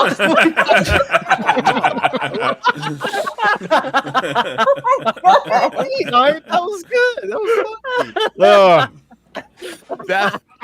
I'll take bronze. Perfect ending. I swear that's a Family Guy sketch. There's a Family Guy sketch in there somewhere. That's kind of what I saw when I watched it the first time. Okay. I just stopped while scrolling and. Dude, she was the most dramatic mom I've ever seen in my life. Holy shit. We're going to go around the horn, let everybody know where you're going to be, wrap this show up. We'll start at the bottom with Nate. What you got going on, man? Well, I'm glad to be on the bottom of the totem pole here tonight, but you're used to being the bottom, baby. If she's a dommy mommy, then yes, I will be on the bottom. Anyway, so next Saturday is Curse of Strahd, episode 8. I am really looking forward to doing that. I know, for those of you who are playing with me, you guys are looking forward to it too. Still trying to figure out what I'm doing in terms of video creation. Like, if you know anything about my personal life at the moment, things are kind of squirrely right now. So just take your time, dude. Just kind of taking it easy. But other than that, that's really all I got going on, man. Curse of Strahd should be a banger next weekend. Awesome. Looking forward to it. Vagabond, what you got going on, man? Nothing too much. Just being different people's shows and whatnot here every Friday. Tomorrow I'll be at a metal fest, and other than that, that's pretty much about it right now. I'll probably have some stuff in the works right now. Cool. Right on. Just let us know what you got going on, and we'll share it out there. Battsauce, what's up, dude? Yeah, I just put my Twitter in the private chat. I have a book that's going to be available for pre-order starting early November. It is a fantasy comedy. If you sound at all interested, please DM me. Give me your email address, and I will make sure you're notified about the book when it becomes available. But yeah, awesome, that's man. about it. Looking forward to it. Nem, what you got going on, dude? Well, not gonna do my after stream because we ran late, and not only that, my original idea for what I wanted to do was not feasible on Twitch without fucking up my entire freaking channel health going forward. So yeah, pretty much just gonna take it easy this weekend, and we'll have the music production stream back on Monday, 2:30 p.m. Eastern. And then at 8:30 we'll have basically variety stream where probably a little bit more music and stuff. And then I've been playing Diablo 3 for Spooky Month right now, so hopefully I can get through my Necromancer playthrough on hardcore without dying, and by the end of this month. But yeah, that's Monday through Thursday, all week long. That's the schedule. 2:30 for the music production, and 8:30 for the variety stream, gaming stream, whatever. Right. Oh, and videos drop on Friday, so I got that content coming on the YouTube channel. You can, for the afternoon show, you can see me on YouTube or Twitch. On the evening show, it is Twitch only. Oh, great. Right on. Make sure you private me your the Twitch channel so I can start sharing that out during the show. All right, Drunken Emerald, what's up, dude? Back on MSK's channel for Saturday and you poor man. Monday. And then currently working on the coming soon of the insert title here show. Nice. Working on trying to get to the timing and kind of timings and stuff like that on when to not really be stepping on anyone else within our group. And on That top is of so that, hard just to kind of do. nailing down. Yeah, it is hard to do, but and then working on some graphics and stuff like that in the meantime. But I am working towards, and hopefully before the end of the year, start premiering it. All right, awesome. And Strider, what you got going on, dude? Yes, I'm gonna be on Curse of Strahd as always, and then Mondays you can find me on MSK Show. And then Friday nights you can find me here. So gonna try to get back in. I got out of the habit of video making, but I've got a couple topics on the brain. So I will get on that whenever I can. All right, dude. Yeah, just let us know what you got cooking. Yep. And real quick, Selena, I know you don't have anything planned just yet for your channel, but I am going to share this out for you for your intro. I'll kind of take that over. You're currently in first place, still in the exorcism round for Faces of Horror 2024. A lot of people in the community have been voting. You can vote every day for free if you have a Facebook. And any donations appreciated goes to a good cause, a children's charity. And she could actually win this thing. But do you have anything else you want to shout out before we wrap up and let Adam have the floor? Nope. Hey, Selena. All right. Yeah. Can you hurry up and win this damn thing so I can deactivate my Facebook account again? Yeah, right. I would love to. And if you haven't donated yet, you better get to doing it, son. Otherwise, I'll voting free every day helps. Put up your ass. What? And now for the special guest of the scene, man, I have wanted to have you on for so long, and I am so glad you showed up. It has been a really great show. So tell everybody what you got going on. I dropped it in the chat. I do have this is my first time announcing this. Not my first time having him on. It will be the second, almost a year to the date. Gary Nerdrock is gonna be coming on the show on November 2nd.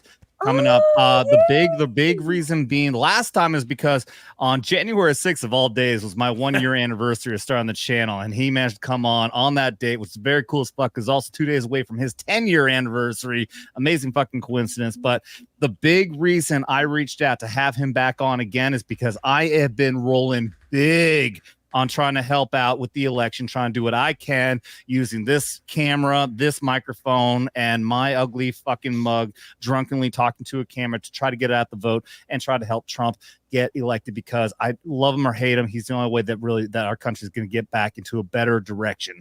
So November 2nd is my fucking get out the vote stream. Gary Nerdrotic will be there. Mike Harlow, my amazing homo friend, will be there as well. He is trying to help me out to get Chrissy Mayer, who has already been she's going to come on at some point because she's coming here to Lake of the Ozarks to do a gig. We're trying to get her on, and at least one more person we're trying to get on to get full fucking diversity across the board. So any leftists want to go on there and say, oh, look at this, just a bunch of fucking white boys. No, we're pretty fucking diverse.